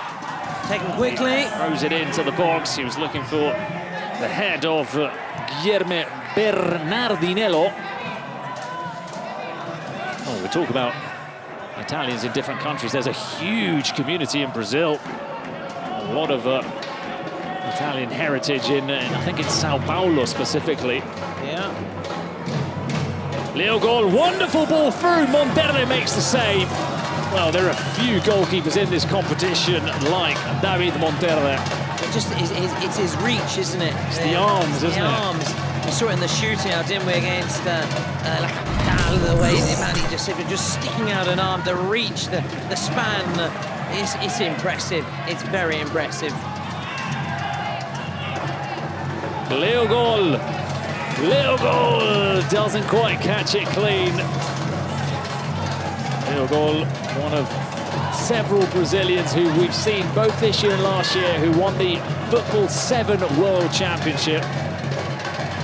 Kelvin Oliveira, of course, was one of those members.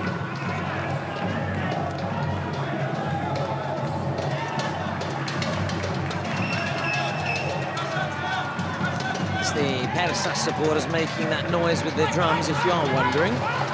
Some brilliant drum work today as another one of the lights almost gets knocked out. That's the second time this week someone's managed to hit one of the numerous lights that we've got in the ceiling here at the Cupra Arena. Bolt.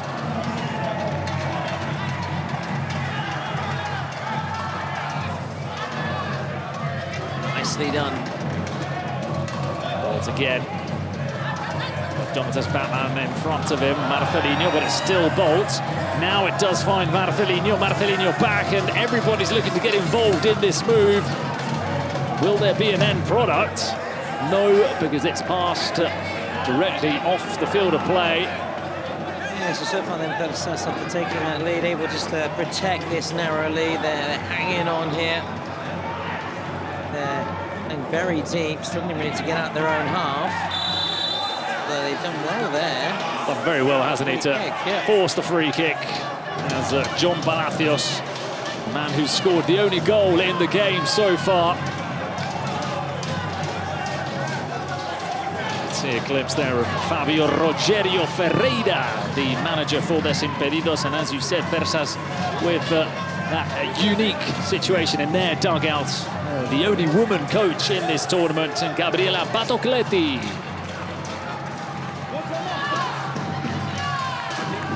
We heard a team talk for him before the shootout, just saying, listen, if we win it, great. If we don't, yeah, we enjoy this very moment. positive. No pressure for anyone. Yeah, and there she is. There she is, Gabriela Batocletti. So Michelo Hilario to take the free kick. Looks like it's going to be Michel, and he skies it high.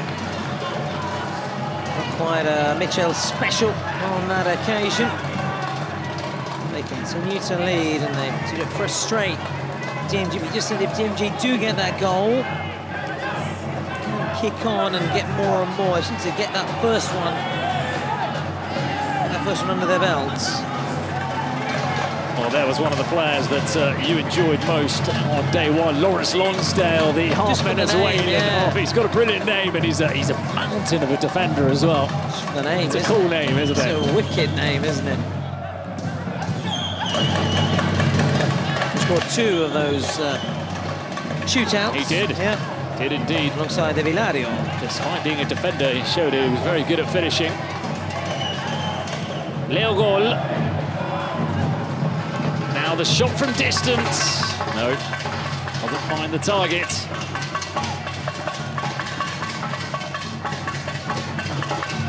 Yeah, worth the go. As we so often say, can take a deflection, come off anyway, then spiral maybe into the back of the net or find a teammate. Hilario bursting out of the defence, bursting out of the cave, as we said yesterday. It's a risky challenge to make by João Pedro. I think he got the ball, but... Let's see the replay. That's a real risk. I think he just about connected with the ball. Well, there's no denying that he will have felt the force of that challenge. Jade Arias on the ground, can't quite make out who it is. There is Tohuro, one of the 2 presidents of DESIMPEDIDOS, and Juris, the other one.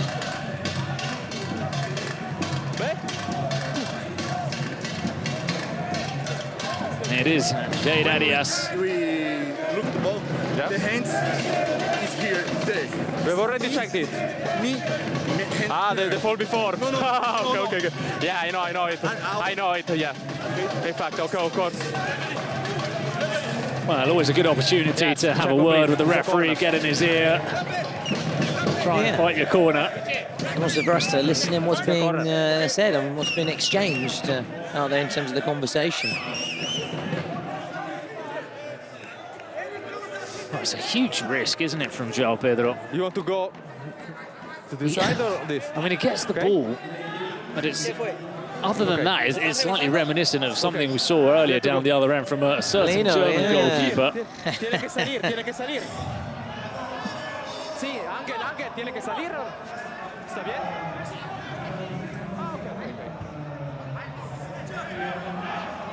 So after that medical timeout, we We do have the corner for Persas.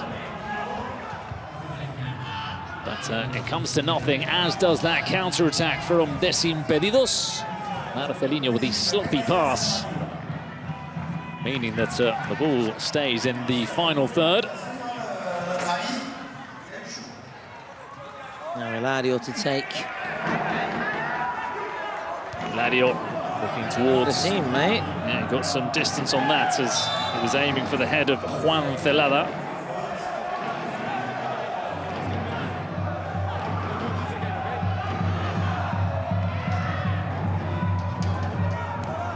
Now it's Gustavinho, a lot of Iños in this team. Marcelinho, Gustavinho, Luisinho. He was saying before about De La Mata, De La Bella. Find that to be a bit of a nightmare, personally. All very similar players as well. Like Romarinho as well, haven't we? Yes. This is Bolt. Well, he decided to go for the long distance. It's got to be something spectacular to get it past Monterde.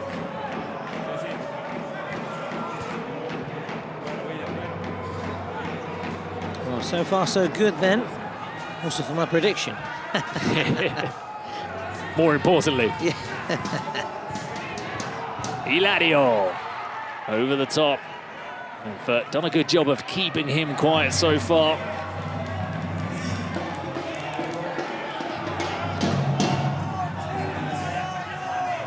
At 13 minutes. Game feels like it needs that 80-minute mark. A bit of a dice, a bit of a shake-up. Yeah, or a presidential penalty, something just to spark it back into life, really. Leo Gol. Certainly one for the purists, let's put it that way so far, Bruno. Bolt, shot on, but it's blocked by Lonsdale. Michel looks to carry it out. Lonsdale again. Monterde. Ooh, little hesitation. That can also be key, Bruno. Any kind of mistake for one of these sides, and the could be capitalised upon. He thought about going long. In the end, he does go long, although it's headed away by the Brazilian defence. Bolt, Leo Gol. Well, this is where he likes to be, Leo Gol. Lonsdale gets the arm out. It was a bit of a mismatch as well. Heavyweight and the featherweight coming together. There's an appeal, of course, from DMG. Naturally, it will be checked. The referee, his initial view of it, his initial thought was to wave play on. We'll see what the VAR says. It's naturally always and he is being checked. You be the defender. No, I will check it. We'll check it. Is everything okay? Throw in! Everything okay, says the referee. Yes, there was a bit of an arm from Lonsdale, but I think he got in ahead of Leo Gol, and it's the physical mismatch as well, which sort of made it look a little bit worse than it actually was.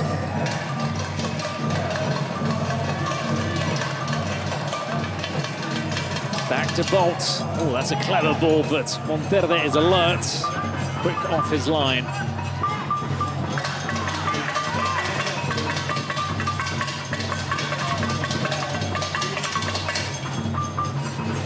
Headed back towards the box, picked up by João Pedro. DESIMPEDIDOS on the ball. They're playing to the rhythm of that samba music in the stands. Gustavinho. The back heel, back to Gustavinho. It takes a deflection, it'll be a corner. But there was some Brazilian flair injected into that move from DESIMPEDIDOS. Oh boy, do they need a goal, DMG. They need a goal after all the efforts they've had. Luisinho. Bolt sweeps up at the back. Headed away by Valdes. Now Bolt comes across again, and he needed to be quick. So Donovan Martinez, who is hunting down that ball. Completely surrounded by players from Persas, and there is Lawrence Lonsdale again. And also showing some flashy footwork, but What a Hulk-like defender Lawrence Lonsdale is. And mentioned the roll of the dice, his final 2 minutes. It's going to be Boomers player Simone Lofaso to take the top scorer of the Boomers for the Italian team. One of our favourites. There's a chance here first for DESIMPEDIDOS, and at the far post, Gustavinho doing a Gascoigne at Euro 96.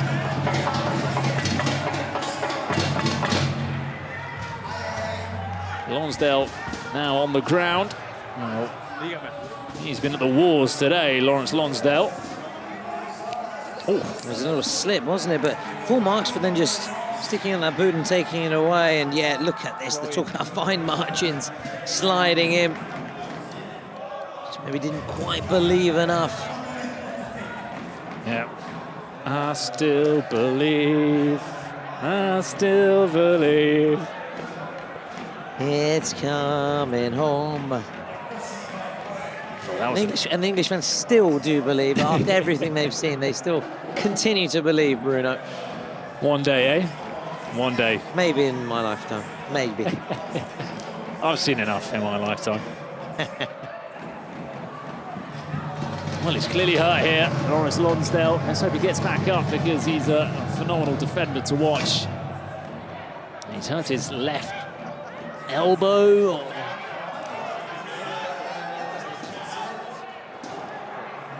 Zayn looking on worried.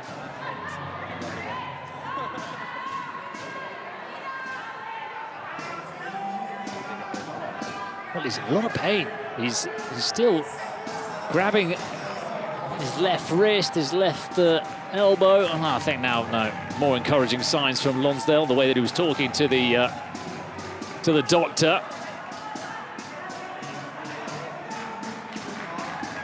Bartocletti also speaking with some of the players on the bench, where you can see Omid Martinez again with those very old school crutches. I didn't think those were around anymore, but he's very involved, isn't he? Listen, he can still provide a bit of wisdom, can't he, Bruno? And some advice, a little nugget of information for his team. So it's Montero there. Headed into the stands.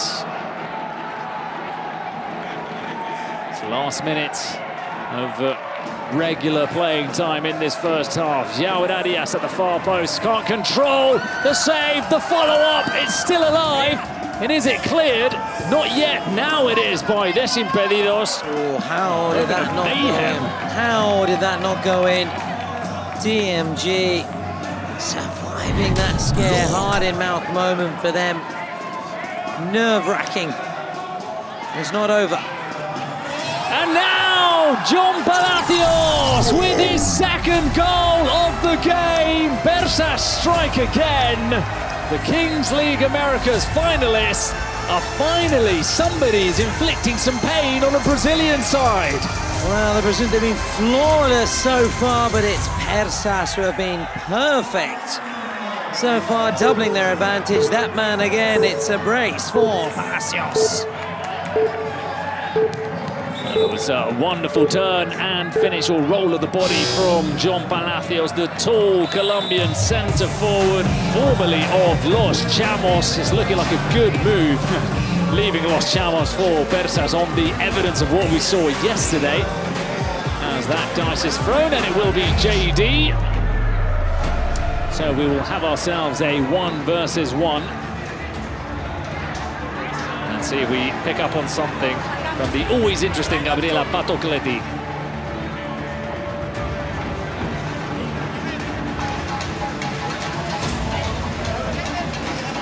Flores está complicado con el brazo, se me hace que se le fue para atrás de más. No repite! Así, para acá. Isso aconteceu! Não pode tomar esse gol!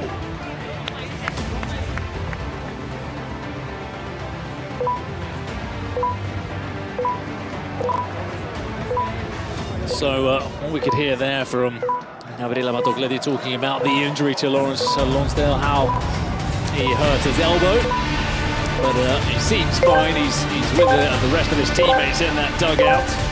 We are back underway. So, Móstoles starting, not Hilario. Maybe they're waiting to get in possession to bring on Hilario. It's Jonathan's Batman for DESIMPEDIDOS. Móstoles with his arms out wide. And he does well to block him, and a little stare at Jonatas. Some mind games there from Kevin Valdez.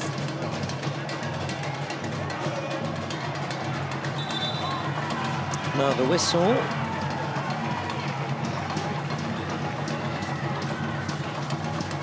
And there we are. And we're back I like at it. Take two, Jonatas against Kevin Valdez. There he is again, making himself as big and wide as possible. Jonatas shoots and he blocks again, and it's another celebration aimed at Jonatas Batman. Well, who knows, could we have our first clean sheets of the tournament in this one? Who knows, who knows?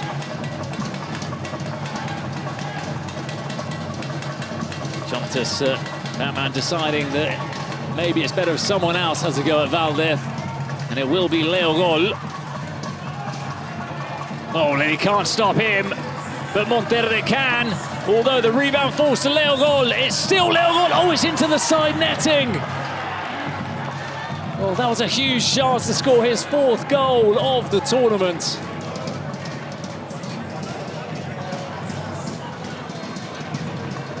Oh, I'm amazed that he missed that. Well, looking at that, he should have hit the target, Bruno. Should have scored.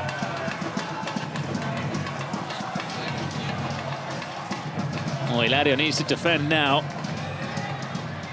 2 minutes almost up. That's not where he wants to be. And will that be a foul?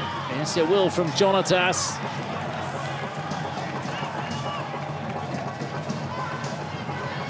Well, he says that he was struck by the arm of Hilario. And the penalty for committing a foul in this one-on-one is a shootout. So it's a costly mistake from Jonatas. Yeah, we haven't seen it actually so far in the tournament, so it's good to remind us of that rule, Bruno. So it's Hilario against Vidal. 2 Brazilians going head-to-head. Oh, that's a long first touch from Hilario. He's going to have to make up, and he does! It's your man, making it 3-0 to Persas. Oh, I've got a new hero. Step aside, Obed Martinez. It's now all about Hilario. So just before this minute is up, now the referee is going to blow his whistle. No chance for Leo Gol to attack, so it's all smooth sailing for Persas, who are 3-0 up at half-time as that card is locked in. But now let's hear from the benches.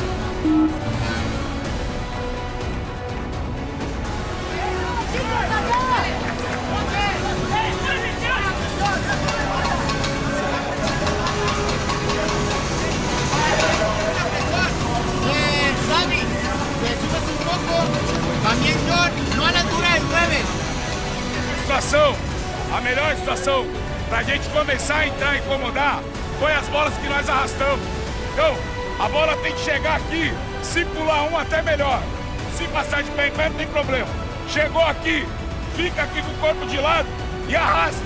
Arrastou, tem que ter a bola de segundo pau longe do goleiro. Não vou bater na linha do goleiro, vou na linha do cara pequena área. Mas tem que ser aqui que ele tá batendo. Penalty. Thank you. Oh, wow.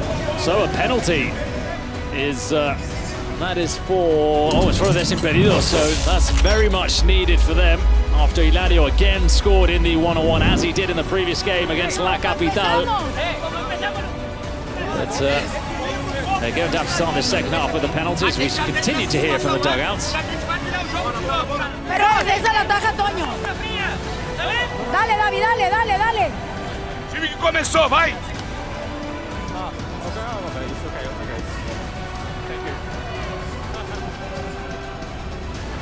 Right, so now the players are back on the pitch. We will start with that penalty kick. Well, they need it, don't they, Bruno? They really need it. They need it right now. It's the best case scenario for them to have had that card. And it's not going to be Leo Gol. It's not going to be Batman. It's going to be Marcelinho, who is yet to score in this tournament. Well, now would be the perfect time to get up and running, break that duck.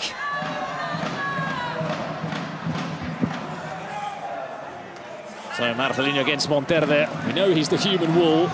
He's kept almost everything out in the 2 games he's played so far, 1.5. But can he also keep out a penalty? Of course he can! Of course he can! He's the human wall! He is David Monterde, arguably the best goalkeeper in the Kings League Americas. Who knows if he's the best player in the Kings League universe? And still on course then for that first, that elusive clean sheet. Oh, can we get a first clean sheet of the tournament with Monterde? There's probably more probability of that happening as the clock counts down. DESIMPEDIDOS have wasted their card. Persas still have theirs. And it's going to take something very, very special for DESIMPEDIDOS to avoid being the first Brazilian side to lose in the competition.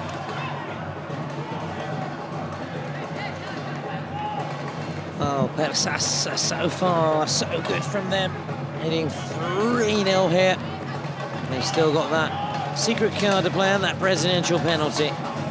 As that cross flashes across the box with nobody to finish it. Bolt goes for the first time shot. It was always difficult. It was bouncing as it came to him. It was bobbling along the AstroTurf. I don't think they call it Astro anymore, do they? That's very much from our childhood. Yeah. It's like 3G, 4G. No one says Astro anymore. I thought the Astro was a bit more sort of sandy as well, wasn't it? True, true. Really burnt your elbows and your knees. Sliding challenges, yeah. Couldn't do any Gascoigne Euro 96 on that surface.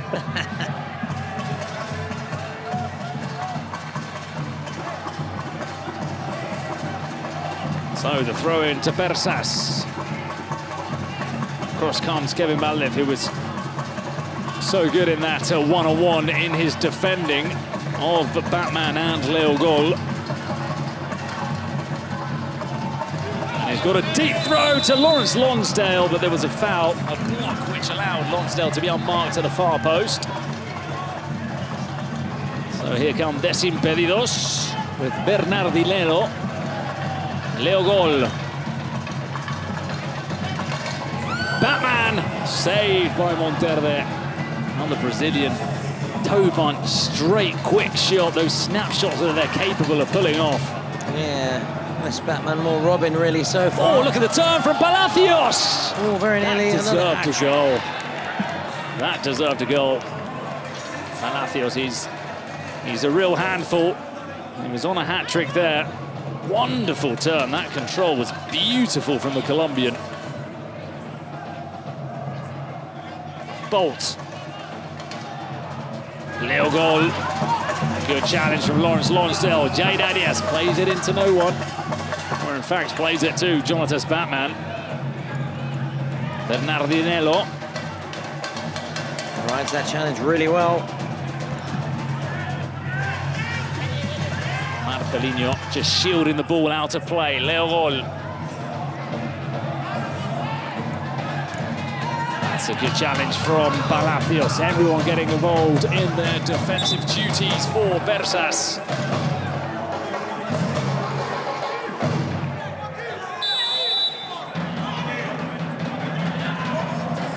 It's back towards Michel. Not a good ball from him. Leo Gol intercepts.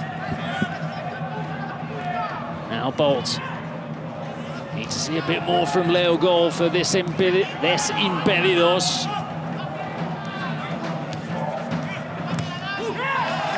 Good hunting down from the Persas players, all of them together. The proverbial wolf pack doing a good job there as Jonatas looks to find an opening. Sprays it across to Leo Gol. So far just not happening, is it, for DMG, Bruno? It is though for Persas. Such a good position right now.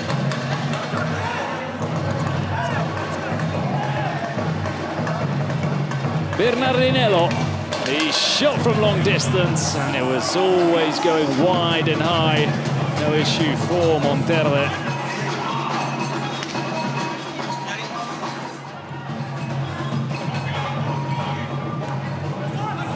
Leo Gol picks up the ball near the halfway line. He's looking to take on the entire Persas defense. It was a difficult task, and ultimately he found no way through.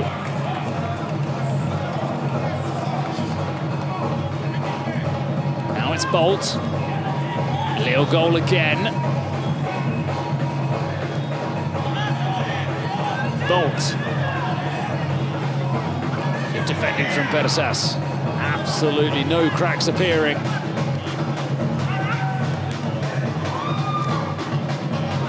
Fortunate rebound does fall the way of DESIMPEDIDOS. It was Luisinho. I don't think he hits the corner though, does he? Goal No. kick, yeah. There was more force than anything else there from Luisinho. Now the comfortable ball for Guilherme Bernardinello, although he decided not to bring it down. He booted it forward. João Pedro leaves it to Bolt.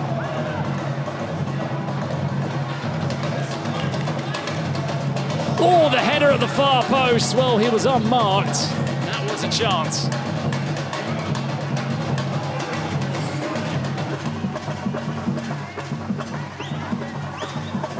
Atleti then just barking orders for Persas. Header from Gustavinho. It was fired in with force, but will still go down as a chance for the Brazilians. Leo Gol to Guilherme. I'm going to call him that as Bernardinello every time. It's a bit of a mouthful. And he has got Guilherme on the back of the shirt, so I'm sure he won't mind. Bolt. Good challenge. Going down there was John Palacios. He's doing a lot of defending, but has he hurt himself? Well, Persas hopefully. For him, he hasn't hurt himself, Bruno. Persas certainly hoping not, after the impact he's having here. And he's rubbing his ankle. Oh yeah, you can see just how he rolled it. That's a painful one for Palacios. I'm sure he'll be able to play on, but it's the kind of one that tomorrow morning you could barely put your shoe on. Monterde finds it into the Brazilian player. There's a chance now to score for DESIMPEDIDOS. Can they make the most of it? No, they can't. Oh. It was Thor with the shot into the hands of the keeper. Now Palacios down the other end has scored a hat-trick. It's the Palacios show to round off match day 3 in the Kings World Cup. They clean his boots. Palacios scores again. Persas 4, DESIMPEDIDOS 0. Well, after Leo Gol and Rossi, Palacios now part of that exclusive club of hat-trick heroes.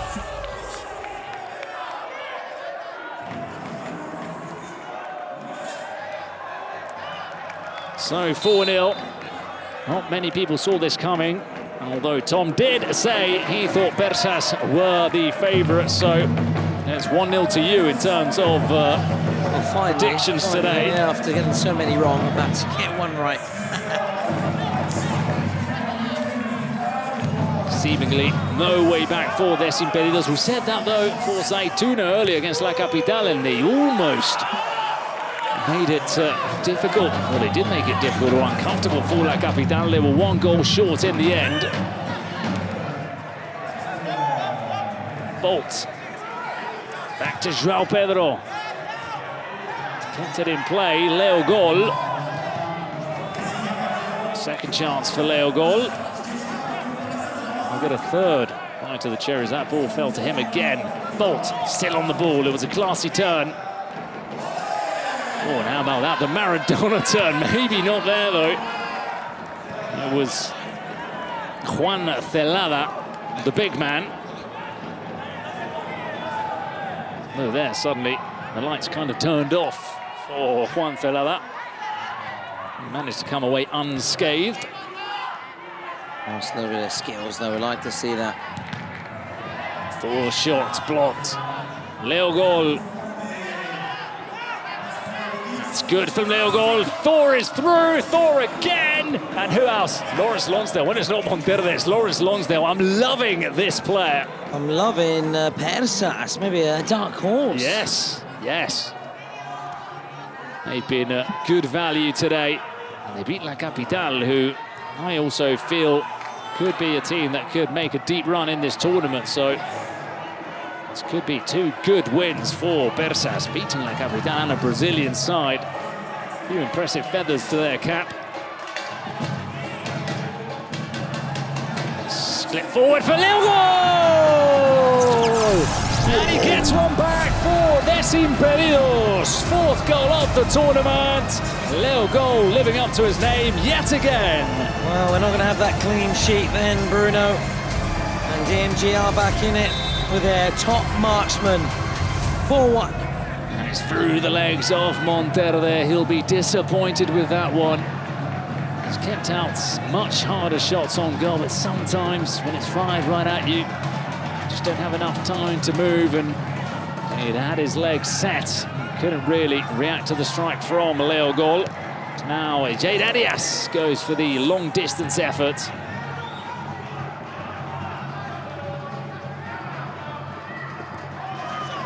They're screaming and urging their players forward on the DESIMPEDIDOS bench. The bolt. Guillermo again was travelling high from the moment he connected that shot. Yeah, it was just a hope and hit, wasn't it? Really hope and hit. Yeah, so goalkeeper João Pedro was telling him to calm down. Really too much of a percentage decision, as he's played himself into a bit of trouble there at the back, has Michel. Leo Gol does well to find Guillermo. Now they can run. Now they can break. Hilario. Oh, and he's stepped on the ball, Donovan. They've lost that surprise factor. Back to Donovan. Just going to keep their cool now, Persas, Bruno. They still have that 3-goal cushion. Can't allow DMG to get any more goals back. Hilario, who's not really featured. I suppose that's a positive for Persas, that their best players not really shone today, and they're still 4-1 up. It's been very much Palacios who's stepped up. Monterde. This will fall favourably to Jade Arias, and that is a clear foul just as the card is locked in by Persas. Oh, I'm curious to see what it is. Can't wait. Stay there.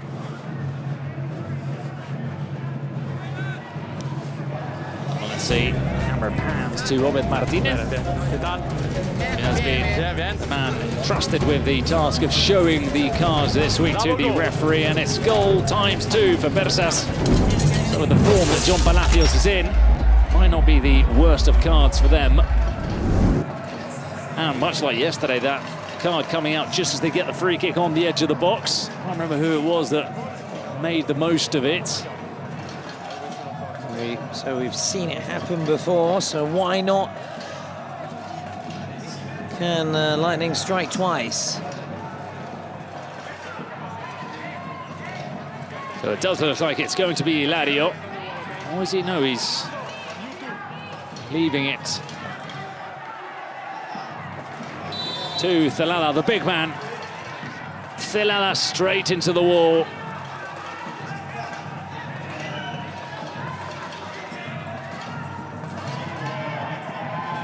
So that's a chance to make the most of that X2 goal card.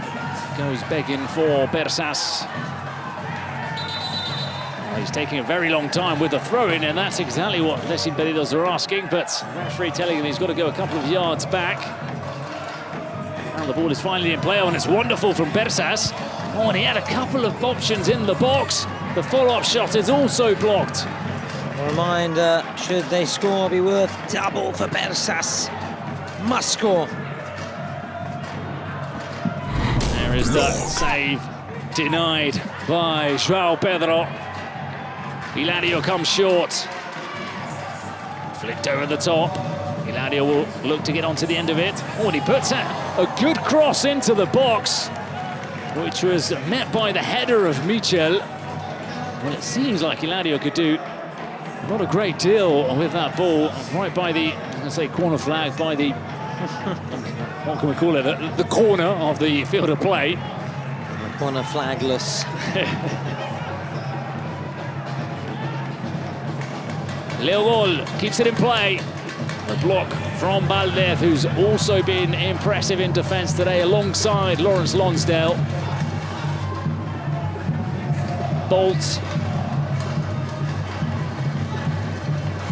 wants some movement from his teammates. It's all a little bit static from DESIMPEDIDOS. Now it comes over to the left. Valdez again getting in the way of Gustavinho. Leo Gol. Bolt. Back to João Pedro. Leo Gol makes it short to Lucas Donadi. We've not seen him play until this 34th minute, so they're looking for some fresh legs in the final stretch. DESIMPEDIDOS. Yeah, needs something, Bruno, needs something. Time is very much of the essence for DMG. They really want Persas to hurry with these throw-ins. Hilario, neat turn from him. Is there a shot? Yes, there is, but it's tame and it's straight into the hands of João Pedro. Gets the ball rolling quickly. Leo Gol. Marcelinho. Back to Leo Gol. Gustavinho again taking their time until they find a potential opening to strike, although Persas are giving nothing away. Donadi's shot comes off the back of a player, and well defended again by Valdez, using his body so well. Really clever play, really clever play. You said with the body, the positional play. Those are key moments.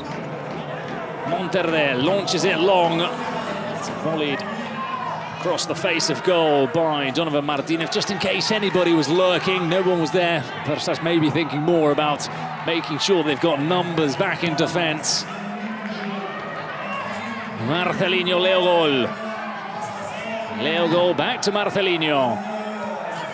Time running out for Persas if they are to get that double goal, Bruno. They've got 13 seconds left, and it looks very unlikely that they'll get the ball down the other end as Monterde collects the cross, and he's in no rush either. So that card evaporates without Persas making good use of it. Oh, and Palacios is on the end of that. He almost made it 4. How on earth could they afford a player on a hat-trick to make a run into the box unmarked? I'm almost surprised Palacios, although it's a very difficult volley to pull off with what we see from him today. I was almost surprised that he didn't bury that volley. He's been fantastic. Absolutely fantastic, Bruno. Gustavinho can't get onto the end of the pass from Leo Gol. So David Monterde will allow Lawrence Lonsdale to take the goal kick. Only a minute or so for the presidential penalties to be called. Well, we do know that Zayn doesn't like taking penalties, so maybe they've decided that they'll opt out of this one, although Tohuro really did seem to enjoy his penalty when he went barefoot in the opening game against Zaytouna. Leo Gol. Marcelinho teeing up the shot. And another frustrating finish from the Brazilians. Well, maybe we won't have the presidential penalties, I don't know. I don't know, it doesn't look likely, does it? We did have one yesterday, didn't we, where in the last 30 seconds they both locked it in. Yeah, but it doesn't look like it's going to happen here. The Boomers didn't play it at all. That's right. With Fedez, their president. A good, strong challenge there from Lucas Donadi.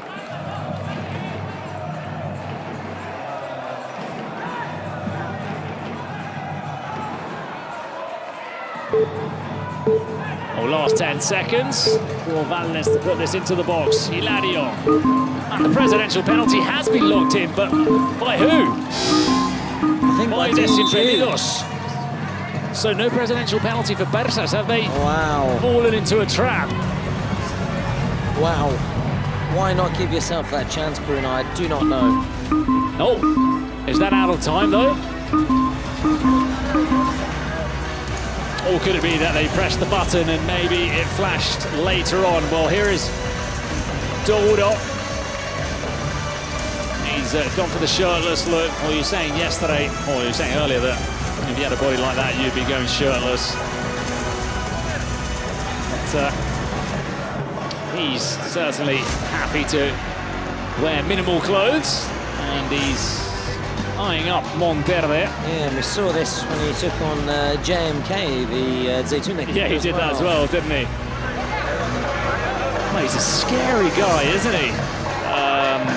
Well, some people might not think he's scary, but Dodo, I won't say what I was going to say, but I'd be shaking in my boots, let's say, but I had to come up. We got the message. Face to face with Dodo.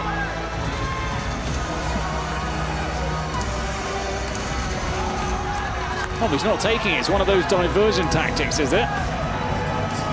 Where someone picks the ball and in the end allows their teammate to take the penalty. So it might be Yuri. It is going to be Yuri, the co-president of DESIMPEDIDOS.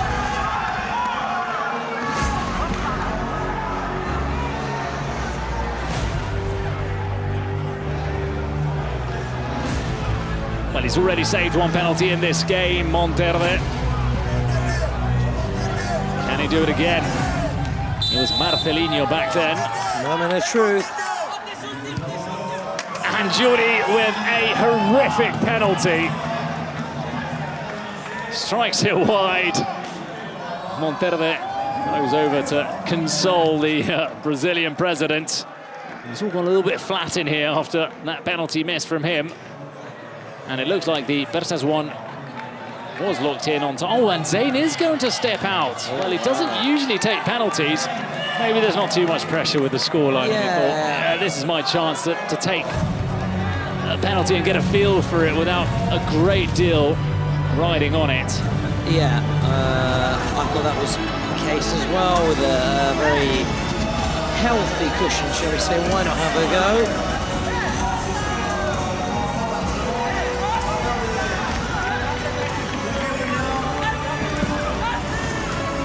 So here comes Zayn, sunglasses included.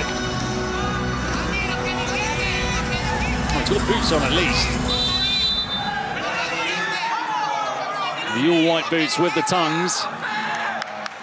Zayn, oh, that's why he doesn't take penalties. Yeah, that's even worse than we saw before, isn't it? Two dreadful penalties, two poor penalties to Zayn gets into the final 2 minutes with Persas very much in the driving seat. That's why Zayn would rather his teammates take the shootout. So neither side scoring the shootout, meaning that it is 4-1 coming into the last 2 minutes, meaning that DESIMPEDIDOS need 2 goals if they want to win this and not drop into the last chance game. Jar Arias. Back underway. There's a foul on Jair. Man of the match for you, Bruno? Maybe Monterde. Well, actually, Palacios. Monterde and Palacios, both brilliant, but Palacios, that hat-trick, to be honest. And the first goal he scored, oh, a thing of beauty.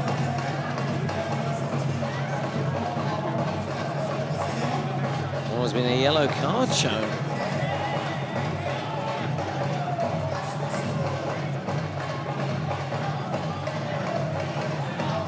Right, so after that little moment where about 30 seconds have been consumed, we're back underway. Palacios using his body, Bolt just anticipating Arias. Bolt. Arias wins the ball, and he strikes it into the palms of João Pedro. DMG need a goal and fast. Their hopes are fading away by the second. It's Bolt. Donali.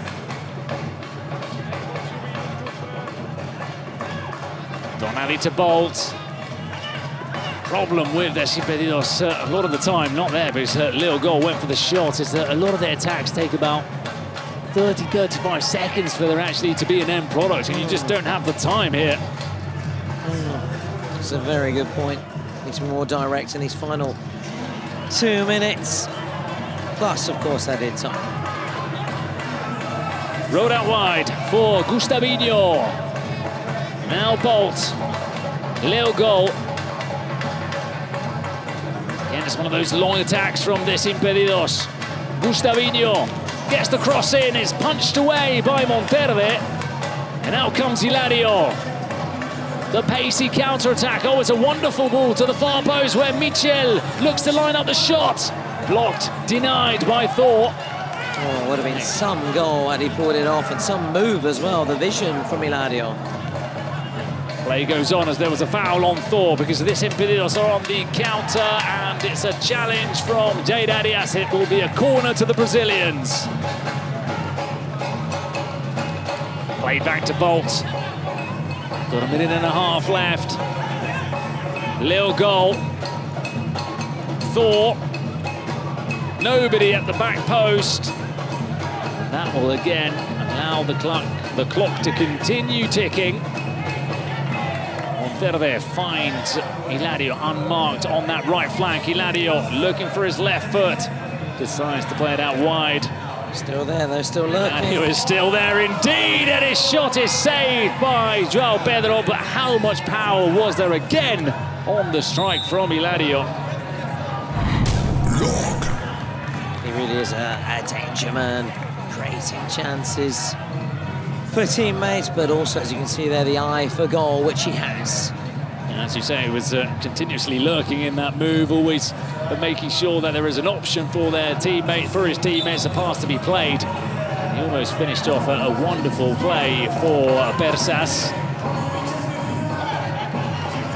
Throw in now for DESIMPEDIDOS, last 30 seconds.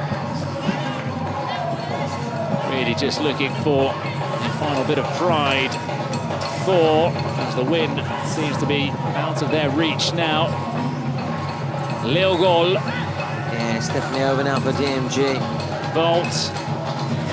Marcelinho. Well, nobody's going to get on to the end of that cross. And I think we'll just have this goal kick and wrap up another day in the Kings World Cup. Lonsdale goes long. Referee happy to allow this one to go on for a little bit further. And that is the final whistle. A brilliant display from Persas. Good to see the teams from the Kings League Americas performing. A first defeat for a Brazilian outfit. DESIMPEDIDOS go down by 4 goals to 1. They will drop into the last chance, but Persas join Porcinos as the second team in the last 16 in this competition. So scenes of joy with Zayn, the president, coming down to celebrate with his players. There are always good vibes, as we've said, with Gabriela Batocletti, with Obed Martinez there. It really is a family feel to this team. Really accomplished performance. That's what comes to mind for me, Bruno. Antonio Monterde, crowned MVP. It was a close one between him and Palacios. I think both were worthy winners after that performance, and we're going to hear shortly from Monterde. We'll be chatting here just in front of us to our host in our bizarre post-match interviews. Heading over now. What a performance from him. It wasn't quite a clean sheet, but we'll hear what he has to say about that performance, and of course marching on to the round of 16. Hey everyone, here we go again with the MVP of this match, the last match of the day, and yes, another jersey on Bazaar. But first of all, what was the best moment of this match for you? Yo creo que todos los momentos del partido son rescatables para nosotros, rescatar sobre todo la actitud y la disciplina del equipo para no parar ningún momento del partido, seguir metiendo la pierna. Y digo, aquí está nuestra recompensa. Todavía no acaba el torneo, tenemos mucho por delante y esperemos llegar hasta donde nos propusimos. Good job and congratulations. Now, let's sign your jersey. Here, Remember guys, you can buy this jersey only on Bazaar. It will be available in more than 20 countries, including the nations in this competition. Thank you again, thank you again. So, see you soon in live on Bazaar Up. What are you waiting for? Get the app and get ready. Well, that was Monterde. It must have been some performance to be the MVP when there was a player on your team that scored a hat-trick. I think that sort of goes to explain how Monterde played. Let's look at the results from this match day 3 on Wednesday, June the 4th. It started with La Capitale defeating Zaytouna. We said goodbye to the team from the Democratic Republic of Congo. Then the Germans, G2 FC, also were on their way home, and teams qualifying for the last 16. Porcinos, who came out on top in that derby against ultimate Móstoles, and now in this final fixture, Persas also sealing their passage into the last 16 of the tournament. So there you see the two badges, the cat and the pig of Porcinos and Persas. It's like being on a farm, isn't it? It's like being on a farm. Two teams who have got a 2-0 record, and down at the bottom, unfortunately, Zaytouna and G2 Football Club, the two teams who have departed the tournament on day 3. So if anybody has missed all of that action today, don't worry, because we can go back and have a look at the best moments of the day. Yeah, and talking about best moments, the standout fixture was obviously ultimate Móstoles against Porcinos, the Spanish champions taking on the world champions, and it was the world champions showing their credentials and laying down a mark as they look to defend their crown. It was a fabulous game. I think the turning point coming at halftime when they got that penalty, and it sparked the comeback. And they showed why they're going to be very difficult to beat, Bruno, and why it's going to be very hard to wrestle the crown away from the reigning champions. 2 from 2, the first team to go straight through, Bruno, to the round of 16. And the other fixtures, let's recap them. La Capitale, who'll be facing the loser of Dendele against F2A in the last chance. La Capitale, it's just their second ever game in the Kings League, one of the wild cards up and running, but unfortunately for Zaytouna, they are going to be going home. It was their second defeat. They go out, of course, with their heads held high, making the scoreline look respectable at La Capitale. It was a brilliant first half performance, which basically laid the groundwork for their victory, didn't it, Bruno? Yeah, La Capitale looked like they were going to be breaking the record in terms of the scoreline. In the end, they were made to work hard. How about Miami 7, though? It was straightforward for them against G2 FC. Some moments of chaos at the back for them. We saw an Olympic goal. We saw an own goal from Marbriones down the other end, an almost Olympic goal. But in the end, they were dancing away with the victory against the German side, who were knocked out, who did look a little bit out of their depth in this game. So all the German teams have lost so far this year, which also happened last year in Mexico, so not the best run for them. So history repeating itself, but in a negative manner then, Bruno. Absolutely. Unfortunately for them, they will be looking to put things right, because tomorrow we've got the Futbolistas Locos against Ultra Chimchima, also Era Colonia against Puma, so two German sides playing. United against Galácticos del Caribe, and Fluxo, the Brazilians, are back at it against Panam All-Stars. So make sure to tune in tomorrow and watch a more action-packed day of Kings League football. Bye-bye.